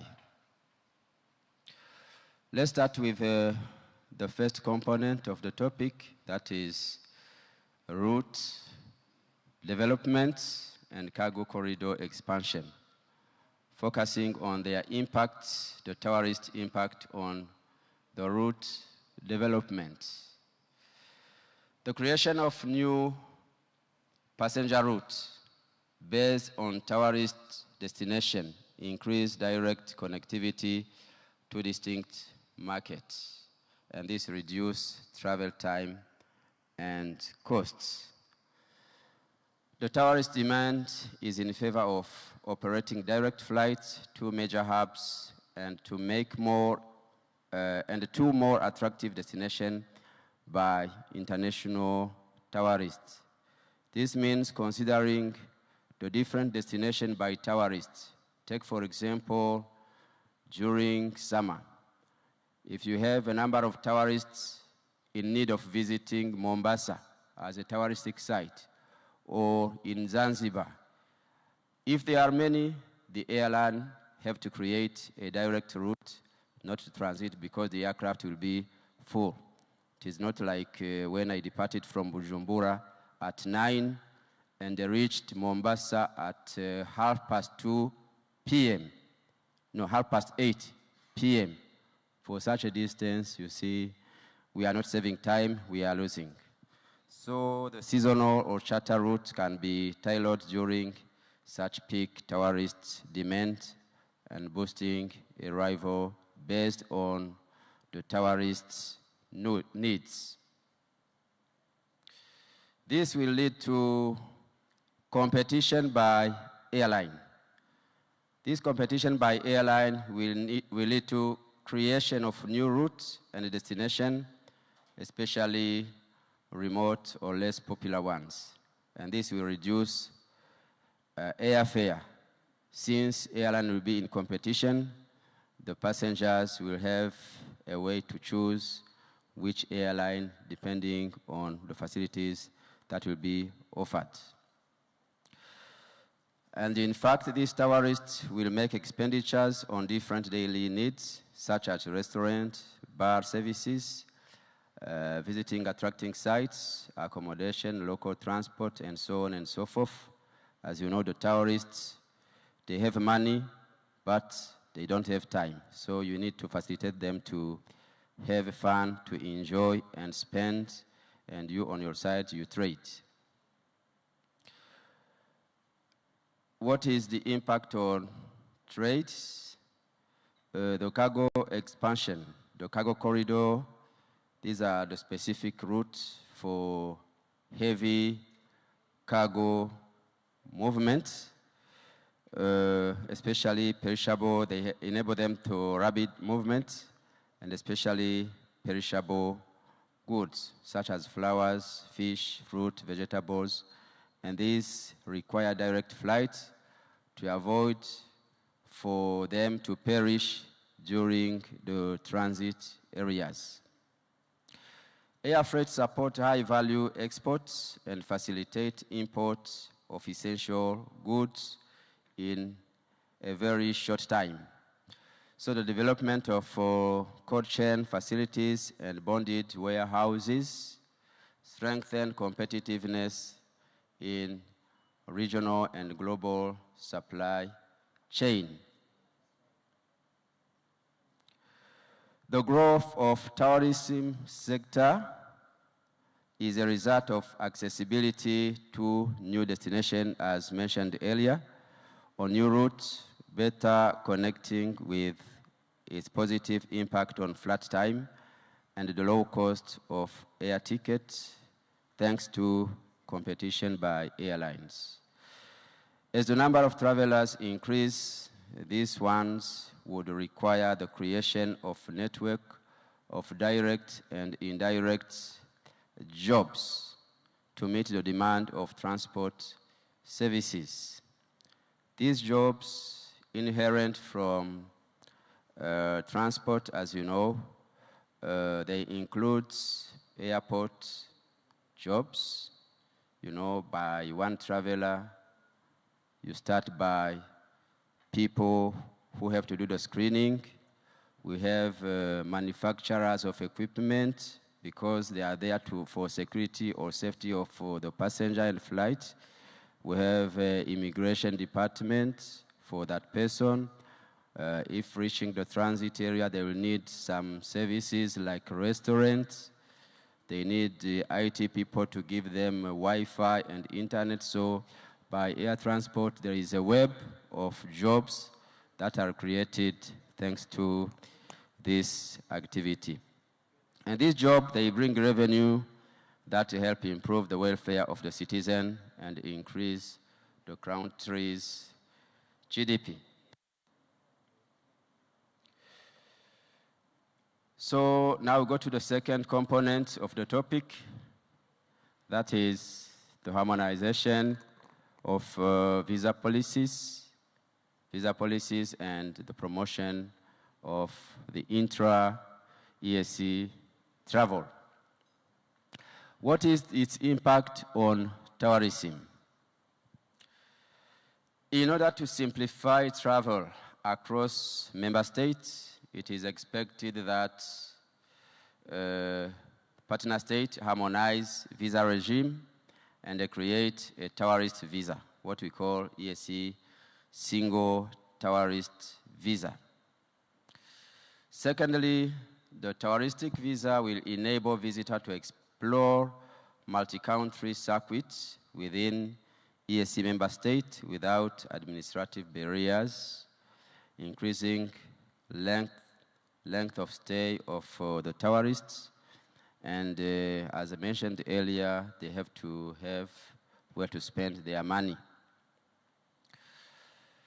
Easier entry will boost competitiveness against other RECs, regional economic groups, compared to the implementation of single visa issue within our region. On trade impacts, a simplified visa policy facilitates business travel, enabling free movement of business people, I mean the entrepreneurs, the traders within the region. Those entrepreneurs and traders, you know, I see they have money, but they don't have time. So you need to simplify to facilitate them so that they do their business properly. The harmonization of visa policies within the region promote cross-border business exchange, conferences, and investment missions. It promotes regional integration, fostering closer economic, social, and cultural ties between regions and countries making up the community. So briefly, for our topic, aviation acts as a powerful catalyst for both tourism and trade in two ways. By expanding route and cargo corridors, it opens markets, attracts visitors, and accelerates imports and exports. And by harmonization of visa policy and promoting intra-EAC travel, this aviation strengthens regional integration and enhances competitiveness. This is the end of my presentation. Thank you for listening.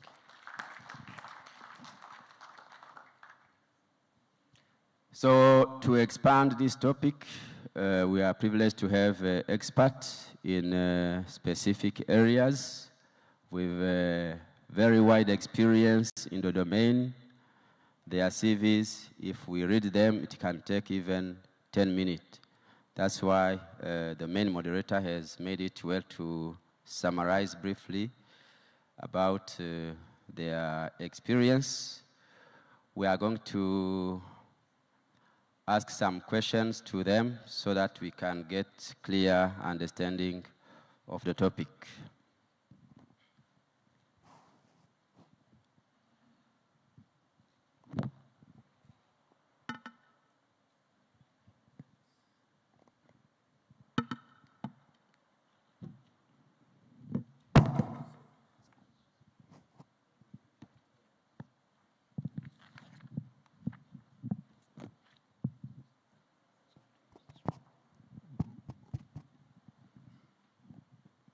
Okay. Hello, hello. Mike.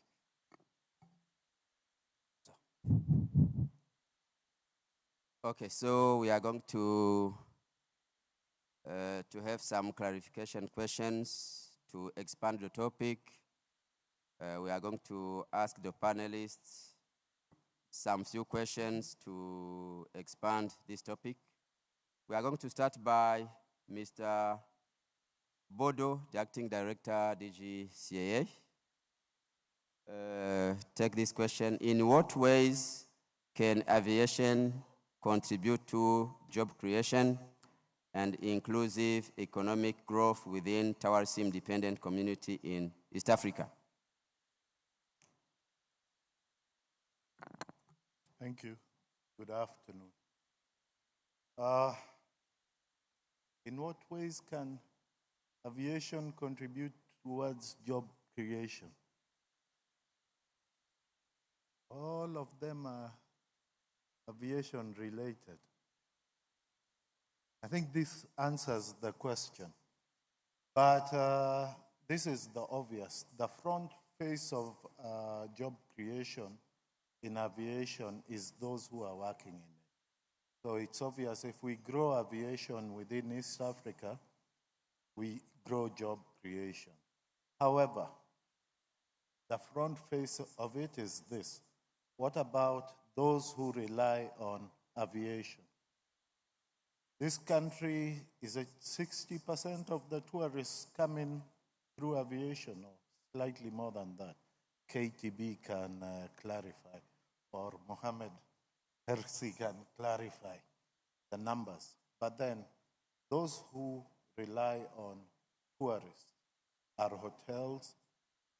And when you look at the hotels, like here, they are service providers, people who are bringing the food, who are bringing the water, who are supplying all these services.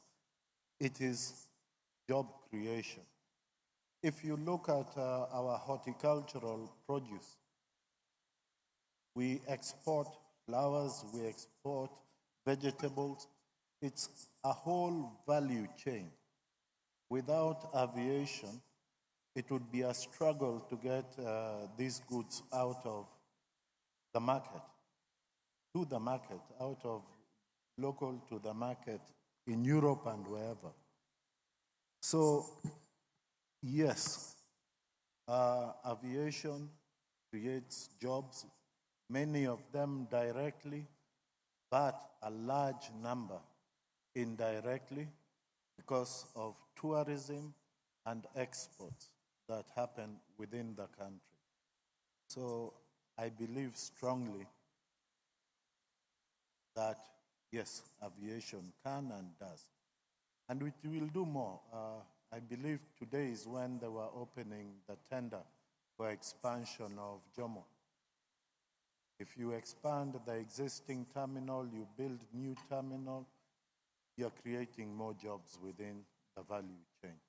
I submit. Thank you. Thank you very much, DG KCAA, for this clarification and the knowledge given to us. The next question is addressed to Ms. Doreen.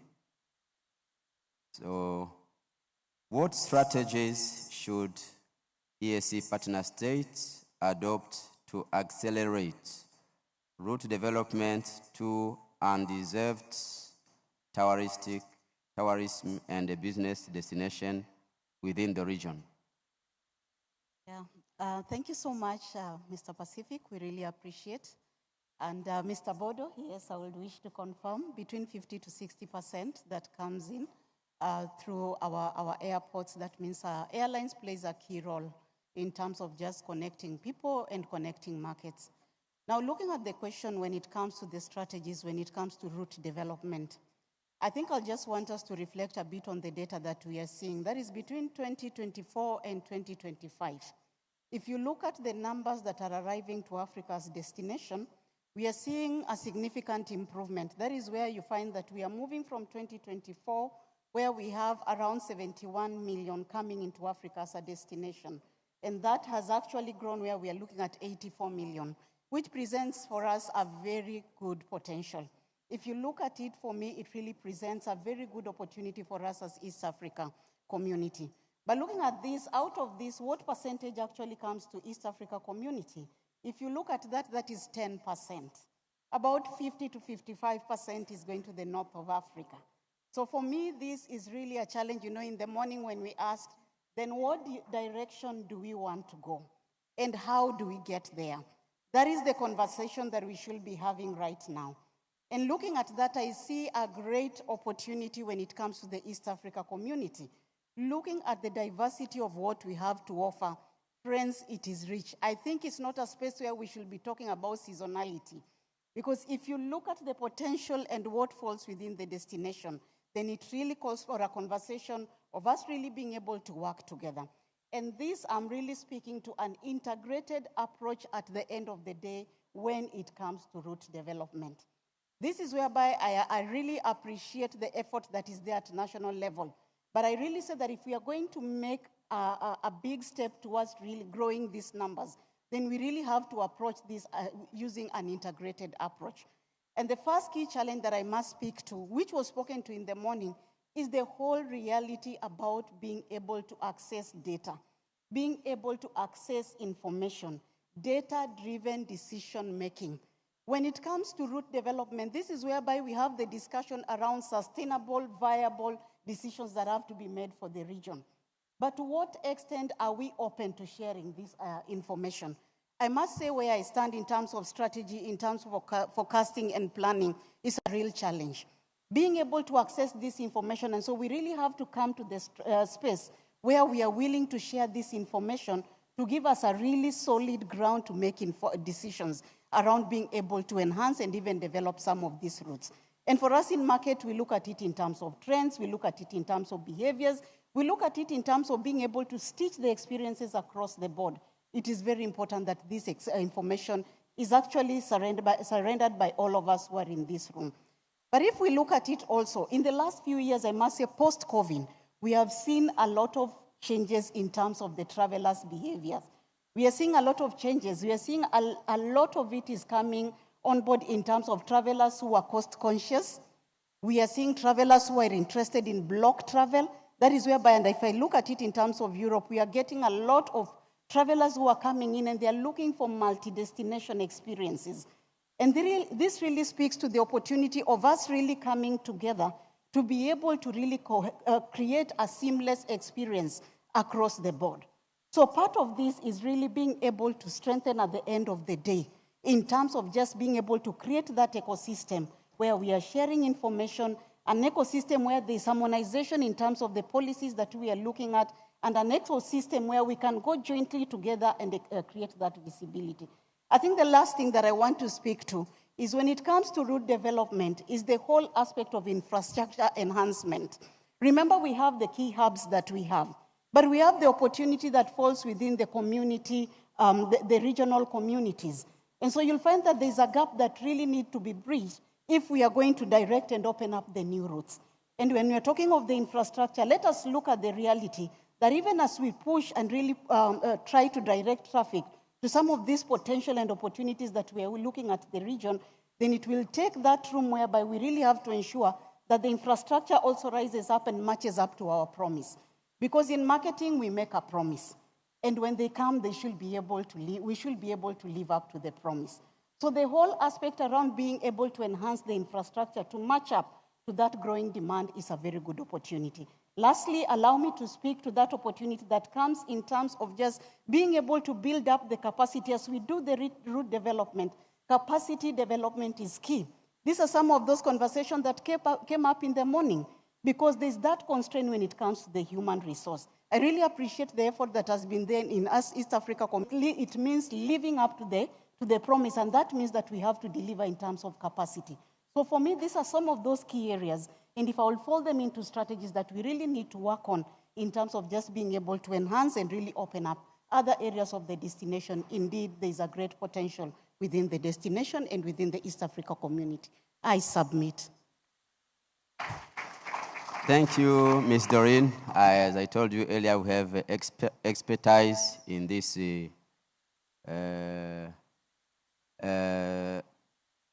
For the panelists, I request the next panelist to summarize. We know that they have much knowledge. If we let them speak, they can even spend the whole day training us, teaching us based on their experience. So the next question is addressed to Mr. Hersey. And the question is on, if we look ahead, what practical steps should the EAC prioritize over the next 5 years to achieve safer, more connected and sustainable skies that support tourism and trade growth? So you are given to summarize within 3 minutes. We will have enough of what we have to get. Thank you. I've been told to summarize and make sure that I don't go beyond a couple of minutes.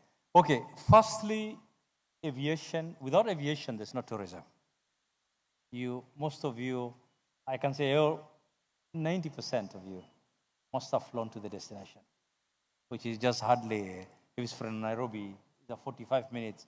We call it a hop, not even a flight, very quickly. So in tourism, if aviation sneezes, tourism catches a serious cold. It is in our best interest as tourism players that aviation not only does well, but actually grows steadily, healthy, and stable. At the moment, we are facing serious crisis because of the war in the Middle East. Hopefully, that comes to an end soon because it's really going to impact on our high season. The question you're asking about 5 years ahead, what can we do? Firstly, the African proverb that says, if you want to walk fast, you go alone. If you want to reach far, you walk together. And the fact that we are 8 of us here, different countries, who've come together, it means that we are serious in terms of reaching far. So I'd like to congratulate you, everyone who is involved, for bringing the entire East African community together under one umbrella. When that happens, then it means it becomes very easy for us to build on that. Now, the challenges we face is about infrastructure. Right now, where we sit, we are actually hitting the limit. When you look at JKIA today, it was built for 6.5 million tourists. We are now already 80 million. We are behind 10 years to have revamped it to a point that it can it can handle 10+ million visitors. The same thing applies to next door Arusha and Dar es Salaam. You look at Kigali, Rwanda, they are busy building Bugesera, which is good, but we really need to move very fast. However, we must commend our brothers and sisters on our north Kenya, which is Ethiopia. As much as they're not here, they've played a very big role, all right, in matters aviation. And it's in our best interest that we all do well. It's in our best interest Ethiopia succeeds, because at the end of the day, it's better a fellow African country is able to bring those numbers as opposed to these numbers going through continental Europe or Middle East. This particular war that is going on now has clearly shown us that, the Swahili saying, fimbo ya mbali haiui nyoka. A stick far away cannot help you kill a snake. So it's in our best interest we grow our own aviation industry. So those are some of the things we really need to look at. But another thing very critical is Saturn. Some countries have signed, some countries have not ratified. Then East African single visa. We've also not agreed. There's 1 or 2 countries that is still not part of it. Let me tell you, if you are a tourist, you like to come and visit a country, a region at one go. SADC is a good example, but we are still better than them. So what I will urge, any country, especially Tanzania, that has not come on board for the single visa. They should. On Satam, Uganda have not. They should come on board. Let me tell you, the synergy of 1 + 1 is not 2. It's not even 3 these days, it's 11. Thank you.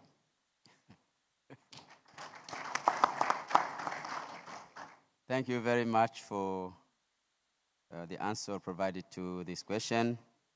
The next question will be addressed to Captain Kibe with much experience in aviation. And the question is as follows. In what ways can regional airlines collaborate to improve intra-EAC connectivity while maintaining commercial sustainability? Do your best to give a feedback within 5 minutes, if it is possible. Thank you. Actually, I'll take much less time. Now, collaboration of regional airlines in the EAC is in fact very simple. Just need to engage our airlines of EAC, that is Air Tanzania Corporation, Uganda Airlines, Congo Airways, Rwanda, KQ, and any other airline that will come up among the 8 member states. We just need to get into interline agreements with each airline, code share, and we look at how we can make our networks seamless in their interconnectivity. If we do that, then we're looking at the East African community people being able to move around very easily with good connections among ourselves, and in that way it will improve commercial sustainability. But because not all airlines are able to do everything, that's why we need to work together so that we can do more among us. I'd like to remind the audience of the East African Airways. This was created in the early 60s. The route network that East African Airways had was unbelievable. In fact, people use the East African Airways route network and connectivity and the way we used to work with each other as an example for West Africa, and they created Air Afrique to do the same. And even the European airlines decided to use part of that strategy in the growth and development of the networks, even in Europe, among airlines. So we just need to work together. We just need to collaborate. And when we're doing these deals, we also have agreements of revenue sharing. So you'll get royalties and things like that. But now, if you require more connectivity and one airline doesn't have the capacity to do so, you can use another airline that can come and practice fifth freedom traffic rights in your country to go from country A to country B to country C, and then back to country B and back to country D, to be able to do things that you were not able to do at the time. And that airline that is given that privilege to this fifth freedom partner will have a share of the revenue of flights that they are not able to do themselves. So it's a benefit for all of us to collaborate and cooperate. Thank you. Thank you very much. If the main moderator can allow me, I will ask another question to Ms. Doreen. This is a question regarding harmonization of visa policies. What are the major barriers preventing full harmonization of visa policies within EAC, and how can they be addressed? You see, we are complaining about lack of single visa within our community. So what are the major barriers and how can we overcome them? The floor is yours. Thank you so much. I really appreciate, already Mr. Hersi has spoken to one of these challenges, whereby we are really appreciating that the more of us who are onboarded into the conversation of when it comes to this, the the visa, then it is going to make it much easier. Because as long as we have those who fall within the block and those who are outside, then it becomes a bit of a limiting factor. It means that as you move outside that block, then those restrictions, again, at the end of the day, it does not add value, much as we try to really position East Africa community as a destination. So just as he has put across that plea in terms of other members coming on board, then I think it really adds a lot of value. Really looking at the whole aspect around harmonization when it comes to the systems. And this speaks both to the digital systems and the administrative systems. If these are not aligned, then sometimes it becomes very frustrating. So if you look at it in terms of digital transformation, it's a very good move. But really able to ensure that these systems are talking to each other, because at the end of the day, is really being able to put the traveler the comfort and giving that seamless experience as they move from one destination, as they move from one country to another, then they should be able to have that confidence that the other system that they are moving into will not make it any difficult for them to go in and to get out. But apart from that is being able to create the confidence in the traveler. And this really talks to the visibility. This really talks to communication around some of these initiatives. They are very good initiatives. But as long as there's no clarity around them, then there remains a bit of ambiguity around one or two areas. And this really speaks to opportunities of joint campaigns. It really speaks to opportunity around strengthening communication to be able to strengthen the travelers' confidence at the end of the day. Thank you. Thank you very much. Do we still have time for continuation or? We have 7 minutes. Thank you very much. So I will split the 7 minutes into 2 questions. One to be replied by Mr. Bodo is as follows. How can airports in East Africa balance passenger growth with the increasing demand for cargo and the logistic services? Thank you. I think Mr. Hersey mentioned it when he talked about capacity at Jomo, though he got the figure slightly wrong. Jomo's capacity existing currently is 7.5 million pax annually, and we are doing 8.9, I believe, last year. So demand has already outstripped supply.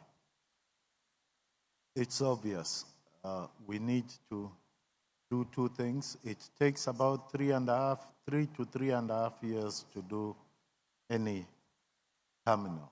So we need to build a new terminal, and we need to optimize the existing terminal, which takes slightly less. As a Kenyan, what are the other states doing? Rwanda are doing their airport. Tanzania did a terminal in Dar. Uganda opened a new terminal also in Entebbe. We need to grow the infrastructure for passengers. The cargo side of the business, I believe in most airports, you will find that it exists. The capacity exists. Jomo, I believe, they are doing currently about 40% of the existing capacity. There are challenges relating to apron for parking cargo aircraft and what have you. So there is some work to be done. It is important for the states to not only be able to attract more tourists, but also grow their capacity to export goods out of the various states. So it's a very interesting question, because you need to go to, like for exports, you need to go into so many of the issues around logistics, airlines, granting people traffic rights. I need to go back to wearing my other hat.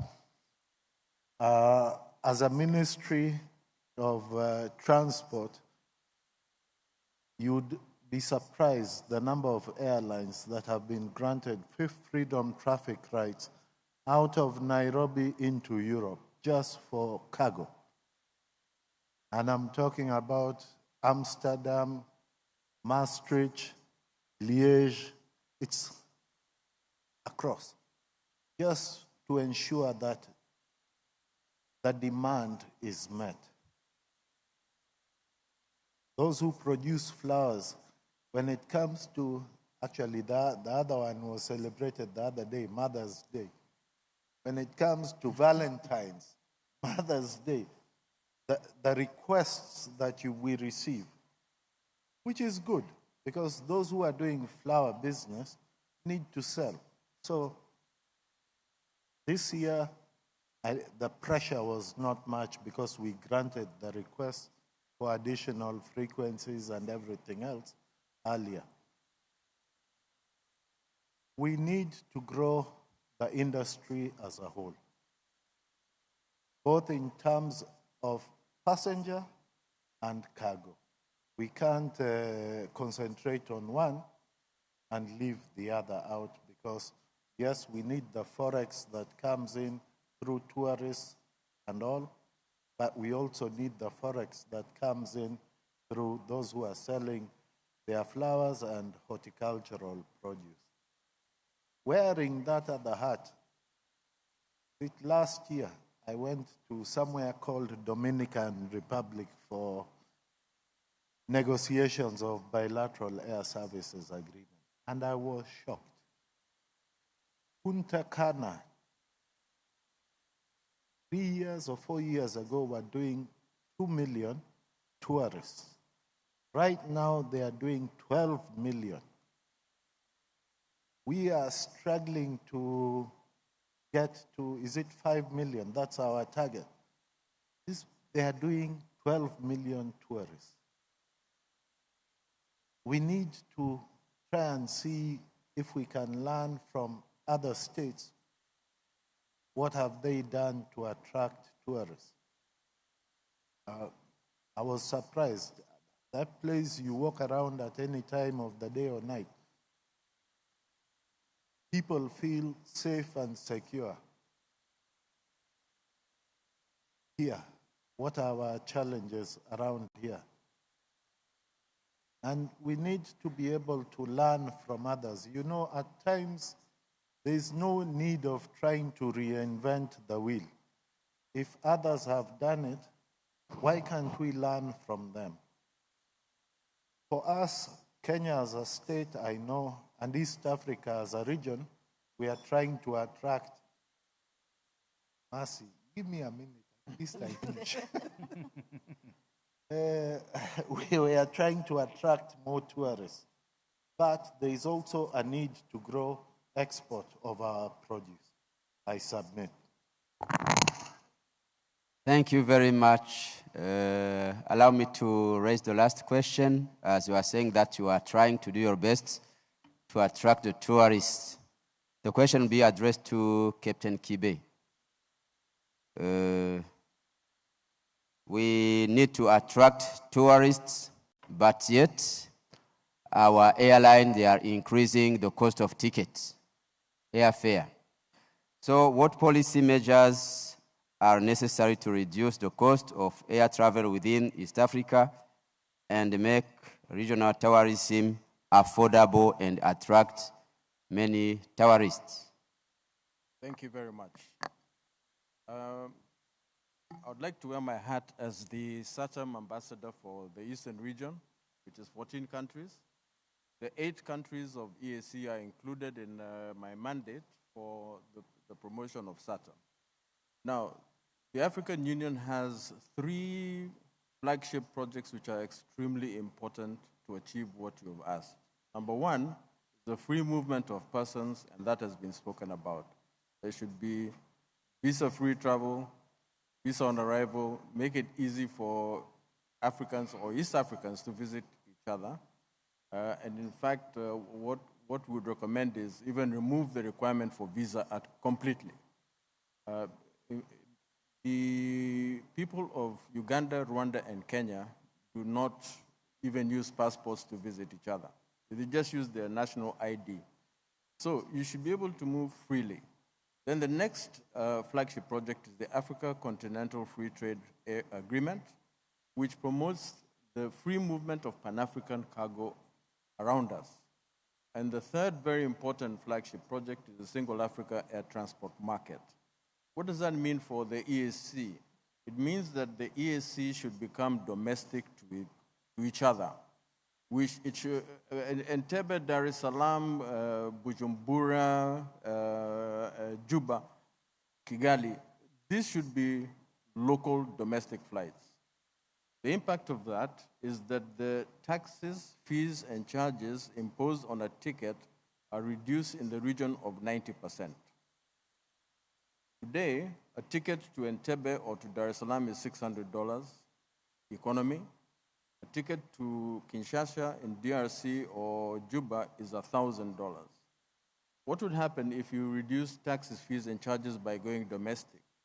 You'll be looking at a possibility of a $600 ticket becoming $200, because with $600, about 70% of the cost of that ticket is government taxes, fees, and charges. So if you eliminate the non-aviation taxes, and then the aviation taxes reduce them by 90%, then you have a cheap ticket on the way. So $200 or thereabouts, you can travel nicely within EAC, $250 to Kinshasa or Juba. But if you bring in Jumbo Jet, now you're looking at a $100 ticket coming in. So what does that mean? In terms of movement, if you have a route that has traffic of, say, 10,000 people a month, if you reduce the price of a ticket to become affordable, and all East Africans like Dombolo music, so they would like to visit Kinshasa, to the home of Dombolo. Today, you can't afford to go there. But what if it was $150 or $200? You would be flocking to Kinshasa. We would be flocking to Dar es Salaam to go and see the things that they do there. We would be flocking to Uganda. People will be coming to Kenya also because they also want to see what is this Nairobi like or what is Masai Mara like. So we're looking at growing passengers from 10,000 to easily become 100,000 and can become 1 million. Now, when you have that high volume of traffic, the taxes that the government receives at a 90% reduction will increase exponentially. And there's one powerful example of how that has already worked in EAC. Kenya, Uganda, and Rwanda. In January 1st, 2015, the presidents of these countries decided that, number one, you don't need a passport to travel. That's when the ID was introduced. And number two, the mobile telephony would become a domestic call. It used to cost 90 shillings to call any of those three countries, and it was charged by the minute. On the 1st of January, that 90 shillings came down to 4 shillings. That was a 90% drop. 4 shillings. Today it's 5 shillings. In month one, mobile telephony traffic increased by 200%. In month 3, 460%. In month 6, 950%. By December of 2015, the ministers of finance were so satisfied that they even stopped counting what the increase in traffic was. And it is exponential. In less than 1 year, they were making 10 times what they used to make at 90 shillings per minute, at charging 4 shillings by the second. We have a success case already. Let us implement that in air transport. That's all we need. Thank you. Thank you very much, expert Captain Kibe. Now I hand over the floor to the organizers for the way forward. Thank you, Pacific. A round of applause to our panelists and moderator, kindly. Maybe to be fair, we can give Mohammed just a comment, and then any burning question or comment from the plenary as we wind up this exhilarating session. Thank you. start with you. Okay, thank you. The fact that I was only asked one question, I will hog all their time now. The aviation is considered a luxury by African countries, which is a wrong thing. Aviation is a necessity. It's an enabler. When you look at the African continent, forget about the map that is circulating everywhere. Africa, you can fit in the US, good part of Europe, India, good part of China, into our continent. This is a huge continent, undiscovered continent. Our infrastructure in terms of road network is still very bad and connectivity is poor, which means the only option we have is to fly. Now, if we will be, when you look at aviation, all African countries, including my country, Kenya, we all want to tax aviation. We consider it to be a luxury. The challenge we need to give to our government is, do you feed a cow well to milk it for a long time, or do you starve it and then hope that you continue getting the milk? Look after it. Now, if we get more numbers flying, our airports are more developed, then it means we will be able to attract more tourists. Globally, the world handled 1.4 billion travelers last year. And for the last 10 years, we've been handling over 1 billion. What is Africa's share? Hardly 3%. After COVID, it went to 3.5, which means sub-Saharan Africa is hardly 70 million, or rather the whole of Africa. Then out of that, we only get around 30%. We are always told Kenya, Tanzania, who is doing better. And always like saying this, Kenya, 1.2 million maybe at most, Tanzania, another 1.5. It's actually two dwarfs competing who is taller. That's what we are when you look at in terms of tourism. Let us work very hard to make sure that our skies are open, but at the same time protecting our national carriers. That's very crucial. We should not just open up everything as much as I am always asking for it. And I think the best example for me will be South Africa. They have an ailing South African Airways, but they've said, as you recover, we will not deny the tourism and the business industry in South Africa to be denied the business coming in. So what have they done? They've allowed more airlines to bring in the numbers. And I think that's the same thing that we need to do as East Africa, rather than, closing, because an airline cannot claim to have lost something they've never had. If you're not flying to a destination, you cannot claim that you lost something, yet you don't even service that line, that route in the first place. And I know there are policymakers in this room, and that is what we need to look at, as Africans. And then tourism today is the biggest employer, is the easiest way to get our young men and women out of unemployment. Out of every 10 tourists, actually 6, we create 1 direct employment. The return on investment is so fast, you won't believe it. So we must support aviation, and in turn, it is supporting tourism. Thank you. Thank you so much. Any questions from the plenary before we wind up? I see a hand there. Asha? Get one from that section and one in front here. Then we close. Okay, thank you very much for the great presentation from the panelists. My question will be to all of them. Looking at the tourism industry, there's 90% reliance on foreign. Are there strategies that you have to localize most of the travel, let it be more domestic? And when you're talking domestic, we are looking at the blocks. Again, when you're doing the marketing, are you including all the hoteliers? Are you including all the airlines and probably the county governments? The counties have been trying to do very well in terms of showcasing what they can do and what they can be able to produce and the kind of businesses that can be opened. Can we have like a situation whereby we just move from the wildlife kind of tourism, we focus on other sectors like agriculture? Adaf, it cuts you short. We can't hear the question quite clearly. up here. Sound?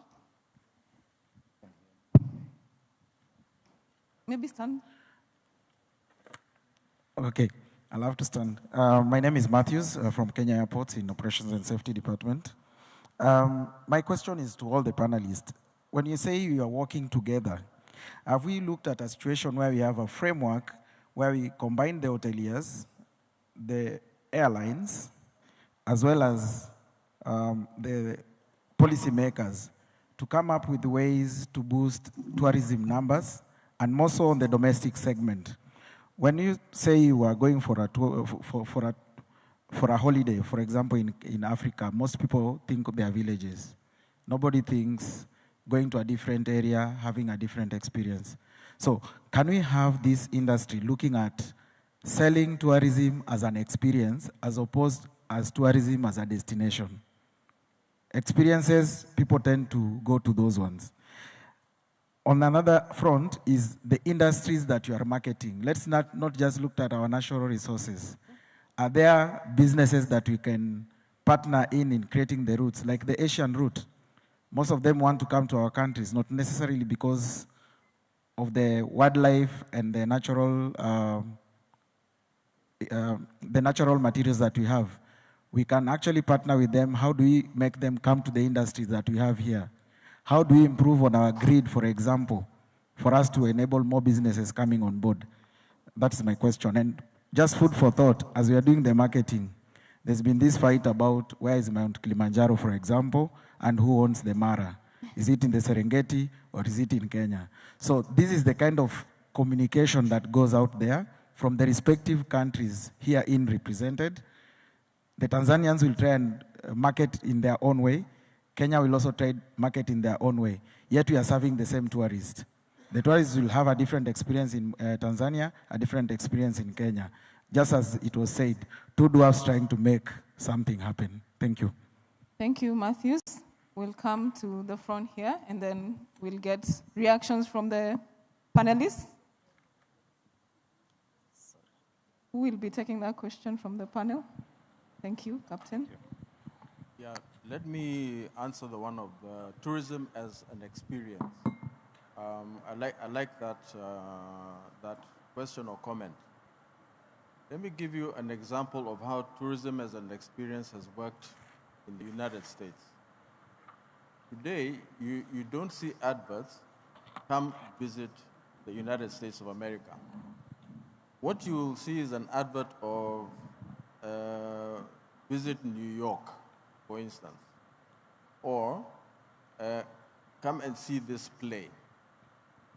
In my research, I found that New York itself attracts 63 million tourists a year. 50 million of those tourists are domestic. 13 million are international. It says something here. We should attract our domestic tourists because they're the larger number of tourism, but at the same time attract international visitors. I think we need, Doreen and people who do the marketing, we need to market more destination and tourist experiences. So we're selling Diani, we're selling Masai Mara, or we're selling Nairobi, as opposed to we're selling Kenya, or we're selling Tanzania. So I think we need to change our strategy and go to that more tourism experience and even cultural experience, that sort of thing. I think it will attract more. It has shown it works in the US. Thank you for your submission. Yes. So maybe I can just add up to that very quickly. I think more and more, we really appreciate and we never shy away from it, that for sure beach and wildlife is our bread and butter as a region. And so we are really focused on marketing that. But by and by, I must say that we are moving into the space where we are really appreciating other opportunities that are really cutting across the board and really supporting in terms of driving the numbers. I must say that we have seen a great opportunity when it comes to sports. A number of us are familiar with the World Rally Champion, the WRC. And this is one of those that moves numbers across the region, right from Rwanda to Uganda to Tanzania. We have seen a number of us come together in terms of education opportunities. It is also really opening up, and we are really pushing it as part of the product. Religion is also leading in terms of the numbers, where we are really seeing a lot of conferences that are going across the border. So more and more we are looking into niche experiences, we are looking out for other opportunities and real drivers across the region. So thank you for that, and we are really keen in terms of strengthening it. Submit. Thank you, Madam Doreen. Last comment?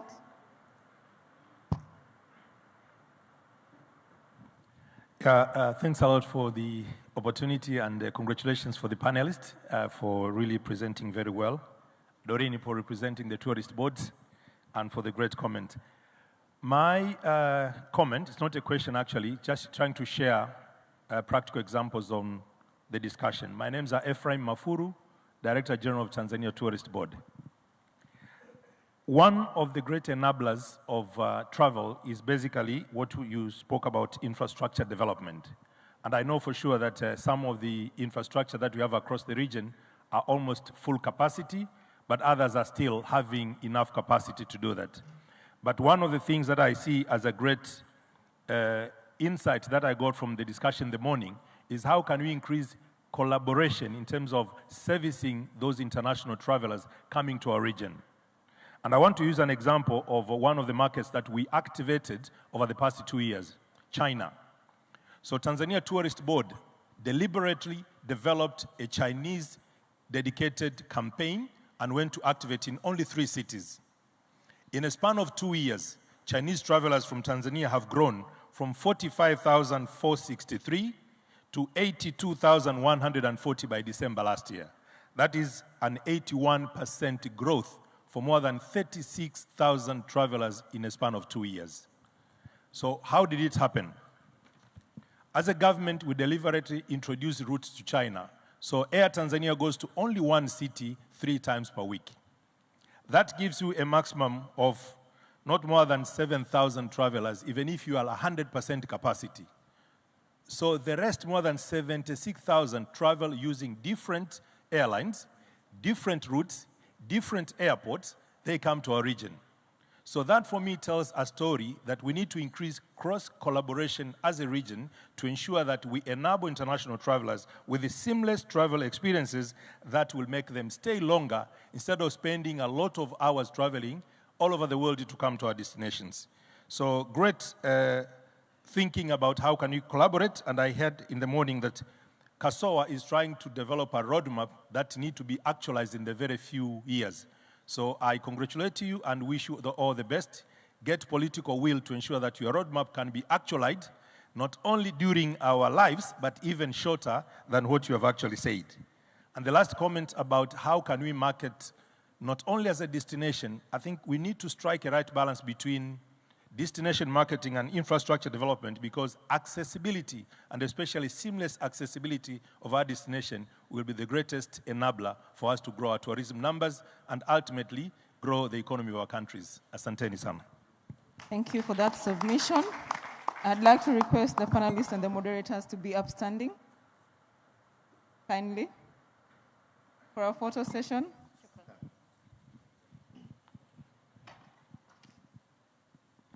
Ladies and gentlemen, welcome me in congratulating them for that wonderful session right after lunch. Ladies, kindly, let's have the appreciation gifts for our speakers.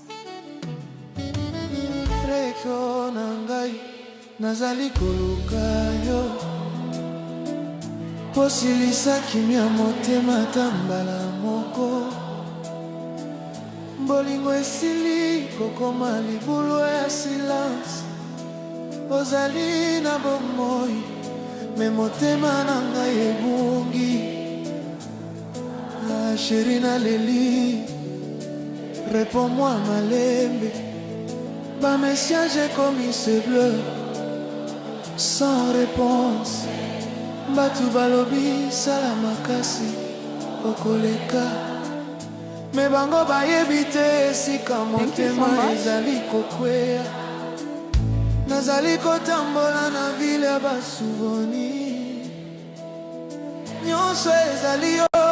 Next we have Mr. Eva Koning from EASA. Kindly be upstanding and get closer to the stage. A round of applause for Mr. Eva as he comes along. Thank you.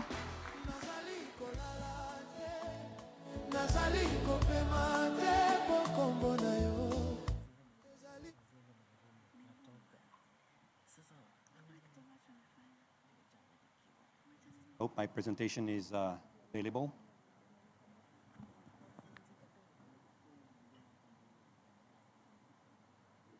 So, while we were waiting for my presentation, I'm coming from the other EASA, the one on the north there. So, not the East African School of Aviation, but the European Union Aviation Safety Agency. And I wanted to say the European RSO. I think we heard of RSO today. Just maybe while the presentation is arriving, but maybe I'd like to bounce back on the previous panel. And I think we've heard some key words. One of them being confidence, trust. We heard of community, capacity building, growth. All those issues are related to how do we open the market, how do we improve the aviation. And we had in the panel a few answers to what needs to be done. Humbly, what I will try to present here this afternoon is how can EU and through its EU funding can participate in making that happen. So my presentation is how do we at EU level support the aviation in Africa? And I hope I will manage. So I will browse rapidly to past activities or past projects that we have implemented. Some of you are very familiar with the EU ASA project, EU Africa Safety in Aviation, which was a 5 million project and ended mid last year and had 4 objectives: reinforcement of regional organization, harmonization of regulation at regional level, supporting oversight, and promoting safety data collection and analysis. We heard this morning that data was a key issue, and that was also mentioned by the panel in order to make decisions that would be data-driven. Then, I'm not going to talk about North part, but there's some funding for the Northern Africa.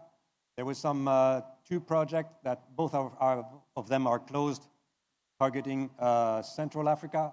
Not both of them. The Pagian one is going to be ending at the end of this year.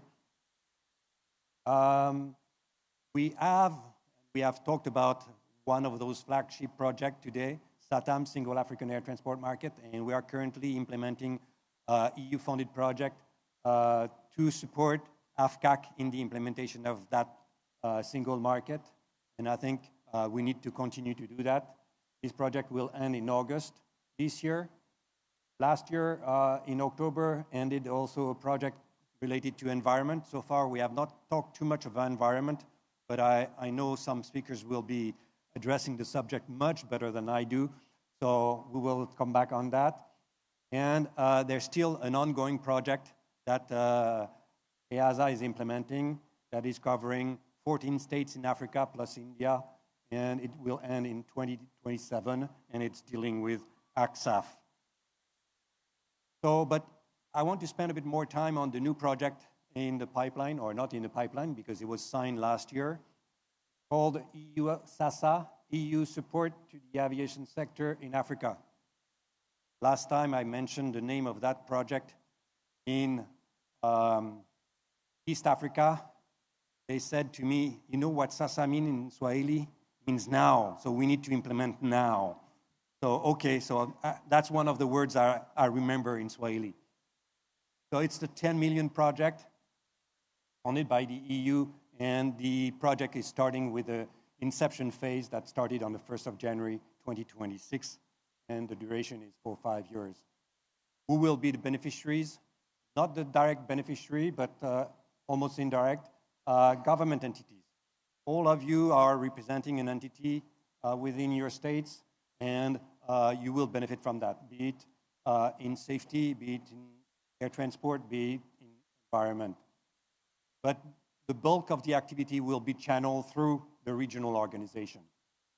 Regional economic communities, RIO and RSOs, and AFCAC.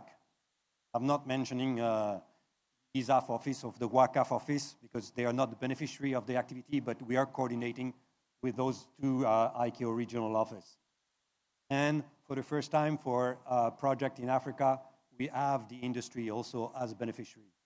So I'm glad to be participating to this event because we have the industry in the room and we are inviting you to raise your voice and express your desire in terms of activities, what to do. So I've mentioned just two of activity industry here, AFRA and ACI Africa, but you know there's many more organizations representing the industry, but it's covered in there. So in terms of domains that we will cover for this project, we're going to combine two of past projects, one on safety, that's going to be one of the main objectives of this project.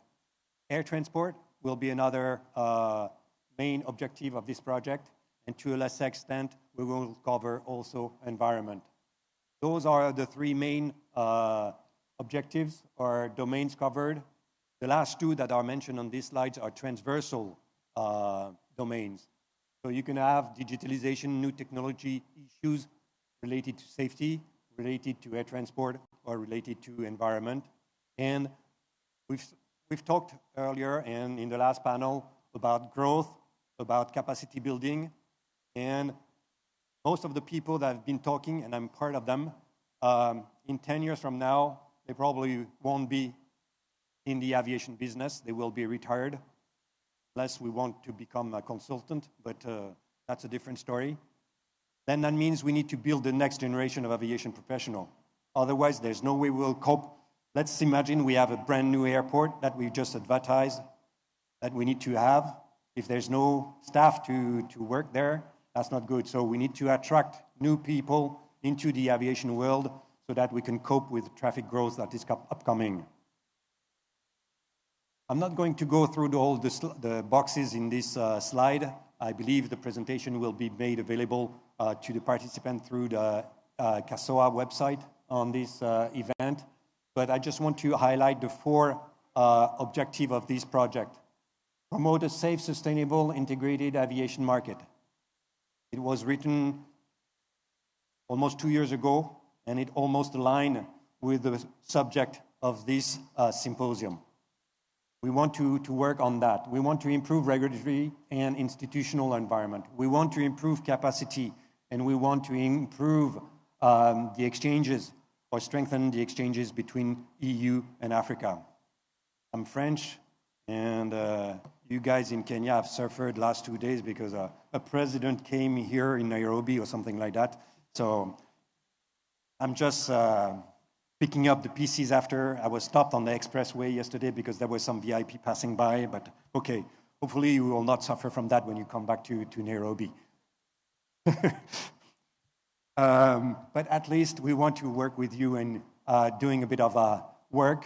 Of course, 10 million will not cover all the needs that are available or that are highlighted here. We will have to work together to make sure that we do the best out of this money, available money, and that's why we're channeling that through regional organization. But there's going to be lots of work to be done also at your own level. So I was saying that we are in the inception phase. The inception phase is there to build the action plan. The inception phase will end with the first steering committee meeting of the project. The members of the steering committee meeting will be the regional economic communities that are recognized by the African Union, the RSOs, African RSOs, and AFCAC will be part of the steering committee. Should they approve the proposed action plan, then we will move on to the next phase, which is the implementation phase. And then it's going to be a conclusion phase, but later on. So as I said, we are in the inception phase. We are collecting wishes, suggestions from all stakeholders in Africa what will be the criteria for us to select some of those activities that are suggested? One, it's going to be, as I said, a regional approach. So should you ask for an activity that is specific for Kenya and just specific for the Mombasa airport, we might not have anything, okay? We might not take that on board. But should you highlight an activity that is needed for all East Africa, what we heard from the last panel, that we need to work as a sub-region and together, that's the type of activity that we want to support, be it on safety or air transport and so on. We need to aim for long-term improvement rather than short-term fixes. It's not because you're going to have a new soap audit tomorrow that we need to come in and work. Okay, that's not the purpose of the project. The purpose of the project is to support the growth on the long term of the aviation sector. We want also the activities to be self-sustainable. Okay, once we can kickstart the activity with the project, but after it needs to be running on its own. And I've heard President Macron saying we need to work in partnership. That's true also for aviation. And that means we will have to work together. And all the expertise is not blocked in Europe. There was plenty of expertise here on the panel earlier.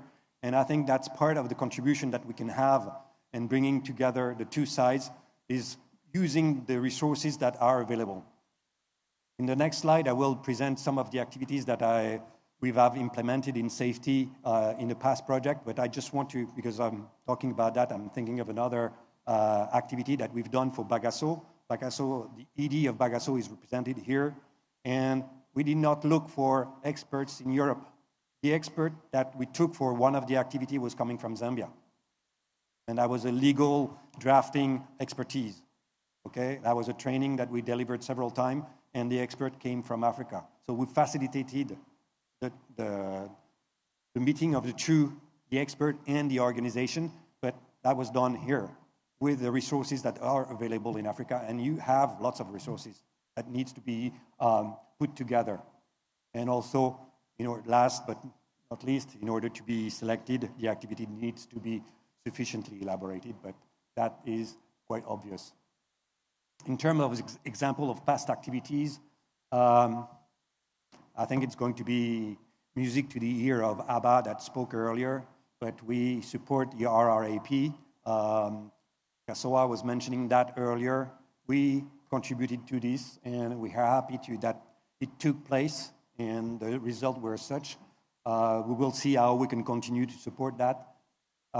We organized an RSO forum not far from here in Nairobi in 2023. We carried out a RSO study last year, was presented, and I heard that last month the roadmap, RSO roadmap, went through the AUC sectorial ministerial meeting, and it was approved. So I need to give a congratulation to our MC. Where is he? Mr. Lawrence. So congratulations for the roadmap. He was chairing the working group on that. We delivered a number of training, be it for AFCAC or other RSOs. Earlier this morning, we mentioned EAC.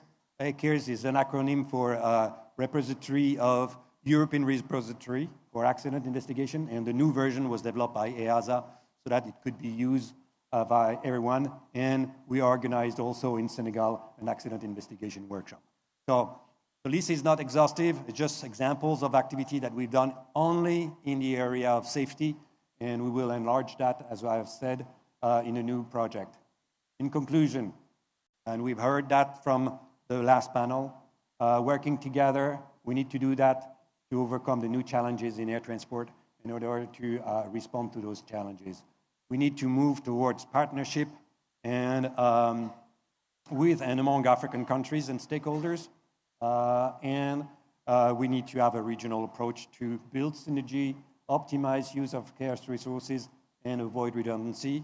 I think the example of the mobile issue on East Africa that was brought by Captain Kibe is a good example of that. And We just want to say that EASA and the EU is committed to remain at your side to move towards stronger Africa in terms of aviation. Thank you for your attention.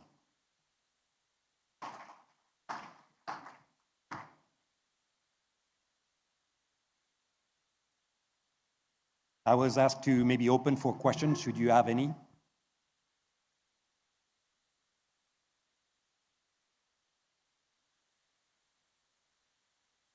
No one. So I was very clear, apparently. Or maybe two. Okay, I'm not saying. Thank you so much, Mr. Koning. A round of applause for Mr. Koning. Before you sit down, sir, we have a small package for you.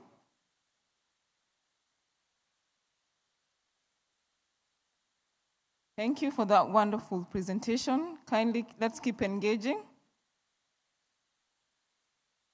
through questions and even on the sidelines. Thank you.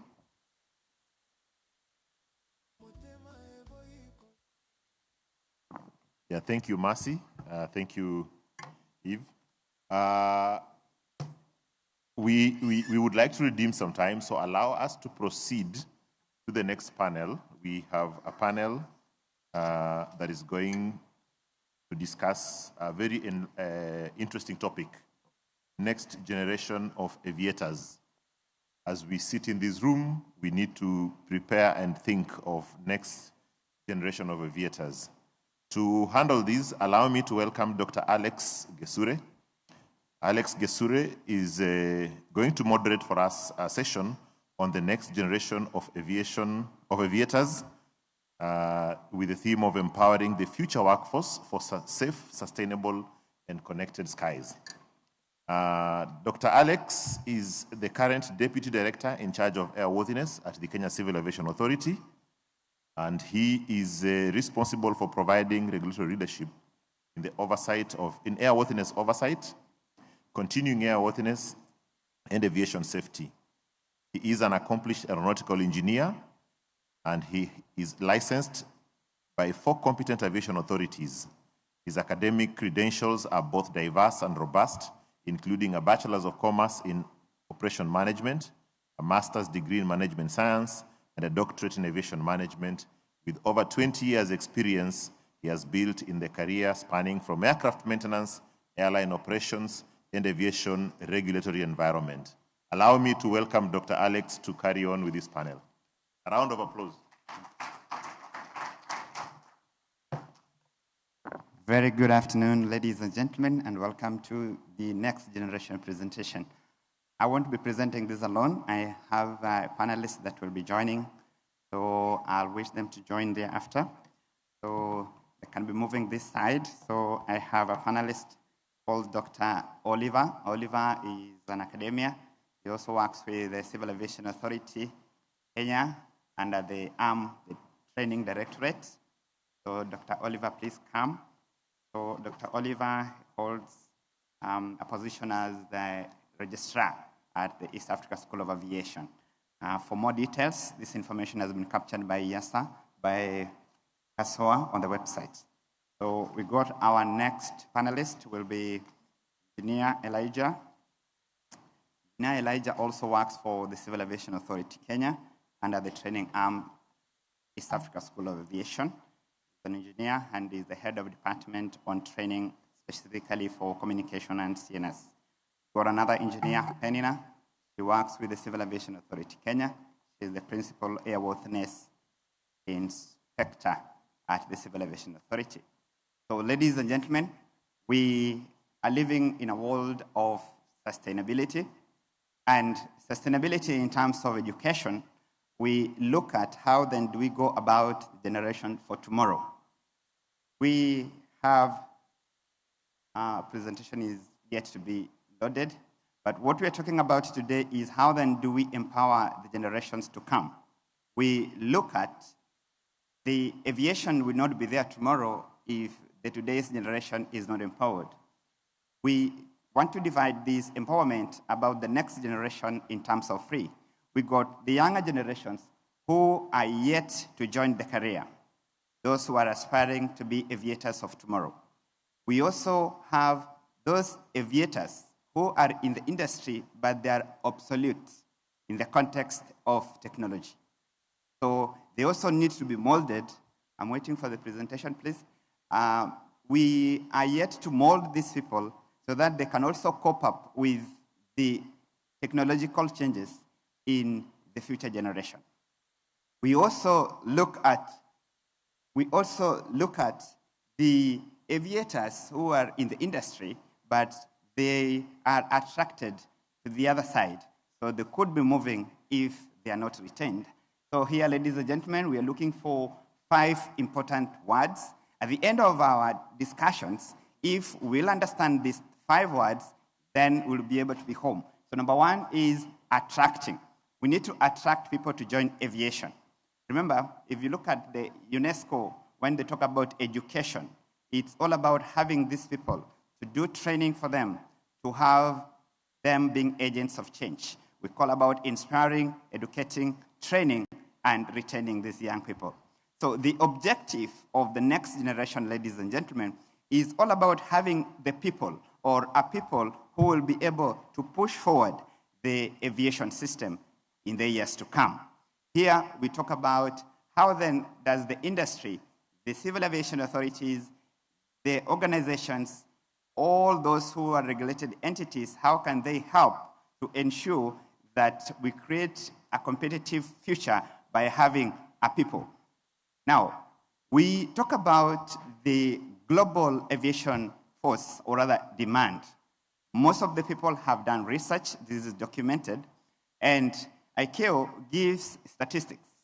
Boeing and Airbus have done statistics, and they have indicated that in the future, there will be millions of people required in the industry.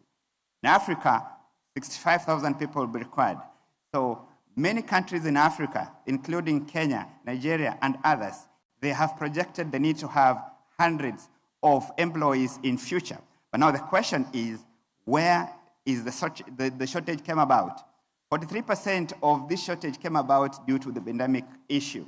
In EU, as a research has been done, they say that 44% of their current manpower will retire in the next, up by 2030.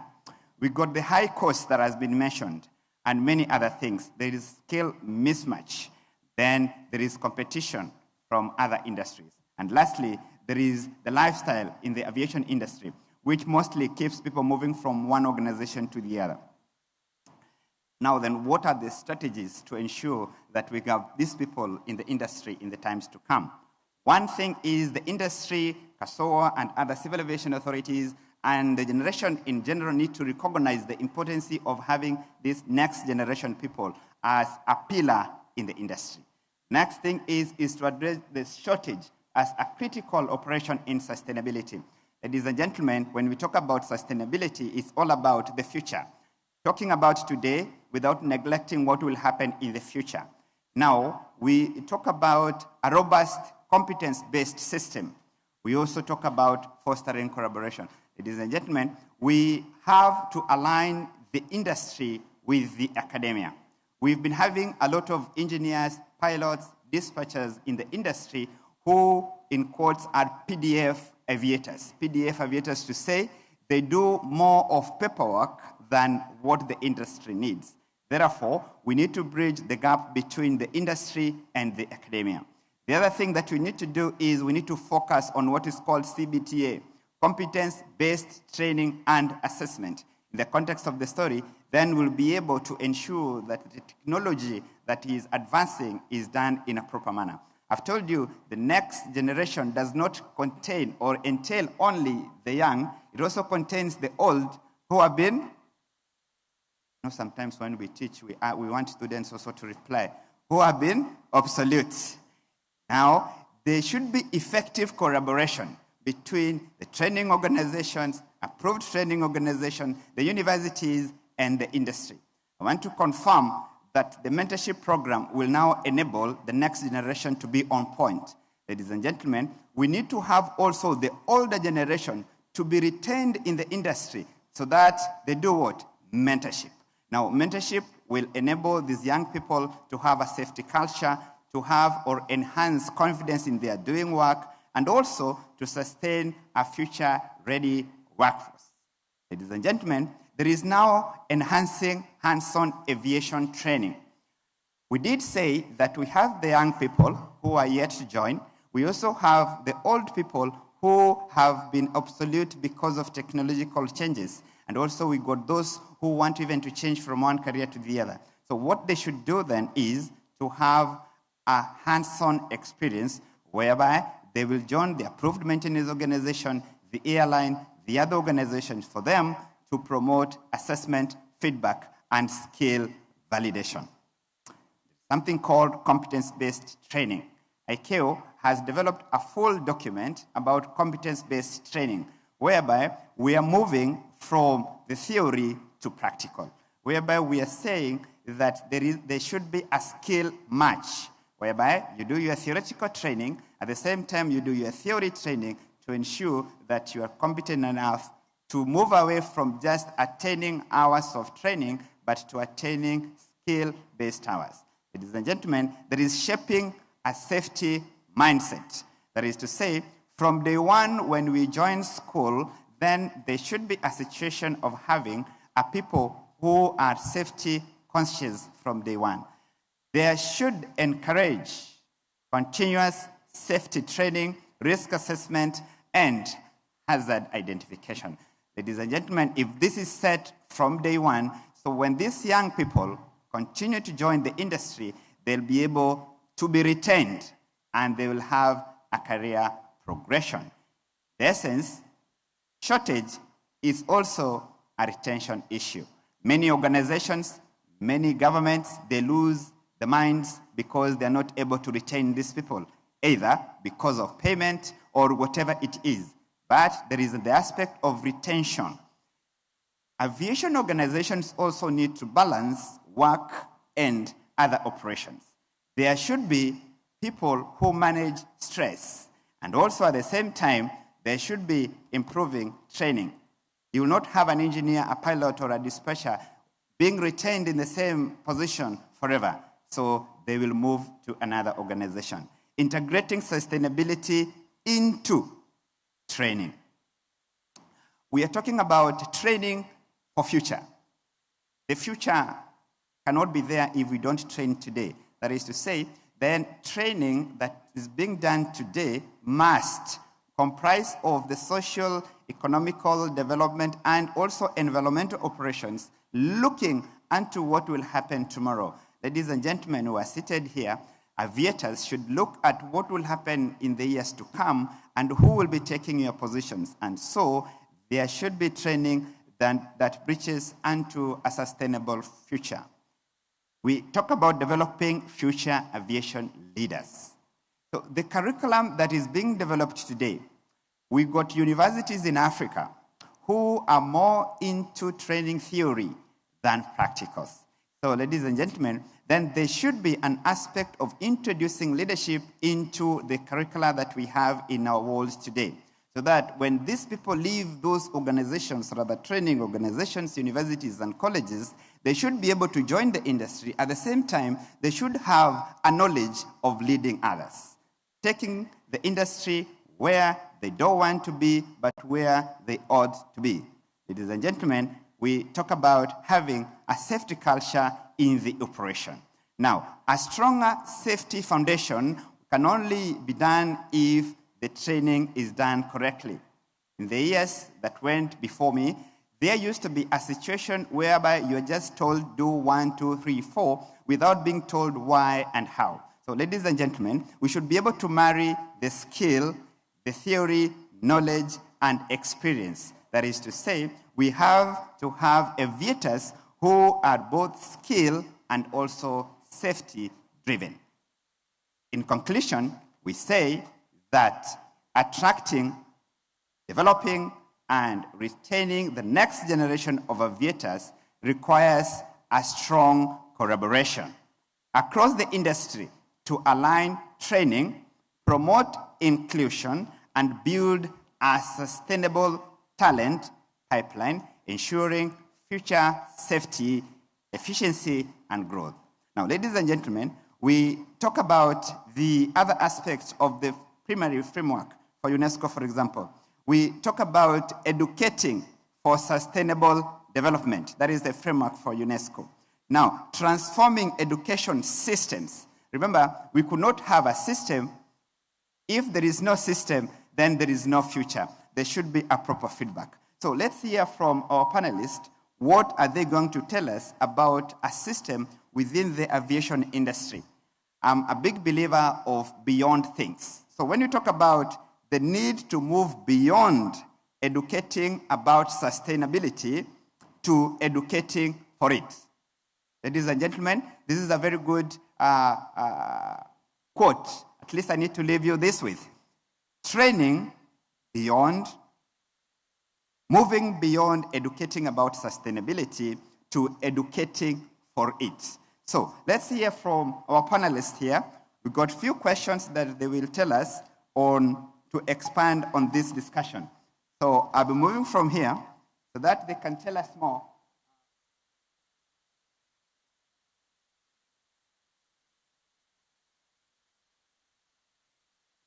Dr.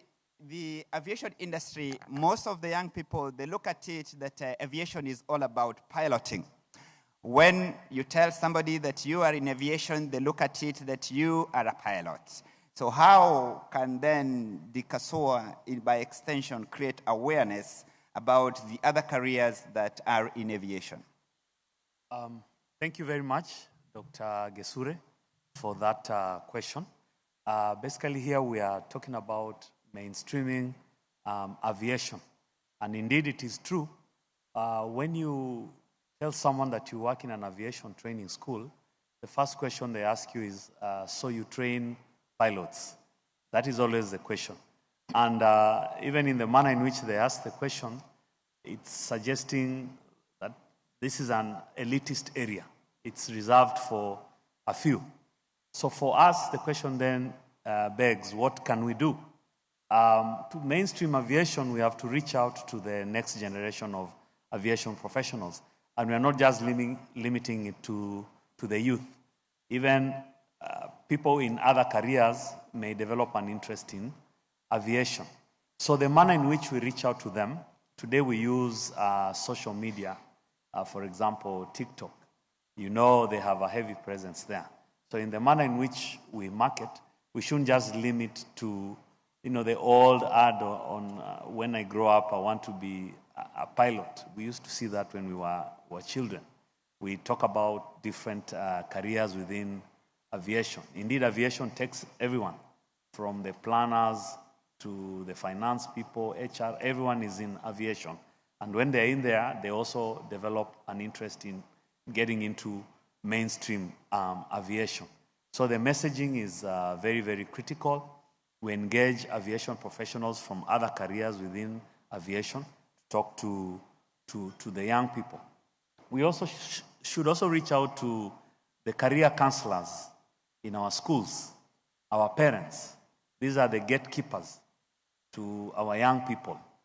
We sell to them the idea of aviation training.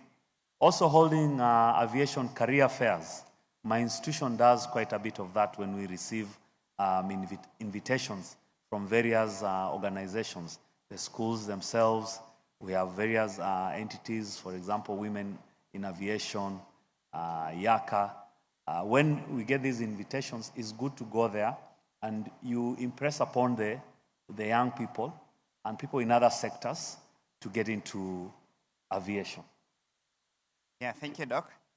So there is need for us as members of aviation community to go tell others about aviation. Thank you for that. Our next presenter, this is Engineer Penina, will be looking at technological operations. How is the technology advancing and enabling the future aviators? Thank you, Alex, and good afternoon. And interestingly, when I was asked to talk about the next generation, I bet it was a wake-up call that the other day they were talking about me as the next generation, and now I'm talking to the next generation, and that's the reality about life, that we have to live and the next generation has to do better than we're doing.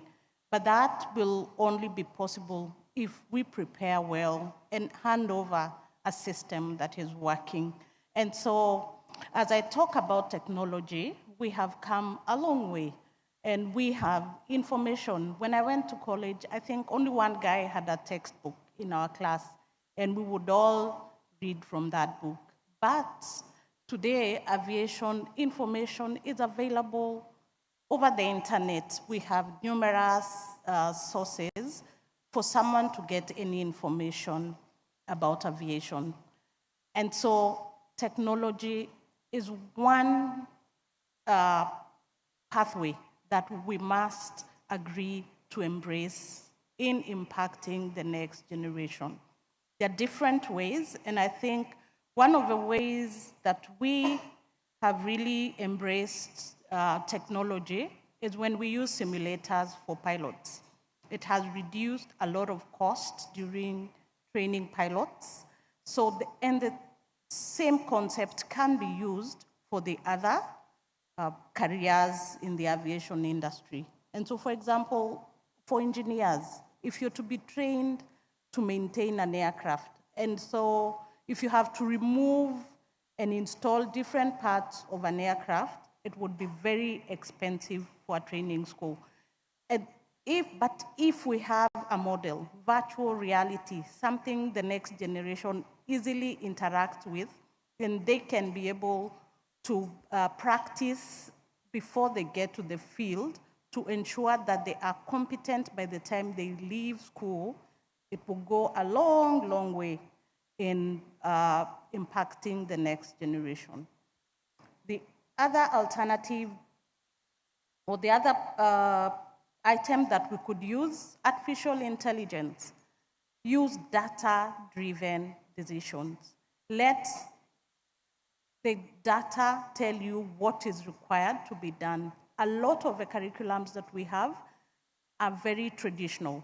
They do not solve a direct problem. If it's driving a car, if it's flying, if it's troubleshooting, let's have the objective clear, that we have collected enough data to know, for example, if we want someone to maintain or to fly this type of aircraft, what is required from the training school. So, and we can only do that if we have valid data that will drive us to training this next generation to do the job that we want them to do. Then we have to make sure that the next generation is ready. We have, yes, the next generation, we have the young who have a lot of knowledge, but they lack the experience. And so that is where we come in, to bridge the knowledge they have and the experience that we have to be able to build a competent generation. For the generation that is next, but technology is overtaking them, we just have to know when to transition. When I started, I maintained aircraft. I do not have to stay there. Younger people are more energetic. They can be able to remove the engines, pull the jacks. I do not have that energy. But they lack something. They do not have the soft skills. So can we transition to impact that generation? They can do the harder task, but we have the soft skills. So taking advantage and creating platforms that they're able to interact with, where they can learn the right things to do. Last but not least, we can embrace recording the knowledge that we have. And these recordings can be used in different ways. Most of the greatest hindrance to this training or education is the cost. So sometimes you'll find someone, if EASA, for example, has a training, they'll probably send 2 or 3 engineers.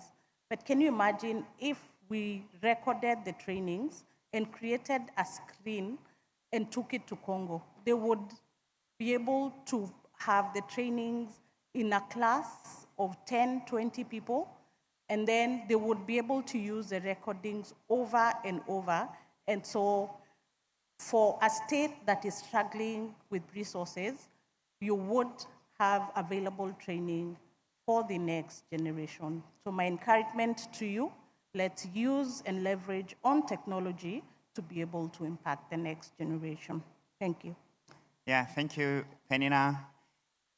What we are learning is that the next generation can be the old who have been overtaken by the technology. There is a philosophy about continuous improvement, continuous training to ensure those people, they are relevant in the current condition and also in the future. We got our engineer here. He's going to tell us about changes in technology in terms of digital operations and how this digital or rather digital system can enable the future generation in aviation. Okay, thank you very much. And also thank you for the presentation. I think from the presentation, it was very clear that initially we used to have theoretical training, whereby people could go through just the notes, but when they go to the industry, there was no good results. Then ICAO introduced the competence-based training, whereby it was basically to train on three things. That is the skills, the knowledge, and also to acquire the required attitude. And more emphasis has been put on the S, the skills, on the competence-based. That is whereby there was introduction of the practicals. And although it has been a challenge to most of the institutions because the equipment which are used for the practicals are expensive, but it is one idea whereby you can instill the technology which is required. Now to come to the question about some of the digital skills which are needed by the current aviation experts. One of them is about cybersecurity. You know, with the networking of systems, there is always that attack, which is usually imminent, and we need to instill that skill when you are training to our next aviation professionals. And I'm very happy, KCAA saw it very good that tomorrow there's a presentation about cyber security and the challenges.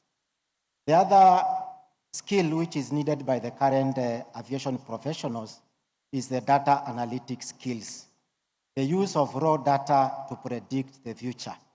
And that data has been used mostly in maintenance, whereby you can collect data about an aircraft parts of an equipment, and you can predict when the equipment will fail. And this one you can do the predictive maintenance. And this one has improved the safety. The other skill which is also needed in our professionals is about automation. Nowadays, when I was employed several years back, it used to be very, very analog. You could go to a radar system, you open everything using screwdrivers. Nowadays, you need to go just with a laptop, just to be able to troubleshoot that equipment. So it is key that when instilling the skills, automation is very, very key. The other issue has been mentioned about the AI, whereby let us use the AI for research and not to replace our thinking and our research with the AI. The other skill which we need is about digital communication. You know very well, nowadays, most of the systems, you don't use the digital systems. You use the satellite-based systems. So our current professionals, the next professionals, they need these skills about the digital communication to know how different systems interrelate and how you can use satellite-based systems. The other skill which is needed by the next professionals is about skills about softwares. As I said, those days you could troubleshoot something by using the analog meters and the conventional ways. But nowadays, it is just about software, it is about commands. You troubleshoot a system by just running a software, by running different commands. And if you don't instill these skills to the future generations, it will be very, very, very difficult for them to survive. Thank you. Yeah, thank you very much, Engineer Elijah, for those good remarks. So skill development is very, very important. ICAO gives a phase of training. So there is phase 1, which is knowledge, phase 2, skill, and phase 3, experience for you to be a competent aviator. Now, the next generation aviators, they are those who also keep time. So we want to return this to the Secretariat for them to share our few minutes remaining with the future generation aviators. Dr. Alex, the current and former future generation of aviators. I'll allow a question or two from the congregation. Ooh. So this is what we'll do. I have 1, 2, 3, 4, and then I have the board member will be the last one. So very quick, the board member will conclude. Let me start from the others behind there. 1, 2, 3, and then we go there. So wait. Apollo, go ahead. Mine was not really a question. It's a challenge to us in the room. My name is Apollo Mondembo from Kenya Civil Aviation Authority. We talk so much about the next generation of aviation professionals. So my challenge is, at our own capacity, what are we doing about bringing up the next generation of aviation professionals inside our homes, within our families? What do we do in terms of decision making? Like, how many did we want to come into this symposium? How many did we invite? How many did we take to the last ICAO assembly? So we want to train that kind of leadership, but as decision makers, what are we doing in our own capacity? Thank you. Thank you. Thank you very much. I think I want to ride on what Apollo has just given us as a concern. So mine is just to ask, how can organizations move beyond talking about succession planning and actively create pathways for young leadership in aviation? So that's my first question.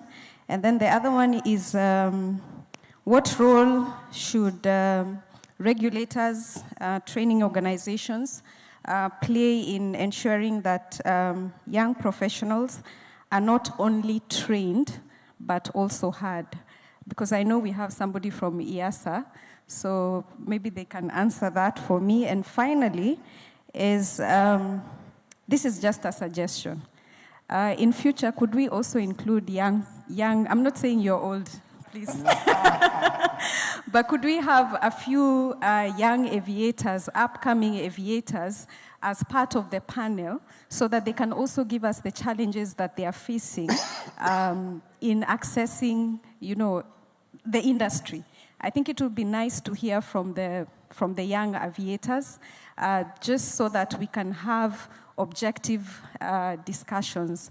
So I think my challenge, and I echo what he said, we need to see the faces of the young people seated in panels like that and discussing objectively what challenges they are facing, and also we can also learn from them, because remember, they are growing up in a very digital environment, and how can we integrate, because they've grown up in that environment. So for us, we're talking about technology, but there's a lot we can learn from the young people.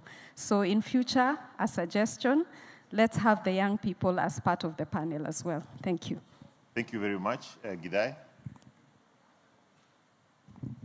Thank you very much. Gidai Mwaniki, AATO. Kind comment to my good sister. We did, as an organization, make a request to be in this panel, but it was not approved. We are the ones on the ground, and we feel the pain. So I take it from you. We did request, but bureaucracy, being bureaucracy, that's why we are not there. But we did request, and it was in writing. First is to commend this forum. This is a good forum, but let us be more participative, because as you can see there, that whole panel is KCAA. You are part of us, but let's work together. First is to tell you that we have a challenge in terms of the CASSOA system. The examination system has been upgraded, but we have a challenge in terms of the standard that is being implemented from country to country. And when the standard is put as one, we find that sometimes Kenya feels like it's lowering its standard. So we need to ensure that the CASSOA system benchmarks with the global standard so that we move forward. Second and lastly is that we also have a challenge on the lack of harmonization. As we advise the next generation, we find that there's a huge lack of harmonization in the standard. We have the KCAA standard in terms of the ATOs which are approved, which primarily is flying schools. Then we have the challenge of IATA recognized training centers, and then we have now the challenge of TVETA. Where can we get as a state to ensure we harmonize and get an effective standard that will cover everyone, right from engineering, right from pilot training, including even tertiary training, because we have a huge gap in that sector. I don't think this forum is enough to address that, but if you can just give a hint, we will really appreciate it. Thank you. Thank you very much. There was one last question in that corner. Yes. There was one that corner. Mercy. Thank you.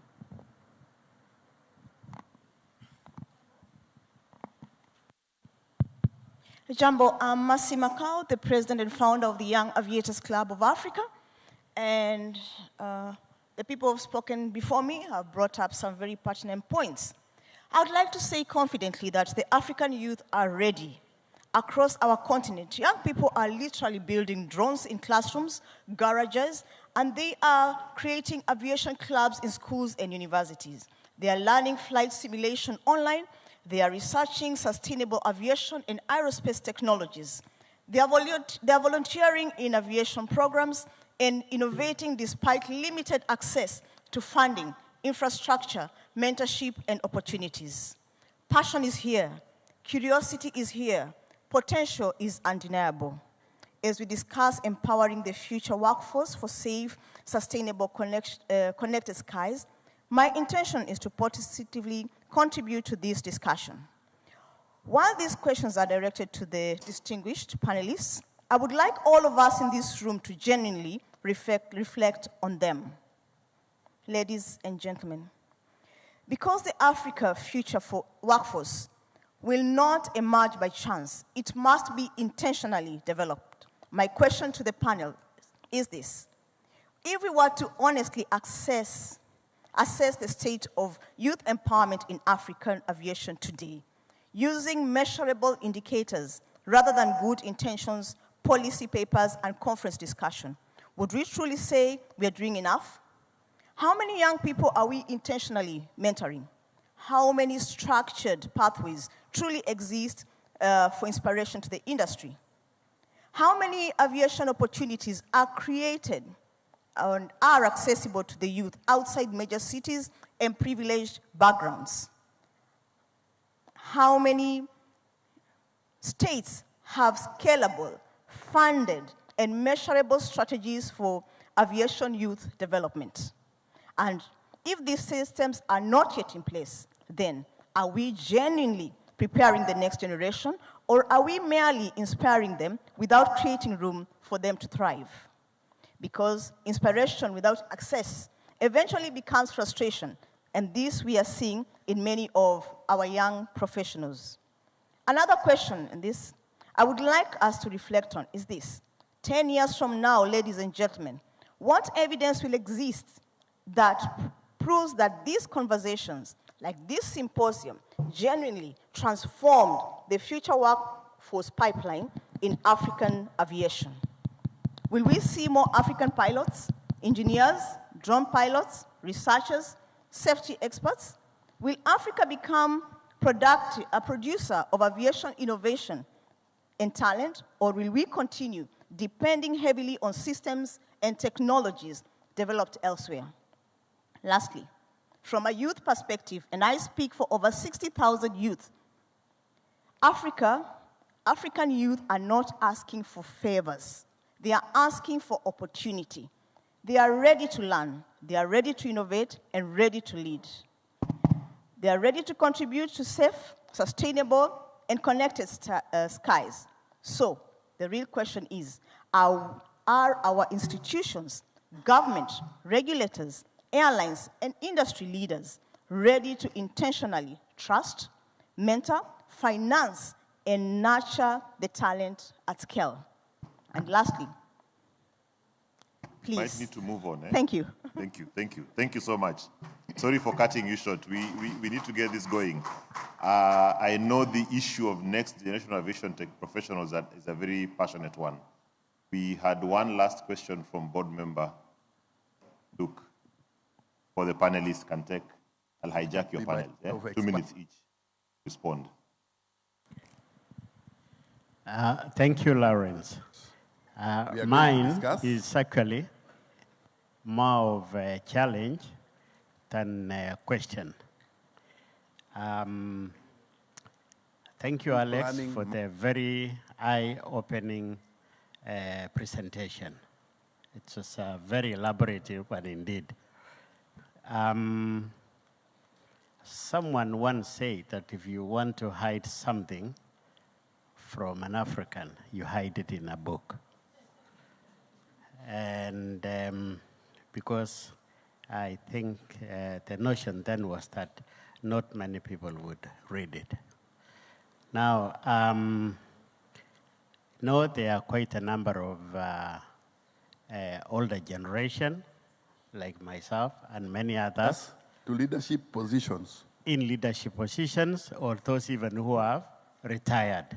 They have a lot of knowledge and experience in aviation, and this knowledge will just go into the other side without being passed on to the next generation. How I wish opportunities that we encourage those people who have got good amount of knowledge and experience to write books for the next generation. That way we will ensure that there is continuity. And also along with that, we should encourage our children not just to be TikTok readers, but we inculcate our, our children, now our grandchildren, to be to develop that reading culture in them. And also, we could also translate whatever we are writing into ebooks, so that those who wish to read on their phones can also pick it from there. So my challenge is for my generation to write books for the current and next generation. Thank you. Thank you so much, board member. I think that's about knowledge management within the aviation system, how the knowledge we have can be retained. So 2 minutes each, the panelists. Thank you very much for those questions and comments. They're indeed very, very important. Just to touch on two of the areas that have come up on the issue of parents and also as decision makers. What are we doing in as far as NGAP is concerned? And that's really a challenge to all of us. What messaging are we sharing with our young people? Do we take them to career fairs where they can get the exposure? At EASA specifically, in the past we have had an open day where we invite both parents and students who would be interested in aviation, and we invite speakers from the industry within KCAA, of course, KCAA, and from the operators sector. And this has worked out very well, because when you look at the application forms, you will see a student giving you a reason why they chose a particular career.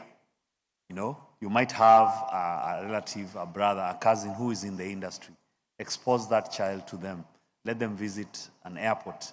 If you have an opportunity for them to fly to Mombasa, why not, if you are able to? And that is the exposure that is needed. And for us not to discourage them. And then in terms of how we train our young people and we give them a chance to give us feedback, to speak out, to tell us how they would like to be trained. That, again, we try to do that in our institution. For example, after every course, we get feedback from our students, and it is unanimous, and not unanimous, anonymous, so to speak.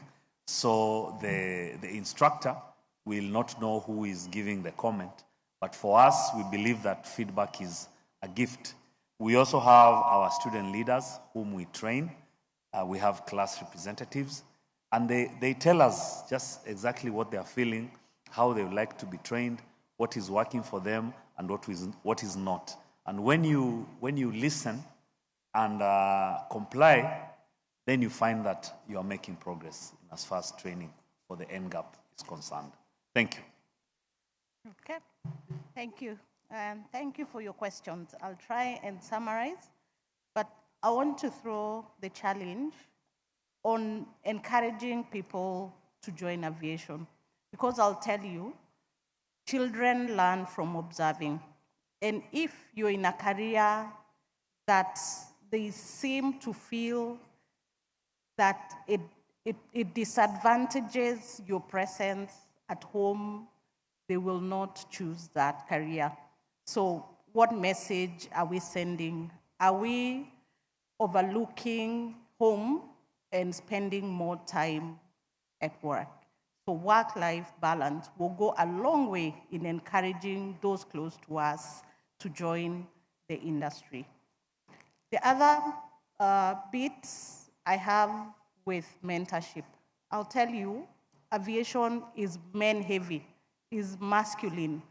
But most of the programs we have Women in Aviation International, we have women in maintenance, and I've attended one of the Women in Aviation, International Women in Aviation conference, and I've seen many men supporting the ladies there to send the message to the girls. We have Girls in Aviation Day, where we celebrate the girl and teach the girl what aviation is all about. And we have many of your supporters here. I personally mentor both young men and women, but I'll tell you my biggest challenge is when I ask men to accompany me when I'm going to a boys' school. They are not available. So for the men, please, hold the boy child. We need a healthy generation. The girl child, we will hold. Who will hold the boy child?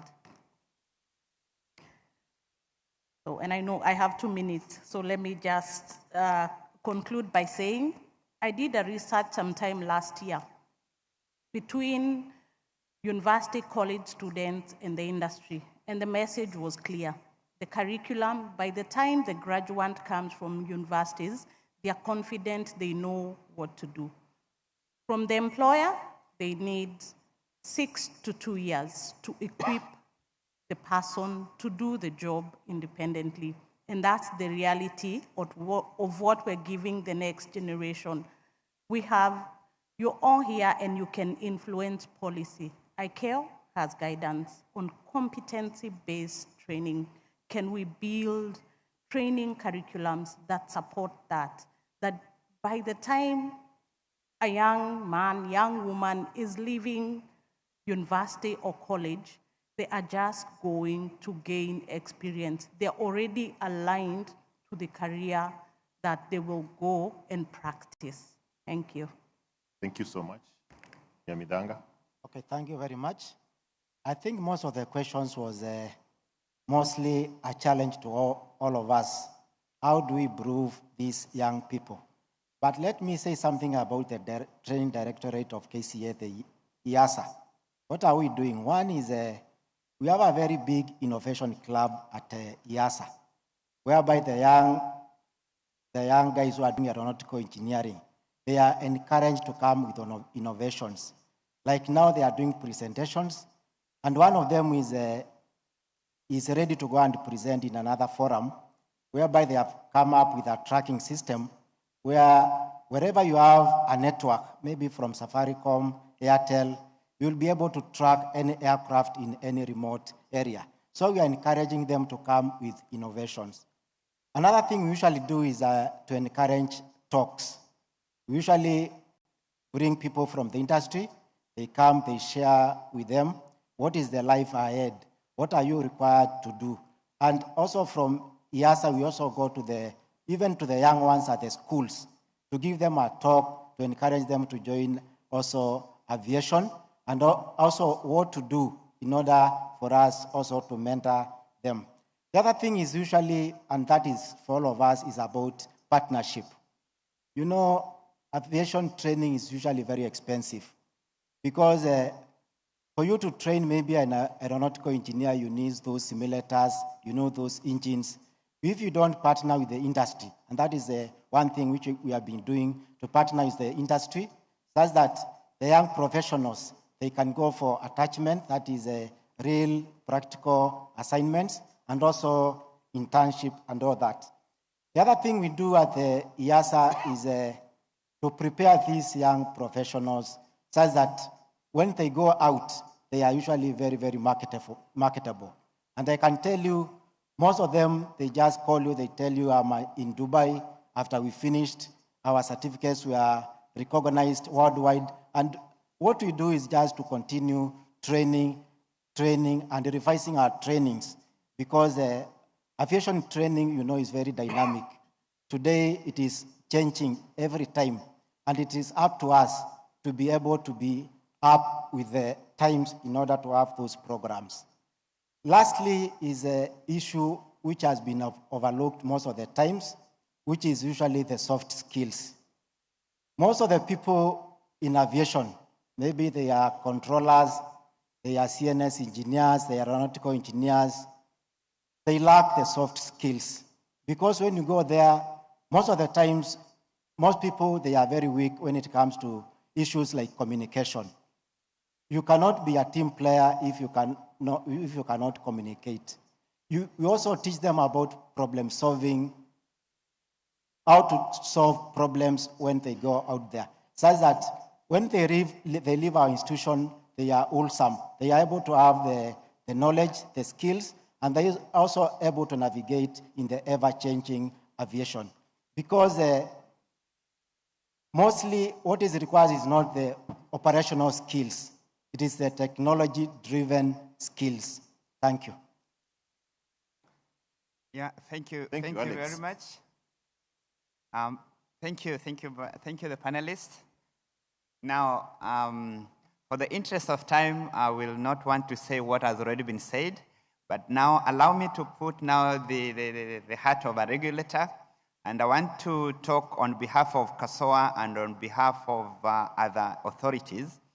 For example, when it comes to engineering and other aspects of globalization, KCASSOA and other authorities, we have developed a concept of harmonization. Our presentation has been done since morning. We mentioned about harmonization, whereby it's up to the state to pick up what KCASSOA has developed in terms of engineering and other aspects. We normally conduct collaborative conferences and workshops. As a regulator, Civil Aviation Authority now, we've conducted several online and physical presentations where we invite all aviators to come. Much that I'm biased into engineering, we've had physical and online.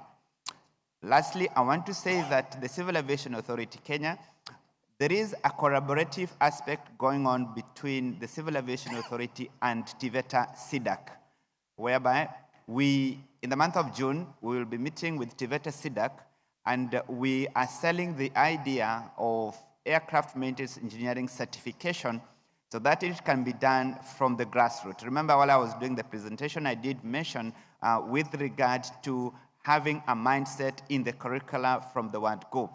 So that now when these young people join school, they'll be able to learn what is expected. Research has been done several times. There is a paper I wrote, it's called Link or Mislink Between the Industry and the Academia. The paper is available online.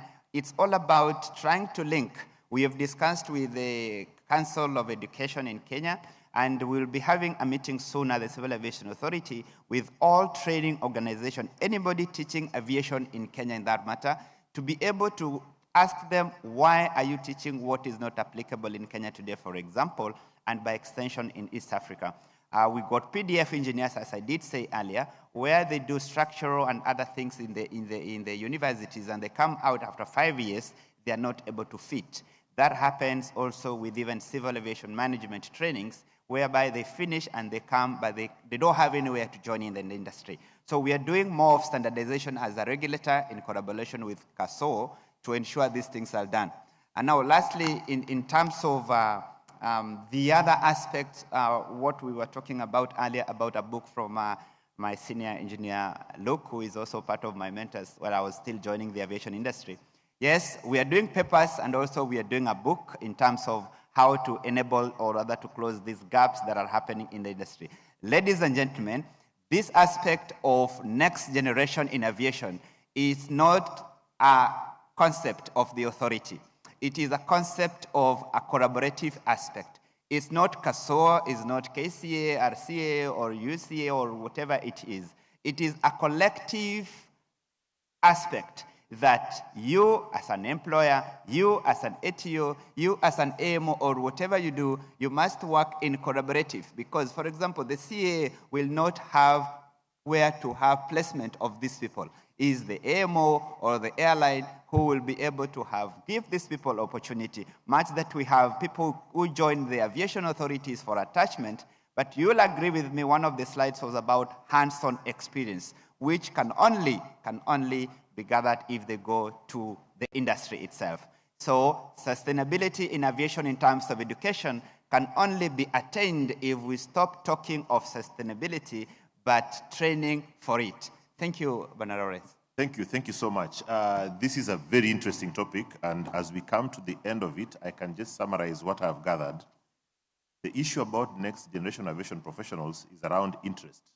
Interest of who wants to be the next generation of aviation professionals. Training opportunities and costs, training methods that align to the next generation of aviation professionals, and then absorption, development, and mentoring. Then how do we deal with knowledge retention and documentation?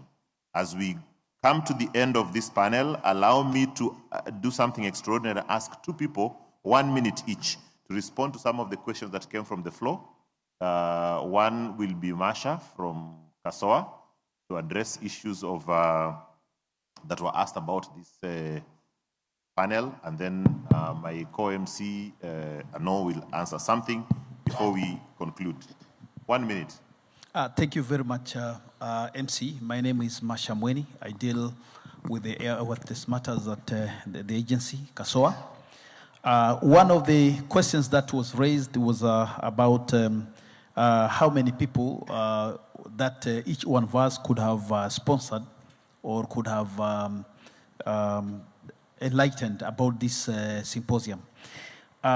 When we actually sent out the information about this symposium, and particularly when the year began, the very first 100 people to register, about between 30 to 40 were actually young people. And how did we know this? We knew because of they actually wrote emails to us asking about whether we as the agency could sponsor them to come for this. Whereas we were not able to do that.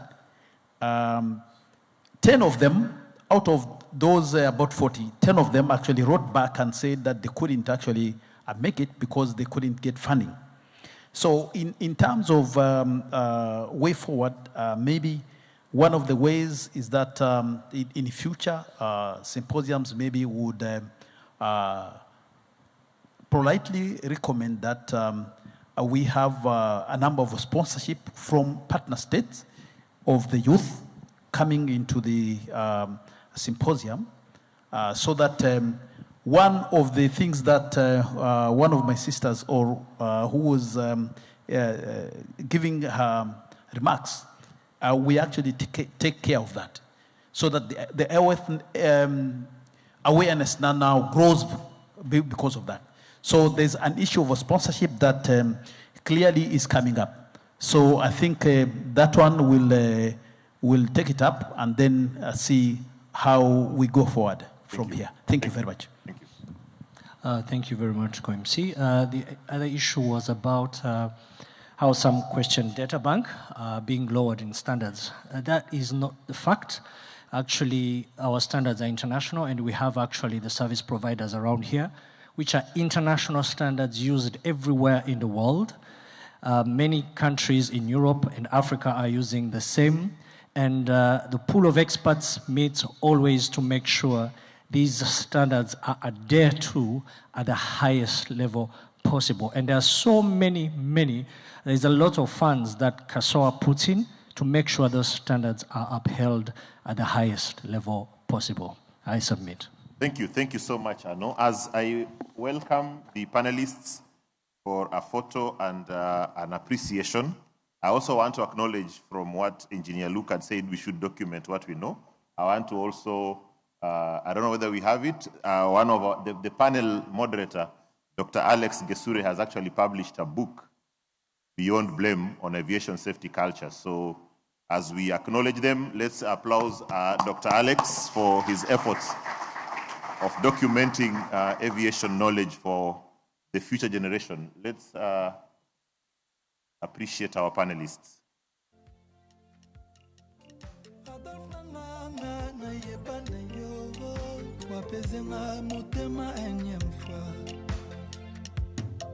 Amoureux, rends-moi vivant, vivant. Mon amour, tue-moi une bonne fois, Adolphe.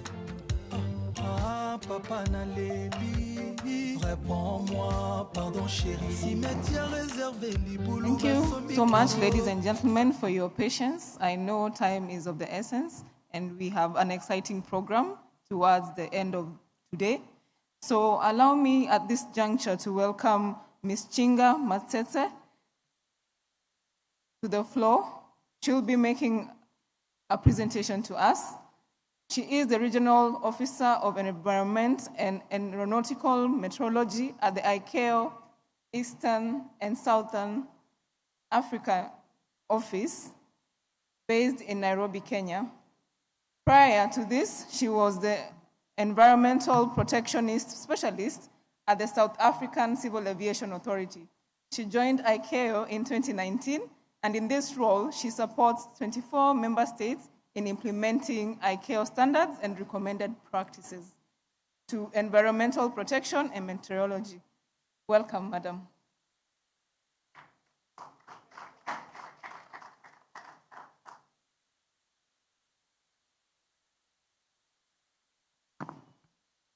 Thank you very much. I know I'm standing between the tea break and the closing, so I'm going to try to do the presentation in the shortest time possible. My presentation is going to be on one of the ICAO strategic goals on environmental protection. And we're going to look at what ICAO has done when it comes to environmental protection and what this means for the aviation sector. Not sure if the clicker is working. Next slide, please.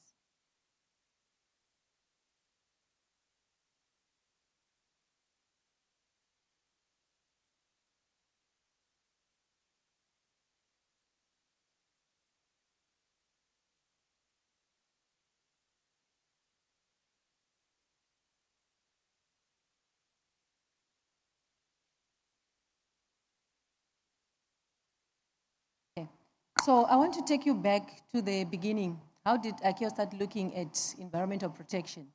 So it started back then, the first aircraft, the first flight with the Wright brothers, and the first environmental issue that was raised was on aircraft noise. That was back around 1911. That's when we had the first recorded aircraft noise complaint. And this resulted in ICAO looking into what can be done to help curb this problem of environmental noise. So the first thing that ICAO and this member state looked at for environmental protection was aircraft noise, and we had ICAO Annex 16, Volume 1. and which also came up around 1971 and highlighted the balanced approach to aircraft noise management. And a lot of work has been done. There's been so many amendments to this volume that to date, aircraft of today are at least quieter and make less noise compared to the aircraft that were there. And this certification of this aircraft is done in accordance to the certification requirements contained in Annex 16, Volume 1. Next slide, please. And then when we were looking at the aircraft noise issues, we thought we are done. Then later on, people started complaining about emissions. So the next thing that ICAO looked at for environmental protection was on engine emissions. And this affected the local air quality around airports, because most of these emissions would be deposited during the landing and takeoff cycle. So this resulted in the second volume of Annex 16, and that was around 1981. So now environmental protection had 2 volumes. And also a lot of work has been done when it comes to having more fuel-efficient engines. And work is still ongoing within ICAO on this. And in 1981 were the emissions. And then we were quiet for a while. 1981, we thought we have sorted everything in aviation. We sorted the noise issues, we sorted the emissions issues. There was nothing wrong. Then, before 1981, 1972, the world had the Stockholm Convention, the first meeting that was held that spoke about environmental protection. And then later on, we had the Rio Earth Summit as well, which brought in the Kyoto Protocol and climate change issues. So as the aviation sector, we also had to find what is really happening when it comes to climate change. What are the impacts of aviation on climate change? So we did a study with the Intergovernmental Panel on Climate Change, IPCC, and this study is the one that mentioned that aviation contributes 2% to the global climate issues that we have. So if you also look at the region, the different examples of climate issues that have been arising, the flooding of airports you see here. Back then, we had flights being directed by Kenya Airways. We also had a severe tropical storm Elena that caused some closure of some airports. And because of this, in 2010, ICAO and its member states came up with what we call state action plans. This is a document that states develop to inform ICAO of the measures that they have implemented to reduce carbon dioxide emissions from international aviation. And this document is supposed to be reviewed every 3 years and updated every 3 years. So now we are looking at climate change. So we have aircraft noise, emissions, climate change issues related to the state action plans. To date in the region, we have 18 states out of 24 in the Eastern and Southern African ICAO region that have developed action plans. For the KCAA partner states, out of the 8, we are only left with 2, and we believe one of those states will be submitting the action plan soon. So this is the document now that we use to see what is happening, and we use that information to measure. So this was 2010. Time went on. 6 years later, the Assembly in 2016 adopted what we call the CASSOA, which stands for Carbon Offsetting and Reduction Scheme for International Aviation. And this is applicable to specific airlines that fit the scope of CASSOA. And this CASSOA was also contributing to the basket of measures that was mentioned in the action plans. And with the CASSOA now, we had now Annex 16, Volume 4. So we now have 4 volumes of Annex 16. And we have been monitoring, reporting, using the monitoring and reporting and verification data that we have been receiving from the states as the airlines were submitting this information. So that was 2016. Then fast forward, also thought, okay, the whole sector is looking at net zero emissions targets and goals.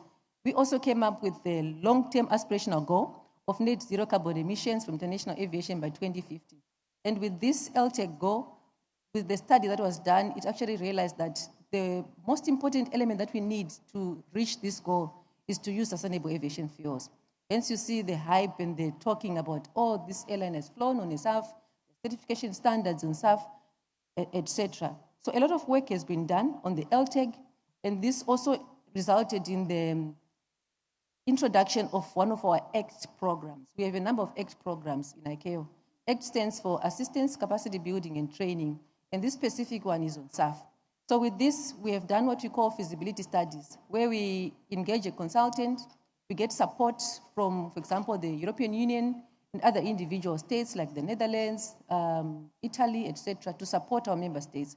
And from the CASSOA partner states, a number of studies have been done already. I'm just showing you a few here. Rwanda, there was a feasibility study done, also a business implementation study that was done that will be published soon. Kenya had both the feasibility study and business implementation study, and Uganda just recently completed a feasibility study to check whether there's potential for SAF production in the country. So a lot of work is happening in this. And just to summarize all our achievements, you can actually see that we are, in terms of environment, a lot of work is ongoing, and we will expect to be working together with our member states, the industry, and other partners. So from 2010 all the way to 2025, where we had the assembly last year, you can see all the work that we have done when it comes to environment. Also to highlight, in 2023, we had the vision during our CAF3 on reducing CO2 emissions by 5% by 2030 using aviation cleaner energies, which include SAF and other cleaner energies like hydrogen, low carbon aviation fuels, etc. The most highlights that we got from the assembly when it comes to environment are 4 things. The first one is the adoption of sources that we will use to measure, sources of data to measure our achievement towards LTEG. So LTEG achievement does not assign specific responsibilities or requirements per state, but we say, everybody, you can contribute in your own capacities in national circumstances, and we are going to be looking at the state action plans, the sources of data, a number of tracker tools that we have. We also looked at harmonizing regulatory frameworks. If someone wants to develop SAF in a specific country, the standards that they need should be the same and should be aligned to the Annex 16, Volume 4 standards for certification of sustainable aviation fuels. And the third thing that we look at was the importance of capacity building and financing. We cannot do SAF or say we will have SAF. It requires a huge financial investment. So from our side, we have quite a number of things that we are looking at, including the Finvest Hub that was launched, where developers or states can submit project proposals that promote SAF production in the country.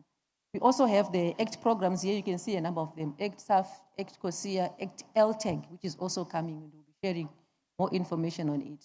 And lastly, the Assembly looked at looking at the COSIA as the only global market-based measures. We know there are a lot of carbon taxes that have been levies that have been introduced by states, and the Assembly agreed that the COSIA is the only global market-based measure that should be used for international aviation. In addition to that, the Assembly also looked at the issuance of letters of authorization, where in a country, if you have projects that can generate emissions units that can be used by COSIA, you need to issue what we call a letter of authorization under the UNFCCC to allow airlines to be able to purchase those emissions units. I'll be able to share more information on this offline to those that are interested. And next milestones, where are we going? Are we going to stop these environment things, or they are here to stay? So in 2028, we are looking at our CAF4 meeting. 2030, we are looking at whether we have met that vision of reducing our CO2 emissions by 5% using aviation cleaner energies.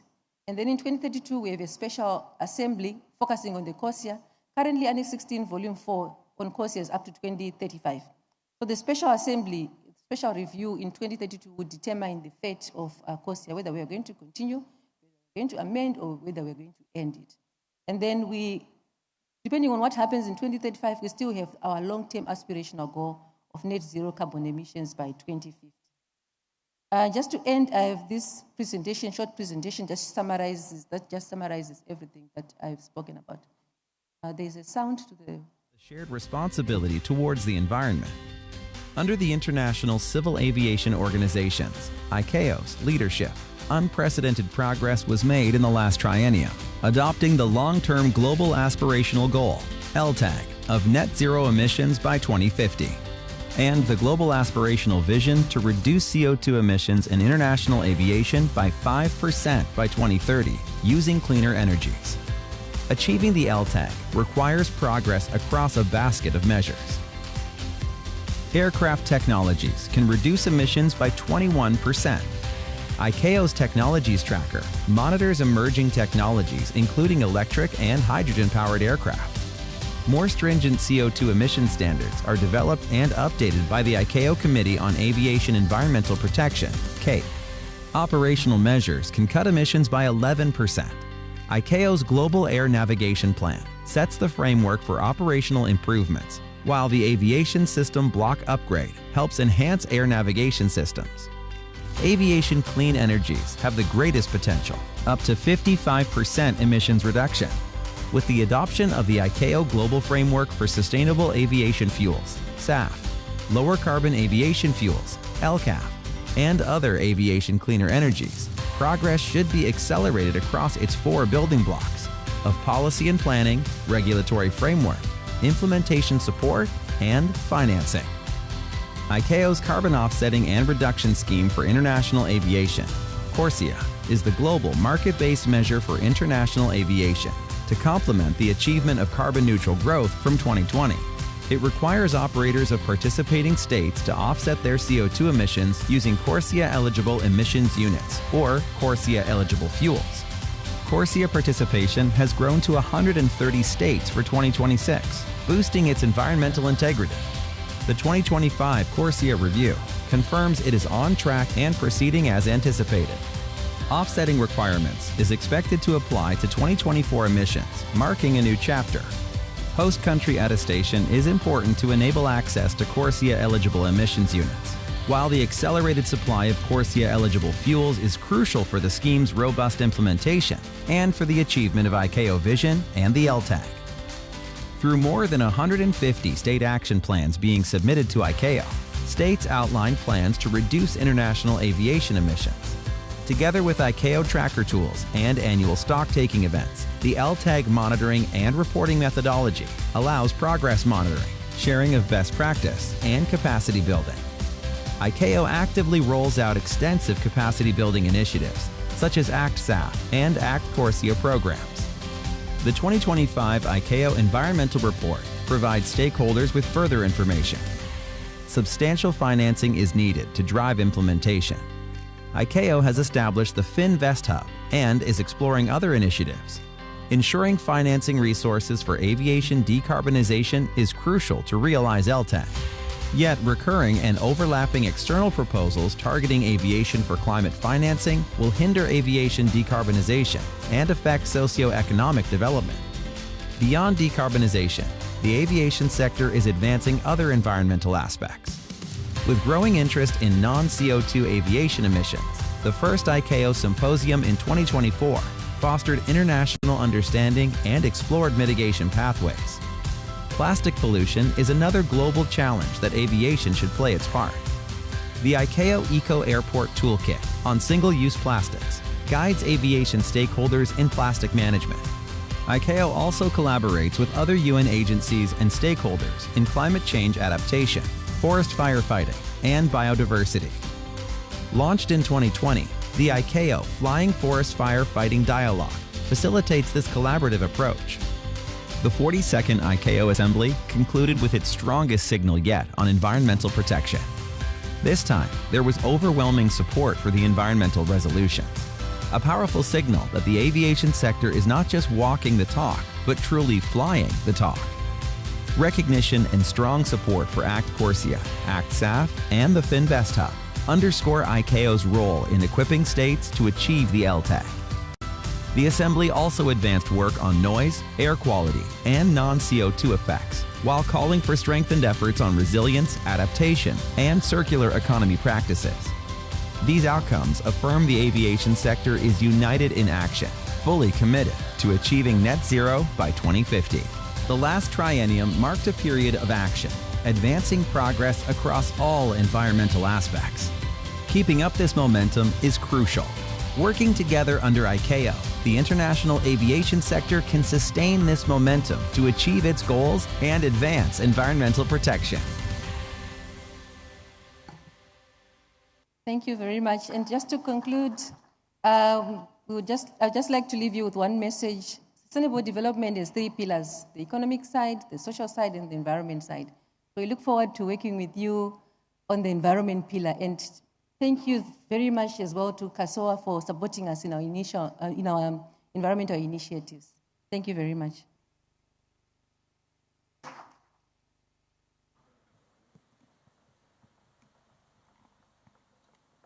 Ladies and gentlemen, allow me to welcome the last presenter of the day, Mr.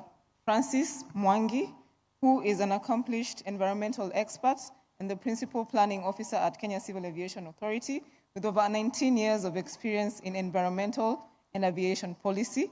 He has been instrumental in implementing strategies and measures for reducing greenhouse gases in the Kenyan aviation sector. Welcome, Bwana Francis.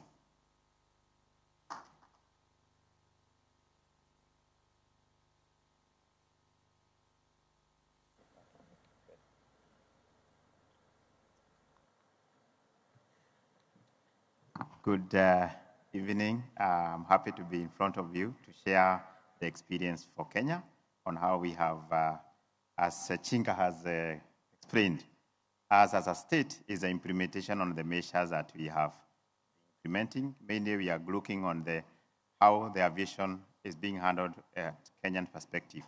First, as you can see, the aviation status, currently Kenya, we have more than 50 scheduled carriers that are operating in Kenya that are doing both the charter and scheduled. And as you can see, how the distribution of the major international airport is distributed in the current map. And you can see we have also different continent we play in the world. As per the SAF, you can see currently in 2024 imported about 1.2 million metric tons of Jet A1. Of that, about 1 million was spent in Kenya, but about 300 was re-exported to a neighboring country. So here is where we are saying any measures you are doing, we are doing it with the theme of today in a regional approach, that whatever you do is not only for one country, but you do it as a region. As you see the traffic for Kenya, since COVID-19, right now the traffic has grown. We are doing more than 13 million passenger traffic. And the cargo, as you can see, we are also doing substantial cargo uplift. And as my predecessor had said, the expansion of the airport from the 7.5 million, the current capacity for JKIA, it's already beyond what was installed. And you can see as we do traffic, as my predecessor Chinga has said, more emission is also cost. And that's why you have to have measure on how to reduce. So in terms of Kenya SAF progress, we started in 2018 with a feasibility study with the support through ICAO, and we have EU. Sasa, that one was under ICAO EU assistance project. The study showed that there is potential for SAF production in Kenya by use of used cooking oil, castor seed, taro, and also we had also waste, municipal waste. As a result of that, we continued doing 2022 capacity building, and with that, we had other companies like Eni taking the initiative. They're already exporting some of the feedstock to Italy, to Sicily refinery, which is being refined there. 2023, we continued with the process, and this is where in May 2023, we had Kenya Airways doing one of the first batch flight from Kenya to Amsterdam as one of the test flight progress. In 2024, we progressed this by forming Kenya SAF Steering Committee that have been doing this initiative. And as a result of that, in 2025, we got funding through the ICAO and the government of Kingdom of Netherlands, where we did the study on Mombasa refinery on how we can repurpose. And this report was published in December 2025, which is open. And the Kenyan SAF Steering Committee is formed with 6 thematic areas. We have the part dealing with finance, because this is one of the critical issues.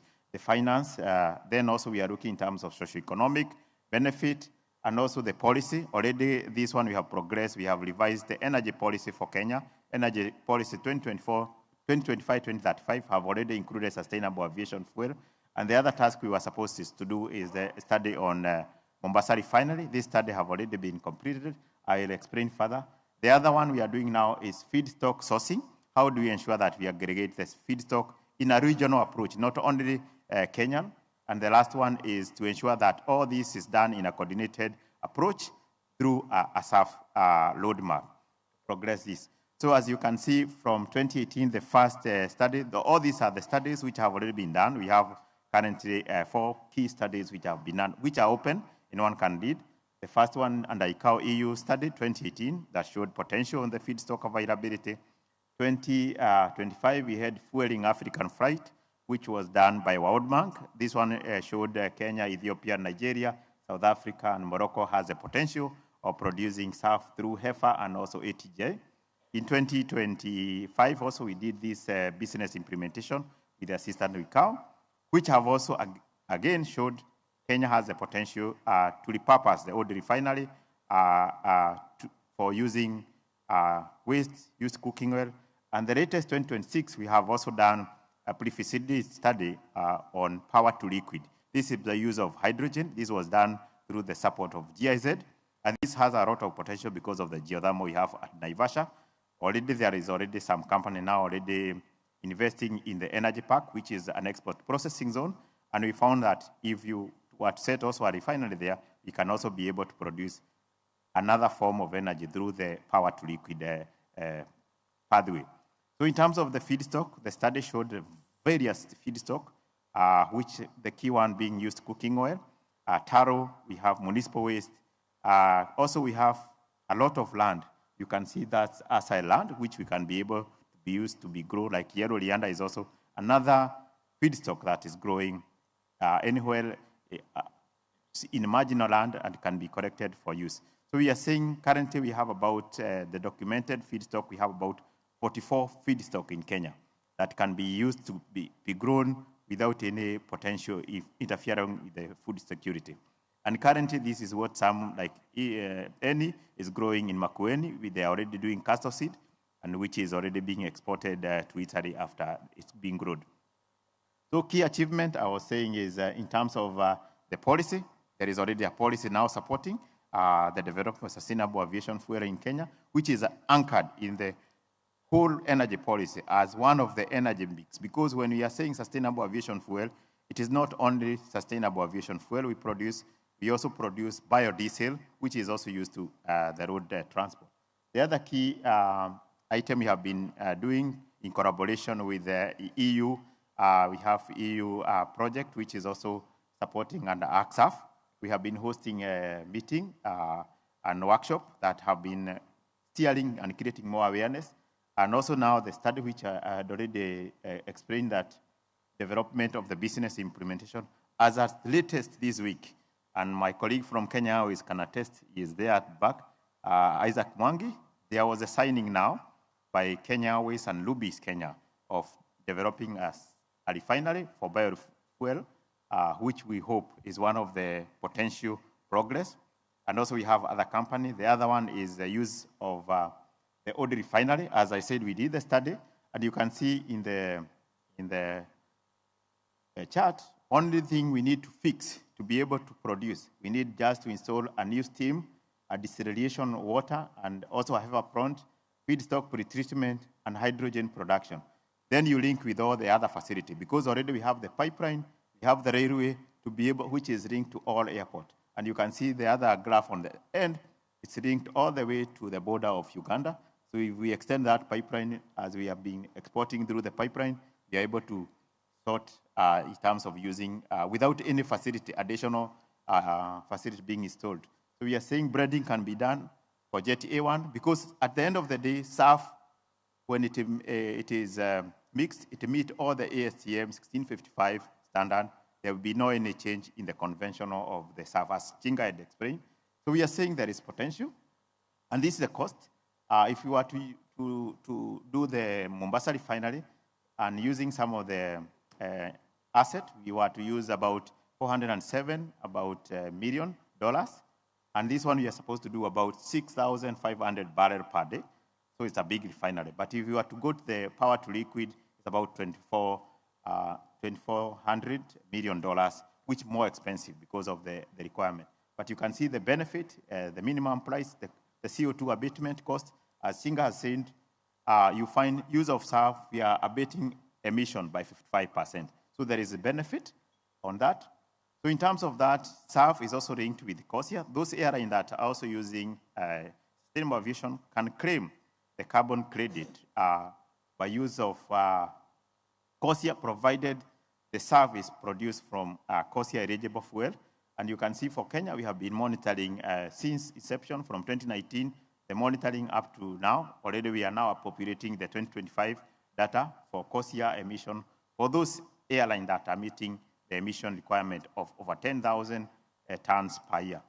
So in terms of key benefit that we are looking here is an environmental benefit in terms of GHG emission, job creation, the whole value chain. There is a lot of job creation from the farmer, from the logistic, all the way to the refinery. Then there is also reducing reliance on fossil fuel import. With the current issues within the Strait of Hormuz, those who are already doing the biofuel, this was a game changer because they are able, like Brazil, they are able to use already their own biofuel without depending on imported fuel. So we are saying this one is also a next stage. We look at it in a holistic, from a regional approach, because here we are EAC. How do we ensure the dependence as we progress this project? So also access to international climate finance and carbon markets. That's why from the SASA project, also I think there is that support for environment and also skill development and knowledge transfer and co-benefit in waste management, soil improvement, and circular economy. So at the end of the day, what we need to progress is feedstock strategy to ensure to meet the refinery, market and offtake strategy. Already Kenya Airways has moved aside. They have already committed to take 10% if it is produced locally. So if in this room, if you have self-produced, Isaac is there, ready to sign and uplift on October. October is a date, they have a date they want to do locally produced uplift in Kenya, provided it's produced in Kenya. Then we have financial planning and risk management, engineering of the facility have shown they are missing, and also looking at other policies which are missing, and this one will lead to the development of biofuel. And this one cannot be done without collaboration and partnership. So these are all the members we have been collaborating. There is the airline, the pipeline, the fuel marketer, the academia. You can see there is IATA, ICAO. So you find all members are required here. So everyone has a chance within the whole value chain, from the farmer all the way to uptake, including corporate. And this one we are saying in a regional approach is not just decarbonization. As Chinga is saying, there is also the socio-economic part and also self-reliance, which you can benefit. Thank you for listening. Thank you. Thank you, Francis. Please be seated. Ladies and gentlemen, as we conclude, I'd like to welcome any questions for our presenters. 1 or 2, if there are any. Going once. I know you're tired. Okay, I see a hand there. Any other? Okay, ushers, let's get the mic down there.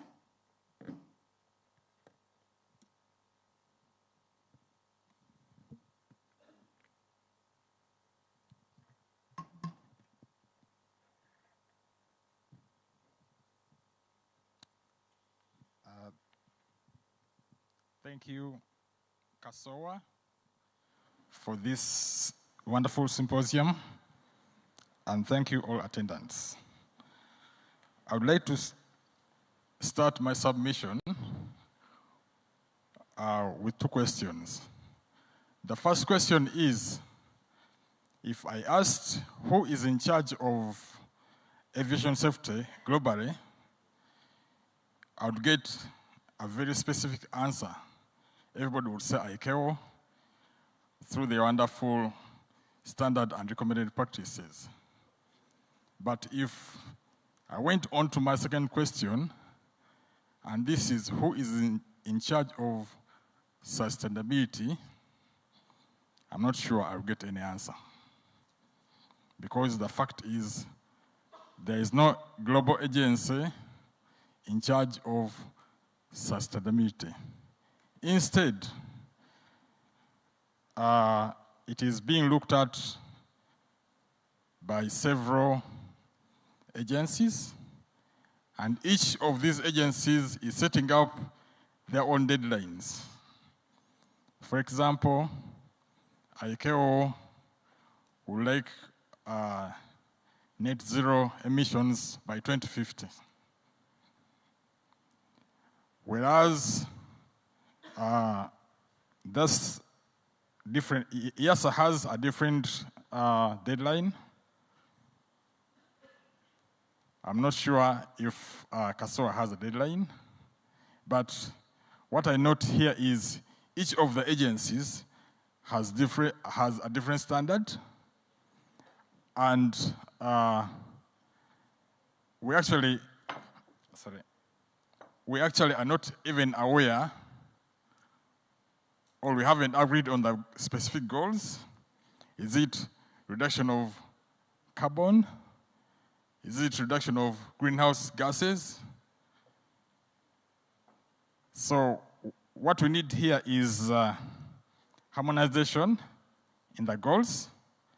But first of all, to get an agency that is globally in charge of setting goals, then we harmonize, and then we get metrics of sustainability and the measurement tools, and also metrics of aviation effects, the negative externalities that accrue because of use of aviation, and measurement tools. And then we can start from there. I submit. Thank you. All right. I'll allow Madam Chinga, then Francis, then we can close.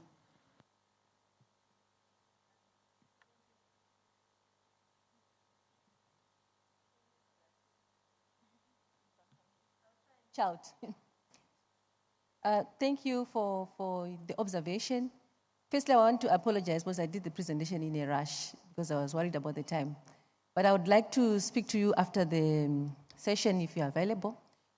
From international aviation, ICAO is the lead organization that leads international aviation and anything to do with environmental protection. And we don't work alone. We work with all the agencies, other agencies that you mentioned, the industry partners, EASA, IATA, they participate in ICAO work on environmental protection. So there's a clear line on who does what and who's responsible for what. We cannot do this alone. Our member states are also involved in these matters related to environmental protection. When it comes to metrics, what do we use to measure CO2 versus non-CO2 emissions? We have a lot of work that we are doing. We have an extensive website that has got so much information, but I would really love to speak to you and give you all the information. I'll be able to answer all the concerns that you have. Thank you. Thank you, Chinga. Yes, Francis? Thank you. Thank you for the question. In terms of agency, they are very specific agency. We have the UNFCCC, the United Framework Convention, that monitors all the climate change issues. But you find for aviation, we have ICAO, which monitor international aviation. But in terms of domestic emission, they are reported under NDC, that is National Determined Contribution, under each state, under Ministry of Environment. So, for example, in Kenya, it's the Ministry of Environment to monitor the emission. Then we have other agency, IMO, monitoring maritime, international maritime. In terms of monitoring, you find now after we submit from the state, we submit to the ICAO, and the ICAO aggregate all those emissions for aviation. And then they are submitted to UNFCCC as a package. They are submitted under agenda item 13 of UNFCCC. So you find ICAO is just monitoring international aviation as a specialized agency. But for IMO, you find they're also monitoring international emission as a specialized agency for maritime. But you find also state has to do the domestic emission, which is submitted to the UNFCCC under NDC, National Determined Contribution. And that's why you find from the state level, they have to do different initiatives that we are able to do. For example, Kenya, we are planting 15 billion trees to decarbonize some of our emissions. And then it's aggregated and submitted to UNFCCC as our national measures. So you find there are the different agencies, UN agency with specific mandate that they are located. So there is no duplication is as per the standard, depending on the specialization within the different UN bodies. Also, we have the UNEP, which also deal with other part of the environment, which is also housed here in Kenya, for example. Thank you. Thank you, Francis. A round of applause for our presenters on green aviation and environmental sustainability. Please be upstanding. We'd like to appreciate you for your presentation.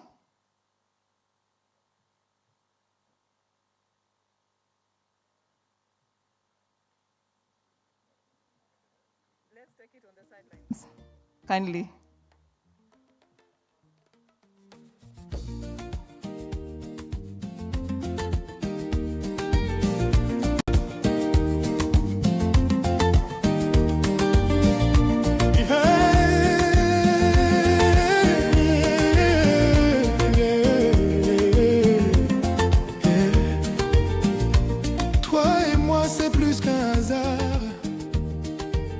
Ladies and gentlemen, we really have stretched our time.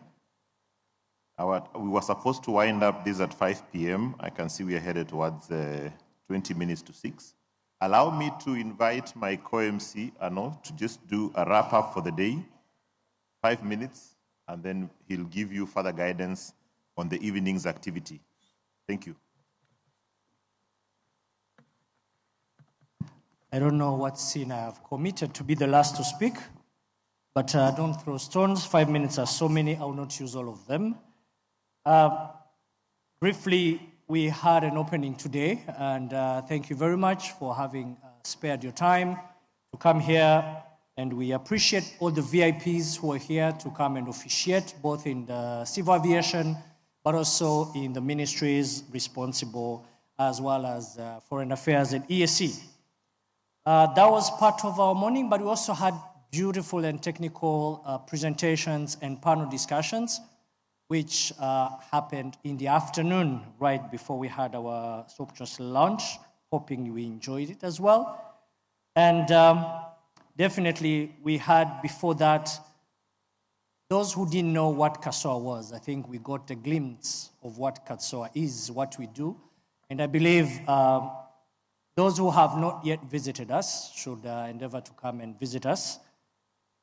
But also, after that, we had a panel discussion in the afternoon as well, where we had a discussion about tourism as a catalyst for trade. And it was quite very interesting how the region and Africa, we should prioritize on the bigger picture than looking at the status quo, because there is so much potential, and this was very well articulated by the panelists from so many one of the things I've seen, all the panelists, all the presenters. I think here we have seen centuries all together combined in the aviation industry, which means just like the ESAF, the EASA, the other EASA, like he said in the north, said there's so much resources here, and today was just a glimpse. How about tomorrow? Please come and you witness that yourself. Also, we had presentation from EASA, ESAF, as well as ICAO, ESAF, and EASA, who highlighted the regional accident investigation cooperation mechanisms, as well as the EU and Africa project, with the advantages it will take, and how us as a region can be part of. And I believe we will all respond positively. We also had a very interesting panel discussion again on the next generation. And I believe even on the sideline, we shall continue. And the biggest, I believe, takeaway, and as actually one of the resolutions, I believe, which we shall see tomorrow, is how, as CASSOA and the countries here represented, the next symposium in the next 2 years, like we heard from our ED, we should sponsor the people coming after us. And definitely we can't forget the environmental aspect we just had right now, with questions still coming up. Thank you, co-MC, saying that we should continue on the side, writing down, but also, like we said, this is an opportunity to continue sharpening each other, since iron sharpens iron. Briefly, this was our day one. How about tomorrow? Let's meet tomorrow at 8:30 in the morning. But in the meantime, give us 1 hour and come back looking beautiful in your African attire, because we have dinner. Oh, I thought I said we have dinner. Oh, thank you. Which looks like the lunch was quite enough, but we can't skip that because the dinner is prepared to us right here. And let's go freshen up. I can't wait to see the pictures displayed and us having good memories about the event. Thank you very much. À ce soir.